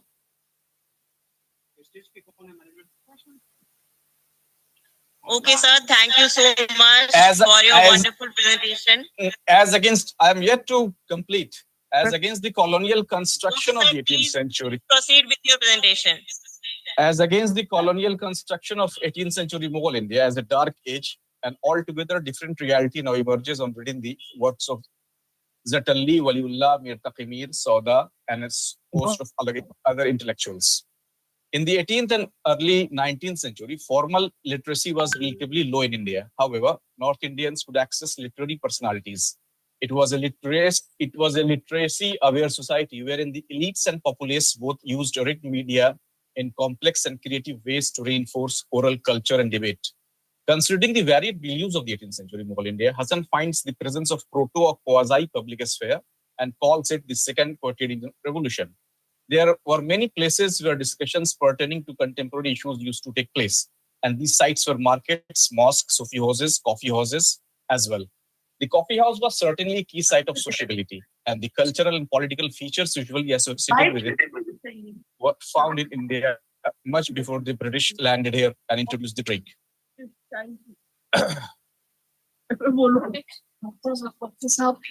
Jafar Zatalli was one such unique poet at the time who penned, to quote Farooqi, obscenity and invective-filled satire. He composed bawdy verses to criticize the political regime and also to ridicule the nincompoop kings, women, and ulama and a host of social evils of the time. Considering the incompetence of Bahadur Shah I, for instance, Zatalli did a scathing critique in a poem titled A Note on Butt Sex. For the conception of a state was akin to the human body in the contemporary conception of things. And this instance of sodomy in the poem allegorically symbolizes the incompetence of the state as well as the ruling class. Zatalli wrote satires on sheikhs and qazis. The qazi demands an exorbitant amount of money. How do I manage, bhaiya? The amount of bridal's gift is 1 lakh rupee. The in charge of the treasury is the demanding person. Zatalli admonished women for indulging in frivolous activities of falnama and a slew of social problems prevalent at the time. Similarly, the poets also critique the emperor as and when required. There is a famous story of an encounter between Sauda and the Mughal king. Once the emperor asked Sauda about the number of poems he composed every day, Sauda replied, "When I am in the mood, about 3 or 4 couplets." Emperor contemptuously uttered, "And I can compose 4 or complete poems as I sit in the lavatory." Sauda retorted back, "Yes, and they smell like it." Similarly, Shah Waliullah, the great Sufi theologian of the time, too diagnosed the causes of imperial decline. For this, he criticized ulama, poets, and soldiers for their lackadaisical attitude as well as their dependence on the state, given the fact that their reliance on the state had taken a heavy toll in the state's coffer. And just like the poets, the Sufis could also freely rebuke kings. For instance, once Shah Alam II went to Mir to attend a Sufi gathering, Sama. Owing to pain in his legs, the Mughal king stretched them out and thus violated the idea of morality and etiquette.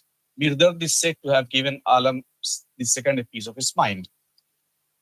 Similarly, Rafi Sauda used the literary tool called satire hajb to articulate his uneasiness with the imperial decline. In fact, he's the master of this art. He spared none, the king, the princess, Ghaus-e-Hakim, Nudrat. His scathing attack on Fawlad Khan, the Kotwal of Delhi, for the lawlessness in this society is very popular. It is named Masnavi Dar Hajb Fawlad Khan Kotwal Delhi. Sauda first remembers the peaceful time of the year when Kotwals were adept at maintaining the law and order in the city. In fact, the poet longs for a continuous past when everything was hunky-dory. And a bit later, Sauda articulates the current predicament. Now, wherever you go, there is a crowd of robbers and thieves and ruffians. Do I have some time? Then the bard takes Fawlad Khan to task his ineptitude in controlling chaos, corruption, and theft in the city. He laments if one goes for a penny's transaction, he would return back losing his turban and beating his head. Why wouldn't the affairs of the city be this way? After all, the deceitful Fawlad Khan is the Kotwal. Why would the thief be scared of him? For he knows him as his close confidant. He, the thieves, would recognize his strength only if there were Kotwal. He is himself a petty thief. Similarly, Mir Taqimir's memoir Remembrances also contains many slices of history of 18th century Delhi. Mir appreciated Javed Khan for his generosity. However, the poet didn't mince words when it came to Khan's ineptitude. Now, Javed Khan, who had been the master of the seraglio of the late king, perceived the title of Nawab Bahadur and all authority of the state passed into his hands. All these poets were very popular at the time because they lampooned the high and the mighty. Moreover, the common people could easily relate to the language in which grievances and demands were articulated. They were not only poets, rather to quote Delhi, social poets. And the function of critique, rather political critique in the form of satire and bawdy verses imbued with brazenness, was certainly not meant just to entertain people. Rather, its function was to shame people in powerful position. Therefore, the literary tools, besides being a medium of political consciousness raising, were also directed towards the common people in order to incite aversion, anger, and resentment in them towards the sorry state of affairs, so that their animus might get translated into political action. Because the common people were ultimately at the receiving end of the collapsing system. Thus, there were instances which informs us about the people's direct encounter with the Mughal state, which tells about the social agency.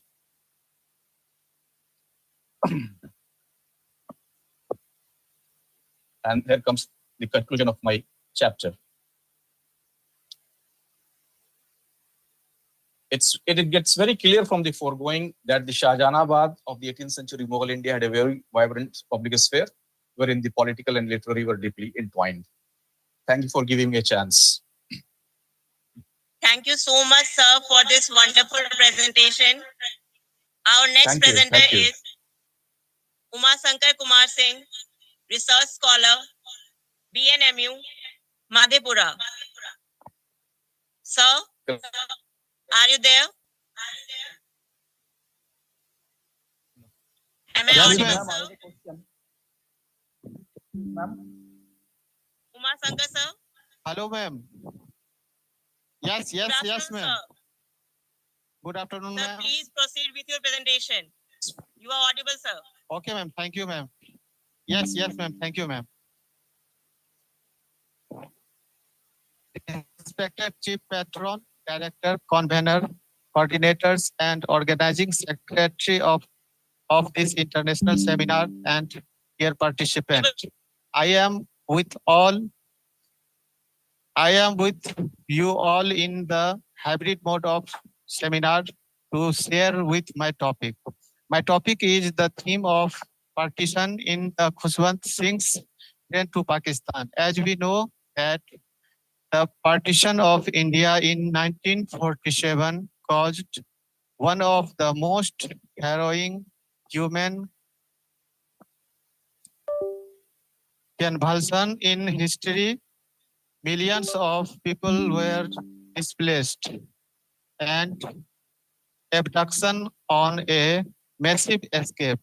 Khushwant Singh's train to Pakistan and his short stories recount the partition of India. He once remarked, I had two books in my system which I wanted to get out. One was on partition, other on my community. Khushwant Singh's the novelist, the historian, and the journalist all in one, is most widely read columnist in the country. He has always been praised as a brilliant storyteller with thorough knowledge of craft of short storytelling. Its fiction reveals that he is a writer who has been deeply affected by catastrophe and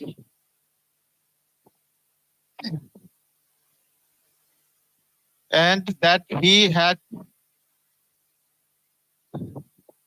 relied largely upon the direct, forthright, and energetic methods of realism to convey his reaction to experience. He is more than an author of violent narratives that he is concerned, in fact, with important moral issues. The main theme of his fiction involved consideration of the nature of man and the enigma of human.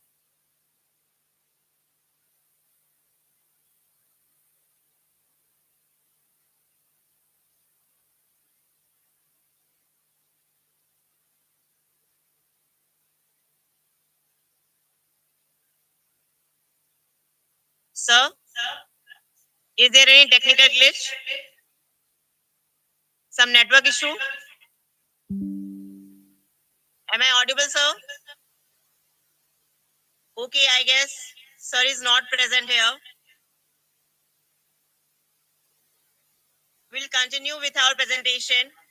Our next presenter is Parvinder Kaur, student from Central University of Rajasthan.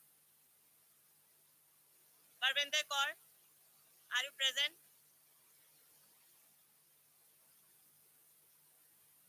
Okay, I guess he is not present here. Our next presenter is Kumar Shankar Kumar Singh, research scholar, BNMU Madhepura. Ma'am, please, I have a question, please. Sir, Should we have to fill up the Google form today? sir, am I audible? Too much. Sir, Hello, ma'am. please proceed Can you with your presentation. We are waiting for your presentation.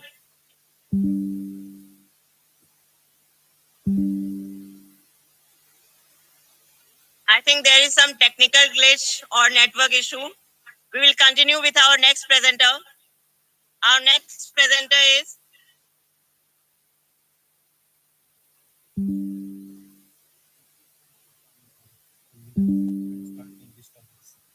Dolma Tempo, research scholar from Yes, Sikkim I'm here. Manipal University. Yes, I'm here. Can you hear me?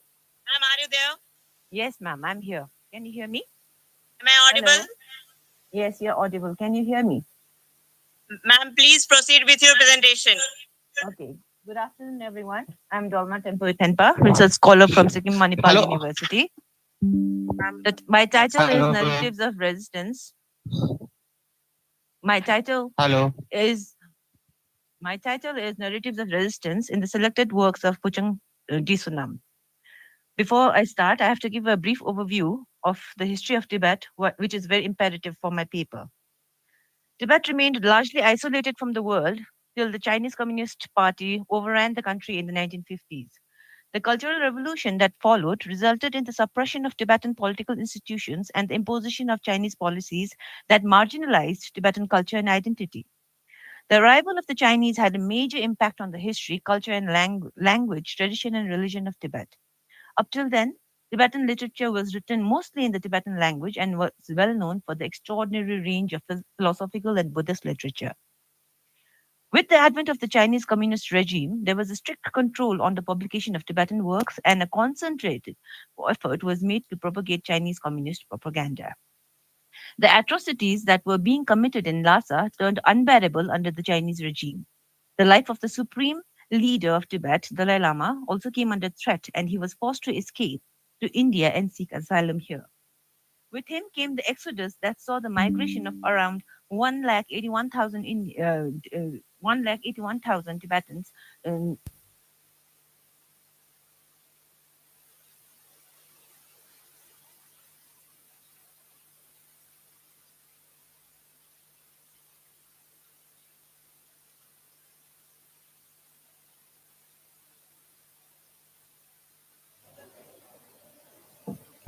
Good afternoon, ladies and gentlemen.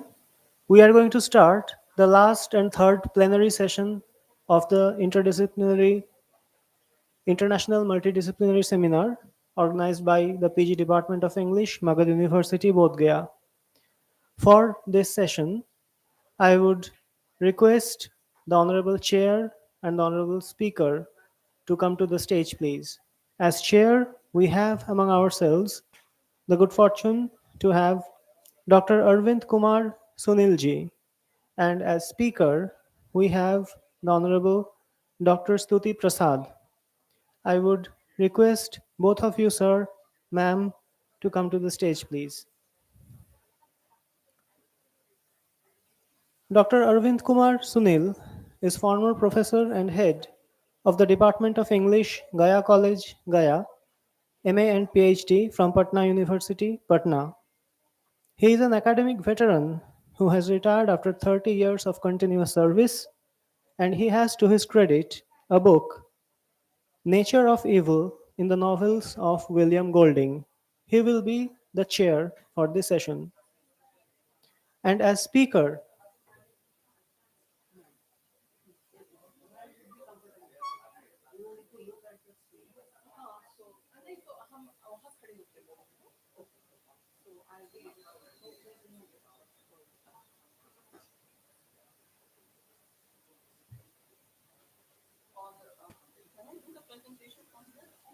yes, you have.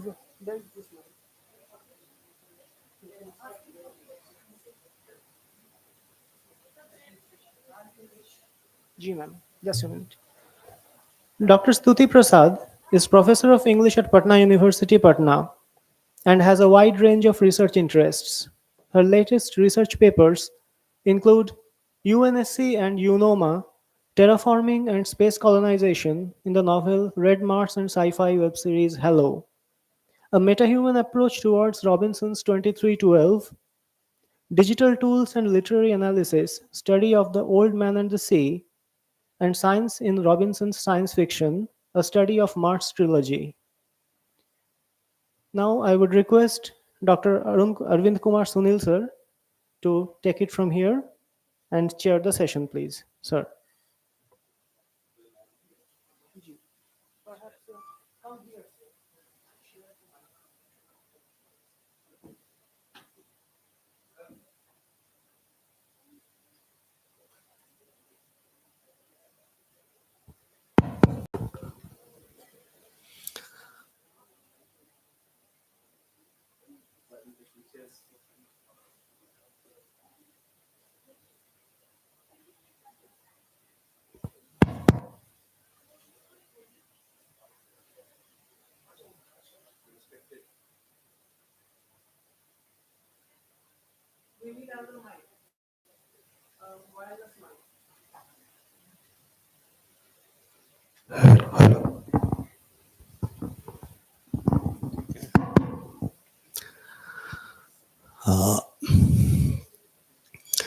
So as has been announced,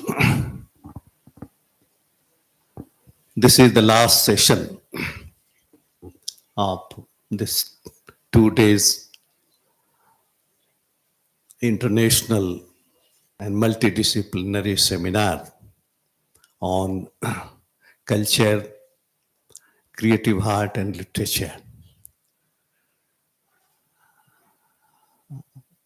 I am pleased to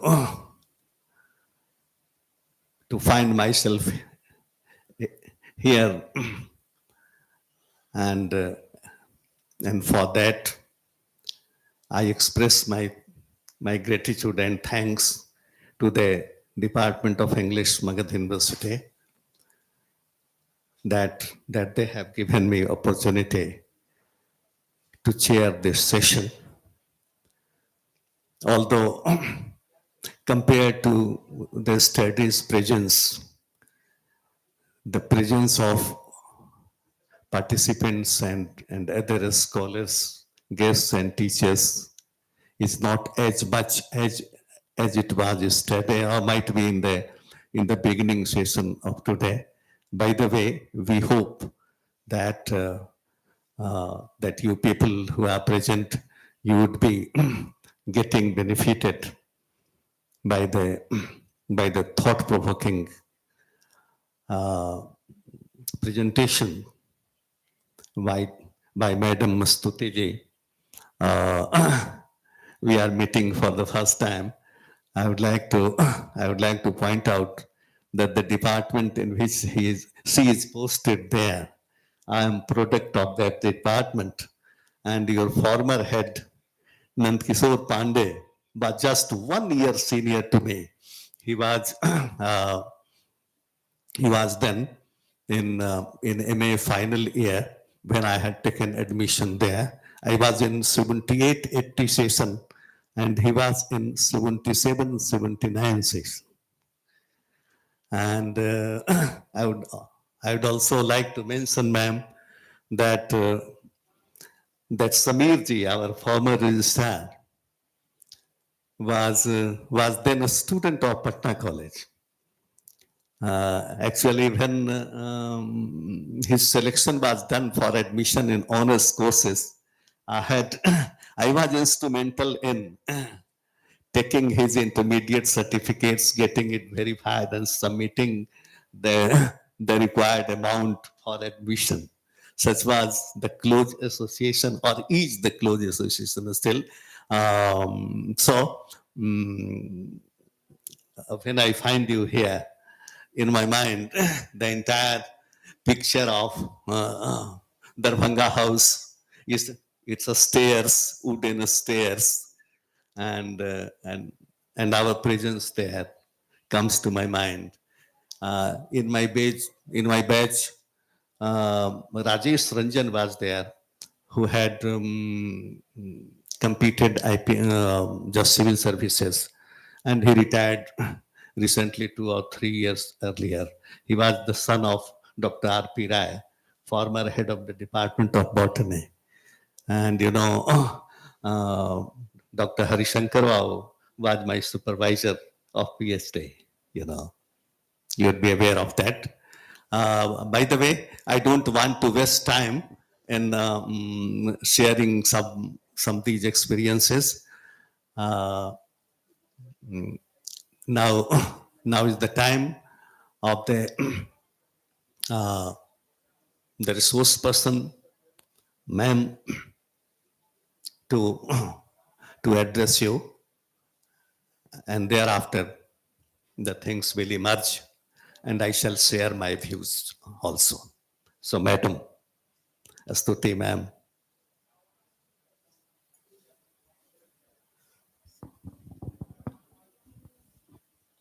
A very warm good afternoon to all present over here.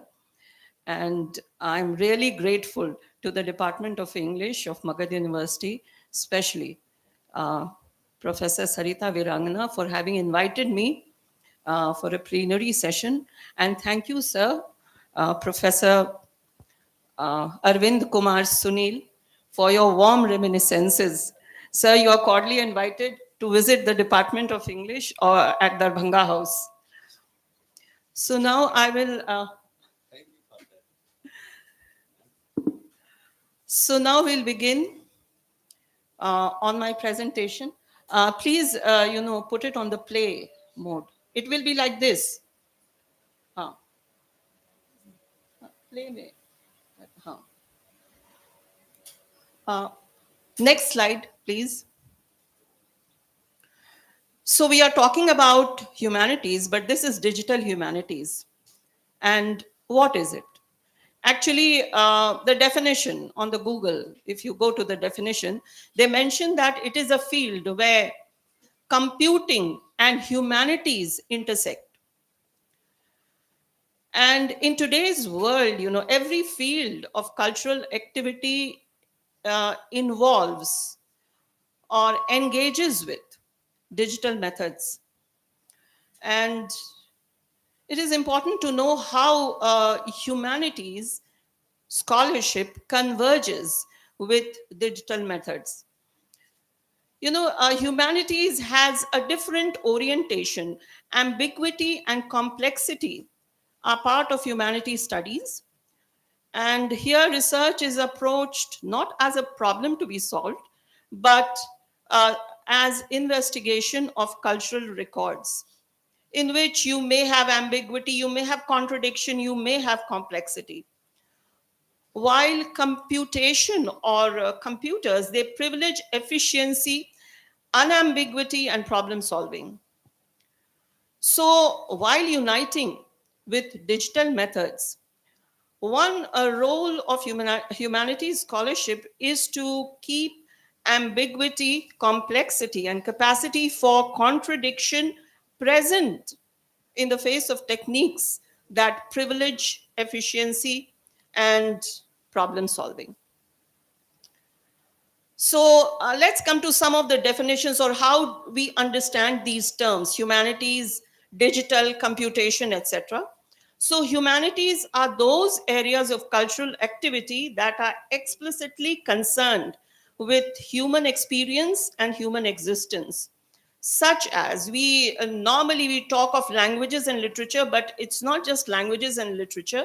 History, different arts, especially performing arts, and study of cultural traditions across geographical regions and periods also come under humanities studies. So that includes geography also. And what does the term digital mean? It actually refers to information stored in discrete binary form as the inscription of positive and negative charges encoded as 1 and 0. It is just 1 and 0. Or they also called bits, in which one state is absolutely distinct from the other. Digital information is both discrete and binary. Computation involves the manipulation of symbols through their representation in binary codes. These are processes performed by algorithm, and the possibilities are infinite. So, humanities scholars, as we said, study the forms and expression of human culture and interpret its development and effects.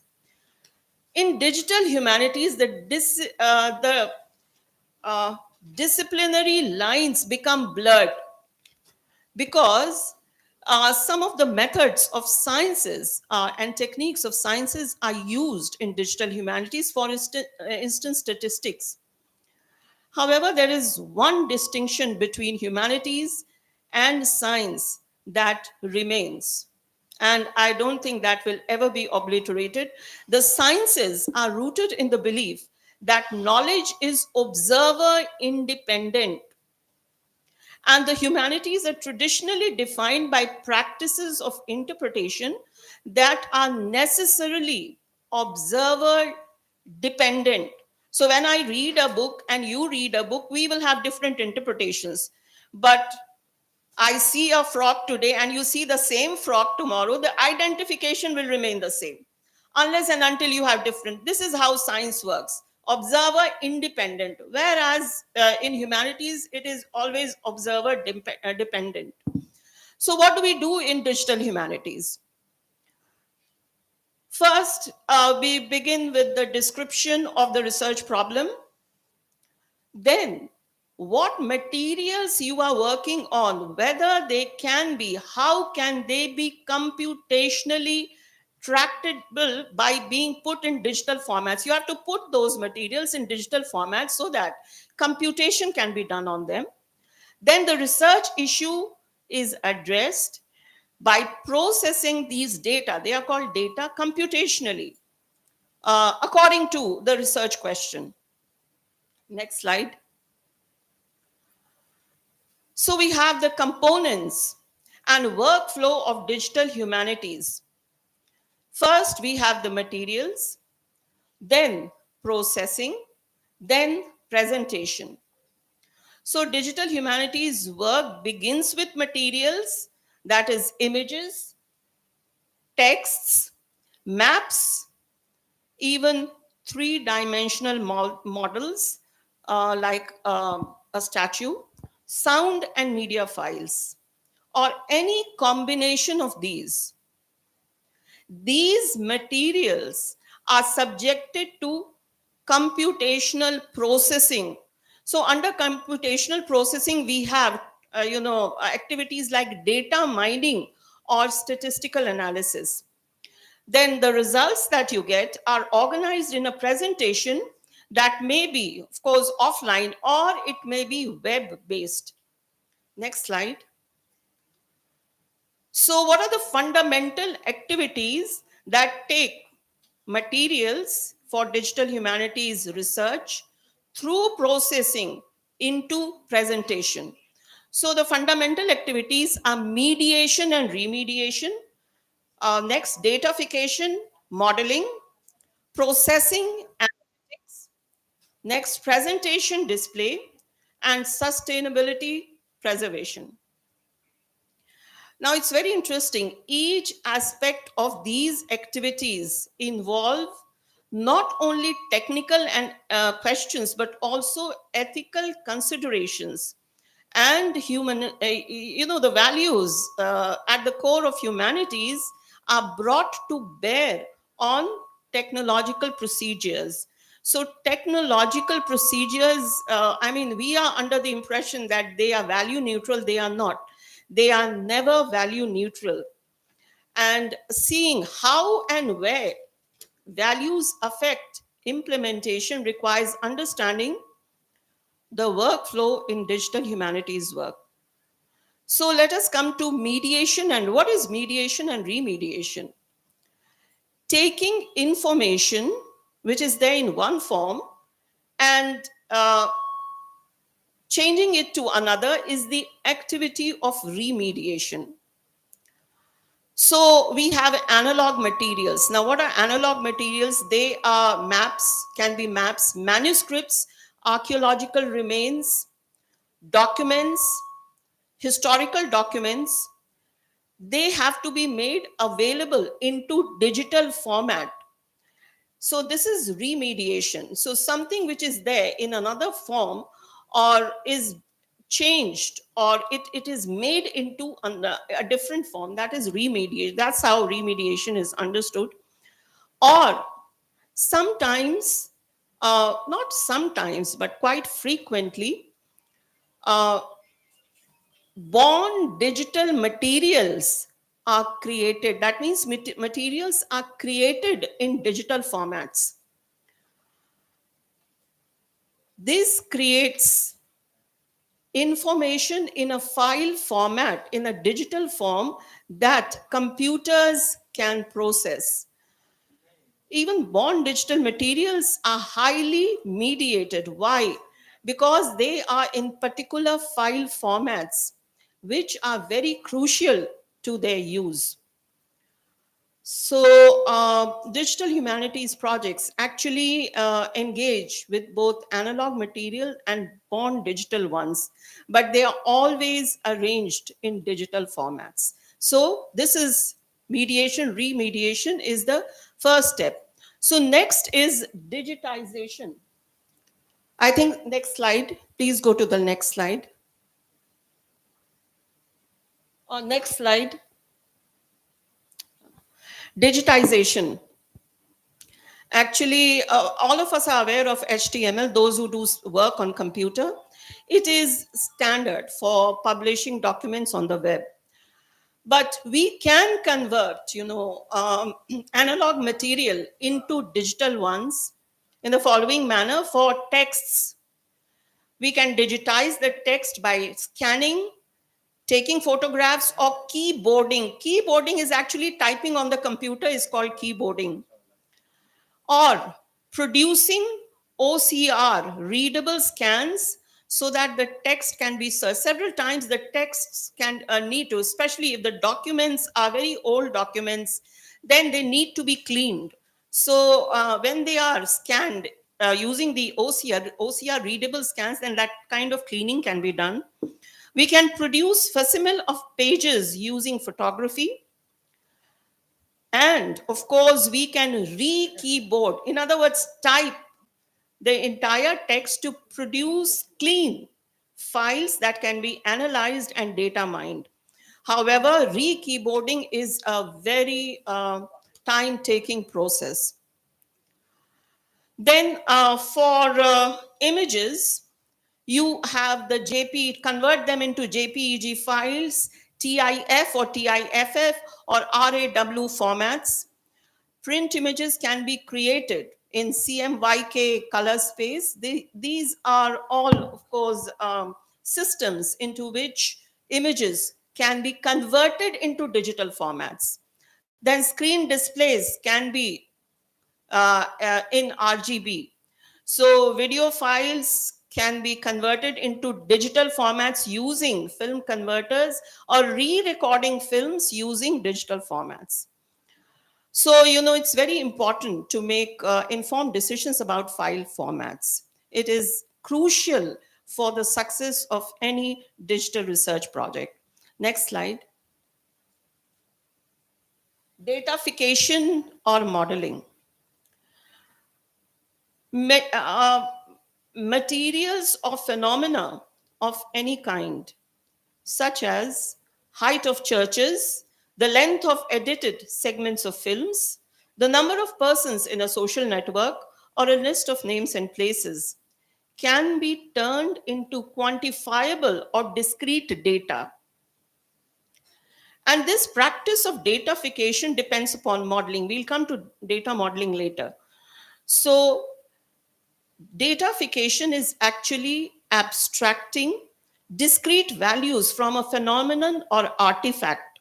And these values are expressed or may be expressed in numbers or may be expressed in text and are necessarily reducing complex material into a form that is suitable for or on which computers can work. That for computation, they can be used for computation. Now, datafication again is never value neutral. In other words, and it's never without, biases. Biases are encoded because we have to decide what assumptions are built into deciding what can be extracted from an artifact, text, or other objects of research. What is to be taken as a value? That has to be decided. What terms can be used to represent or describe an object? So, data modeling plays a very important role in which values and biases, prejudices intersect. And especially when you are doing interpretive work using digital methods. So, what is data in the context of humanities, where images, text, dance, music, and monuments might be the focus of research? Quantitative data, that is anything that can be counted, can be produced from a wide range of sources and not just numerical ones. For instance, number of words in a text, beats in a measure, pixels on screen, and distances on maps can be turned into quantitative data.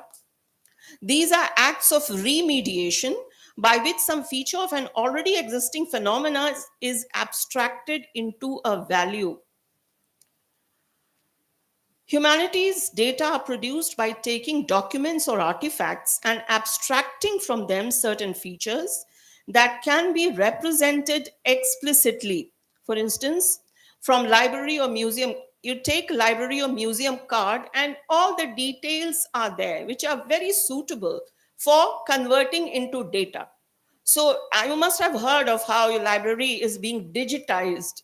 So they are converting whatever is there in the museum or a catalog into digital formats. A distinction is there, then in digital work, a distinction is made between structured and unstructured data.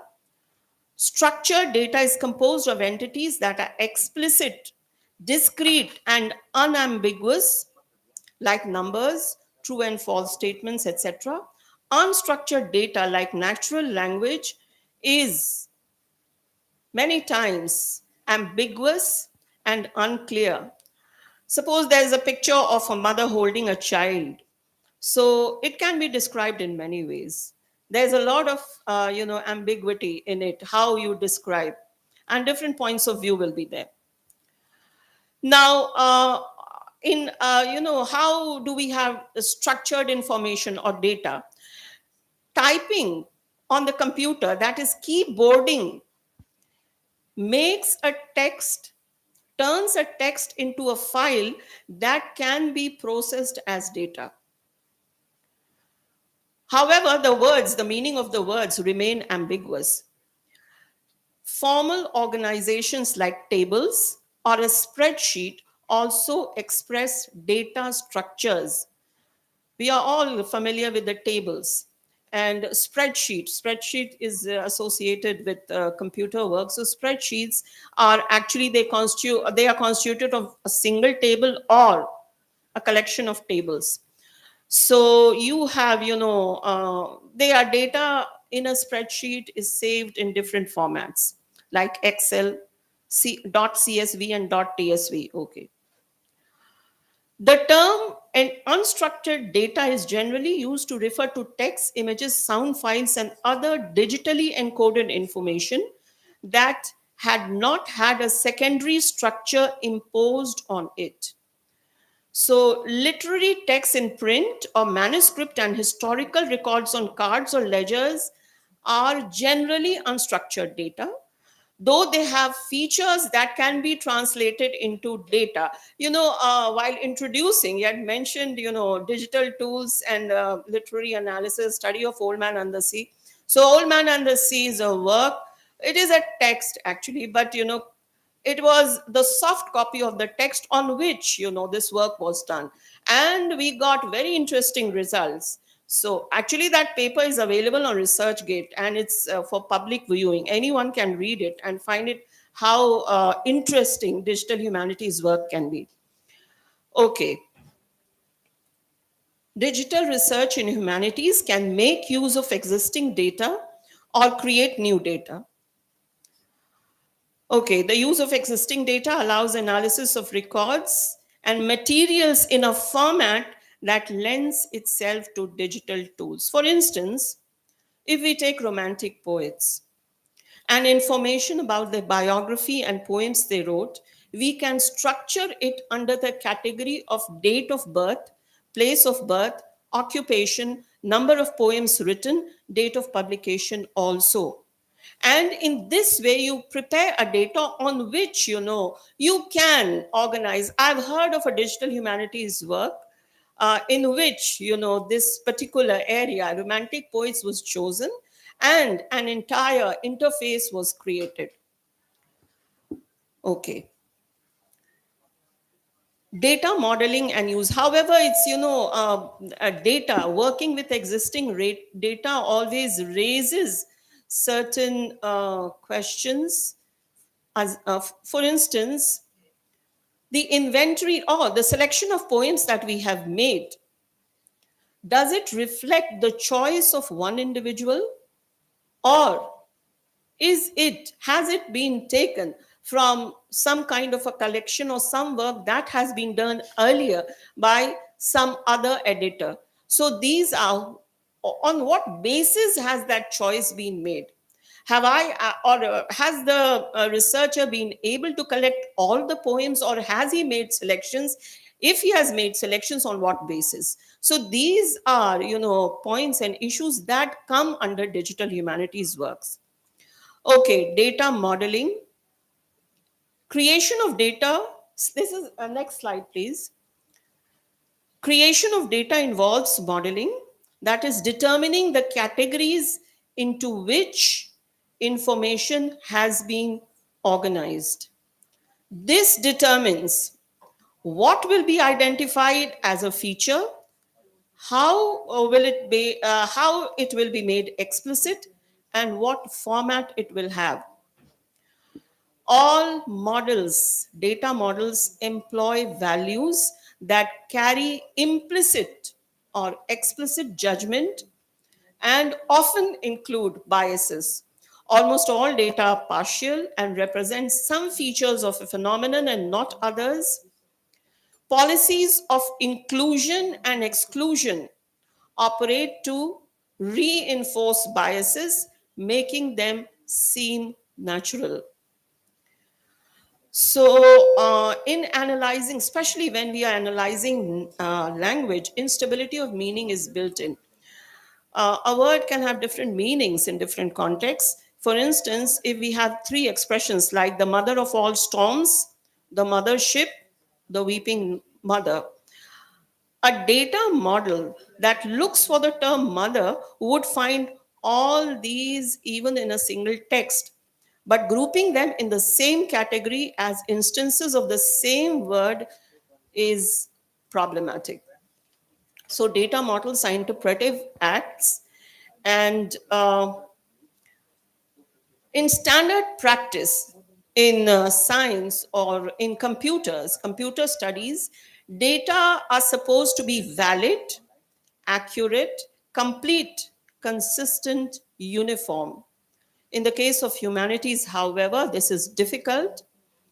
especially when we are dealing with concepts which are not immediately quantifiable. Next slide, please. So data models depend on parameterization and tokenization. So parameterization is, it actually means what can be measured, what you can measure. Some features of texts, images, recordings, and cultural phenomena lend themselves to parameterization. For instance, the number of words in a text, because there is a particular digital tool. We'll come to that. I'll come to that at the end, which is called Voin tool. And if you put the soft copy of any novel, any work, it will give you the total number of words. It will even give you nouns. How many nouns are there? How many adjectives are there? And it will give you a list of the words in descending or ascending order of occurrence, as the case may be. You can, of course, change it. So that's very interesting. Not only that, collocation, etc. Whole lot of things are presented. It is visual. It is as a visualization. You can see it on the screen. So the number of words, the size of a canvas, the length of a song are quantifiable. The height of a building, the shape of a pot are can easily be turned into numbers, measurements, metrics. The problems in parameterization extend those of the data model and its value systems into very real challenges with implementation. And some of the forms of human expression are very difficult to parameterize. For instance, if we are trying to discuss or do research on cultural phenomena such as images, so a lot of issues come. For instance, who is the observer? Where is he standing? What is his perspective? Etc. So, in parameterization, always judgments have to be made, which can be biased. And tokenization is a process by which a piece of data is replaced by a surrogate value known as token. For instance, it is a subset of parameterization and is the act of determining what units of representation can be identified and extracted in a corpus or artifact. So data are the basic units of almost all digital work. They can be manipulated in many ways and also analyzed through a variety of methods, but data drive the world of digital research. And this becomes even more clear in the discussion of filed formats, which are the standards through which remediation of analog materials and production of born digital ones take place. There is, of course, structured data expresses a model of content and interpretation. So structured data always is it provides a structure of in which the content has been organized, and it is very conducive to interpretation. So it can be interpreted and used for analysis in which unstructured data cannot be. Now next slide. We have the next very important term in datafication is database. Database is organized collection of structured information or data typically stored in computers. So databases actually come in many forms: flat databases, hierarchical databases, relational, object-oriented, graph, and so on. And a relational database is composed of multiple tables that separate different types of information to make it more efficient to manage and easy to control. The basic advantage of relational database is to reduce redundancy, increase efficiency, and decrease errors. Now, metadata. Metadata is used to classify, describe, organize, and connect records to artifacts and documents and to each other. So, in any digital scholarship, metadata is an essential aspect. So, data have to be described and identified in order to be useful.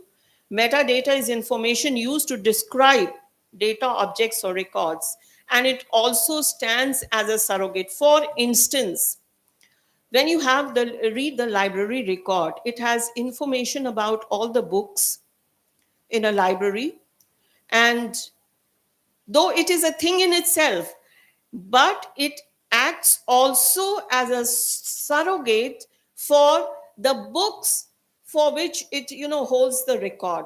So this is actually metadata. It is data, but it in itself is data, but it records, it's all the data about the books. It stands for the books, so it acts as a surrogate. So when surrogates become part of the digital system, the capacity to be analyzed increases as a result of many benefits of automated processing.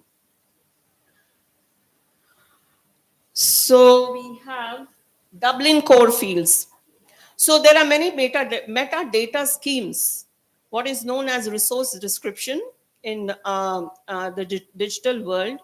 So Dublin core was originally created in 1990s, and you have the set. You take the Dublin core and all the entire set for describing the analog or digital sources are there. So you have the core fields of Dublin core are contributor, coverage, creator, date, description. You only have to take this format and start using it. Description, format, identifier, language, publisher, relation, rights, source, subject, title, type. So what is classification? Classification is one of the ways of organizing knowledge. The classification systems are used in several ways in digital environments: to organize the materials on the site, to organize files within a system, to identify and name digital objects and the analog materials to which they refer. So, however, images, recordings, however, no classification system is value neutral. And they cannot be called objective or self-evident. They always bear the ideological imprint of their production or their producer. So in fact, classification system are closely related to metadata, but this is what they are not neutral. We can't call them neutral. Next slide. So this is about materials to be converted into digital formats and to be used as data. Now we come to processing and analytics, which is very interesting, especially for people of literature. This involves the automation of counting, sorting, or analyzing through computational processing.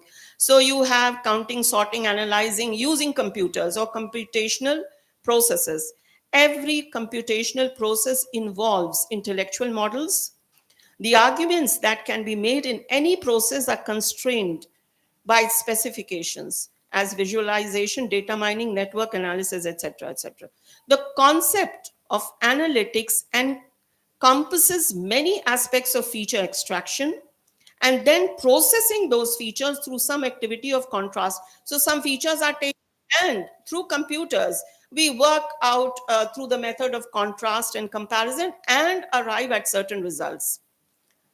Again, as in the case of data, even computational processing, especially working on features, selecting features, contain cultural assumptions that value certain elements of the cultural record over others. Now we come to data mining. It's very interesting. What is data mining? The idea of data mining and its use for analysis of literary and aesthetic objects has prompted many strong responses, such as the claim that literature is not data. However, there have been debates and discussions within digital humanities, and there have been supporters of using literature, literary works as data, who have said that they have favored or supported or upheld the value of these techniques, particularly in today's world where there is an unprecedented scale of cultural materials available in digital formats. So, in this age, using digital methods or using literary text as data is, of course, I would say, welcome. Data mining is an automated analysis that looks for patterns and extracts meaningful information in digital finds. Text analysis is a specialized subset of data mining that focuses on analysis of language. Now I'll come to what actually started, how data mining and text analysis started. In the early digital humanities project, the work of Father Robert Busa is taken as a milestone. Now, he was engaged in text analysis in the form of concordance. So he focused on a list of words in the body of the work of of uh, the Latin, of course, Thomas Aquinas, and he focused on the concept of presence in the Latin text that he had written. Now, Busa established a systematic approach to the analysis of natural language. What he did was he linked all forms and versions of a word to its root. And while working, as he continued working, he found that he had a full corpus, the full corpus exceeded 10 million words. So, what did he do? He approached IBM for support, and he received the support. And what he was working with analog material, actually he was devising, as he worked with analog material, actual text he was reading, and he was counting, he was putting them together. He developed formal methods compatible with automated processes. So this was the first milestone in digital humanities work. A second area of early automated text analysis was in the area of stylometrics or stylometry. Long-standing debates about whether or not William Shakespeare was the author of all his plays, or whether someone else actually composed, someone else, for instance, we talk of Christopher Marlowe, composed some of his or wrote some of his plays. So this of course concerned some of the literature analysts in the 20th century. So the idea that statistical analysis could be brought to bear on the problem motivated formal analysis of style. So sentence length, grammatical structure, vocabulary choices, and other features of the text were used to make comparisons. The task of making formal parameters on which to analyze style is a useful intellectual exercise. Methods for statistical processing are now far more complex than the counting and sorting of word into lists that was central to Father Busa's project and techniques developed for analysis of style. So at the heart of data mining and text analysis, we have parameterization and tokenization. Okay, additional considerations come into play with data mining, which are statistical analysis of frequency, proximity, and value of individual data points within larger sets. So, for instance, how are some words used in proximity in a text again and again? In Old Man and the Sea, this is what I found very interesting. Once you do, because there is, when you put the text in the Voyant tool, it also shows how certain words are used in proximity throughout the text. It comes, as a visualization. Principle like collocation of words are judged relative to other usage and in contrast to the sum of all words in a sample. Thus, multiple factors go into determining how any individual word is valued, not just the number of times it appears. So the difference between counting and statistical analysis, so this is actually constitutes statistical analysis, is brought into focus by this contrast. Now we have a very interesting term now. We talk of close reading. So now we talk of distant reading also. So the term distant reading was actually invented in about 2000 by Franco Moretti. So what is distant reading is the idea of processing content, subject, terms, persons or places, or information about publication, date, place, author, or title in a large number of textual items without engaging in the reading of the actual. You don't read the text, but you put the text together in some digital tool, and that particular word or that particular feature you want to find out. You don't have to read the text. You just have to put it under the computational process and you get the results. This is called distant reading. This reading is a form of data mining that allows information in the text or about the text to be processed and analyzed. So proponents of this method argue that text processing exposes aspects of text at a scale that is not possible for human readers and which provides new points of departure. So patterns of changes in vocabulary, nomenclature, terminology, moods, themes, and nearly inexhaustible number of other topics can be detected using distant reading techniques, and larger social and cultural questions can be asked about what has been included and what has been left out of traditional studies.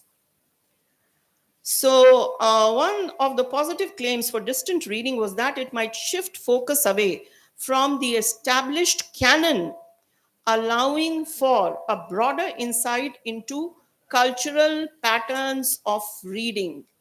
So many ignored titles have been recovered from oblivion, into which the canon, the reading habits or the teaching habits that was, of course, privileged, had cast them into oblivion, those texts. So, actually problems in relationship between distant reading and critical race studies have been brought up by two researchers, Richard Jean So and Edward Rowland, in 2020. So what are the texts which were ignored? Because now they are all in digital formats. So you do the research and you find out, and this of course reflects or is a part of studies under critical race theory. In large-scale project, for example, to characterize sentimentality and its relation to bestsellers, Andrew Piper, these are again two scholars, and Richard Jean So used a set of terms put together by another scholar, Bing Lu, who had produced lexicons of terms characterized according to their positive and negative. So Bing Lu had made set of terms. These have positive sentimental value. These have negative sentimental value. So Andrew Piper and Richard Jean So took these terms. They processed their corpus of digitized literature. So whatever literature they had, and they put these terms through the corpus by looking for these words to see where different genres and also prize-winning works were situated relative to one another. So, this is actually sentiment analysis. This is another field that is a part of computation and computer studies. Another example was a study of mood words. In 20th century fiction, to see if any correlation existed between large-scale events like economic downturns, wars, or periods of prosperity and tone of the novels. And the results are fascinating. The sadness score was greatest during the Second World War, but surprisingly and strangely, joy was highest during the period of the First World War. Now, this of study cannot be done unless and until you have the digital tools to work. So, especially when you have a large body of text, a corpus of literary text, and then you can work through them only when you have the digital tools and computational methods. So you have visualization. Visualization is a part of, every day. This is something that is done especially when we try to express, we use graphs, we make graphs, charts, or diagrams. This is nothing but visualization of complex research data. However, computational means make it possible to create very sophisticated graphics with ease of production. You can make very sophisticated graphics, and of course, it's very easy. So actually, visualization are metrics. They are expressed as graphics. Information visualization allow large amount of often complex data to be depicted visually in ways that reveal patterns, anomalies, and other features of the data. Next slide. Now we come to presentation and display. So you have turned the material, if it's analog, into digital formats. Of course, made a data. Then data modeling has been done. You have put it under computational processes. Now you have the results, and the results have to be presented. So the presentation of results often take digital form, sometimes in an online environment, and these are in the form of visualization maps, diagrams, stories, articles, exhibits, and sometimes in hybrid or analog, both hybrid formats. That means analog and digital formats. Okay. Now, sustainability and preservation actually has to do with ethical issues related to the actual work in digital humanities. So this includes institutional site where the project is conceived and is managed, costs and labors, and other factors such as intellectual property. So if you're using anyone's works, texts, so whether you have to take permission, etc. So all that is important.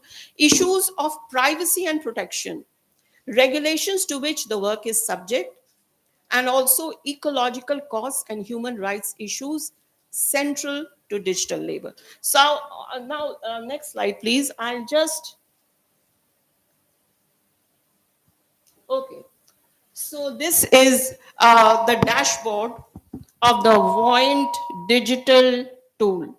It's not very clear, but anyway, I'll just give you an introduction. This is, if you I had put The Old Man and the Sea, the soft copy, and these are the results. You can see over there, the words that have come in proximity and frequency, etc. These are the second one. The middle one is the term berry, all the terms with how many times they appear. And here you have the list of the number of times, the frequency at which the words have appeared in The Old Man and the Sea in descending order. So one platform for exploration of text analysis is Voint. It was developed by Geoffrey Rockwell and Stephen Sinclair, and it is freely available online.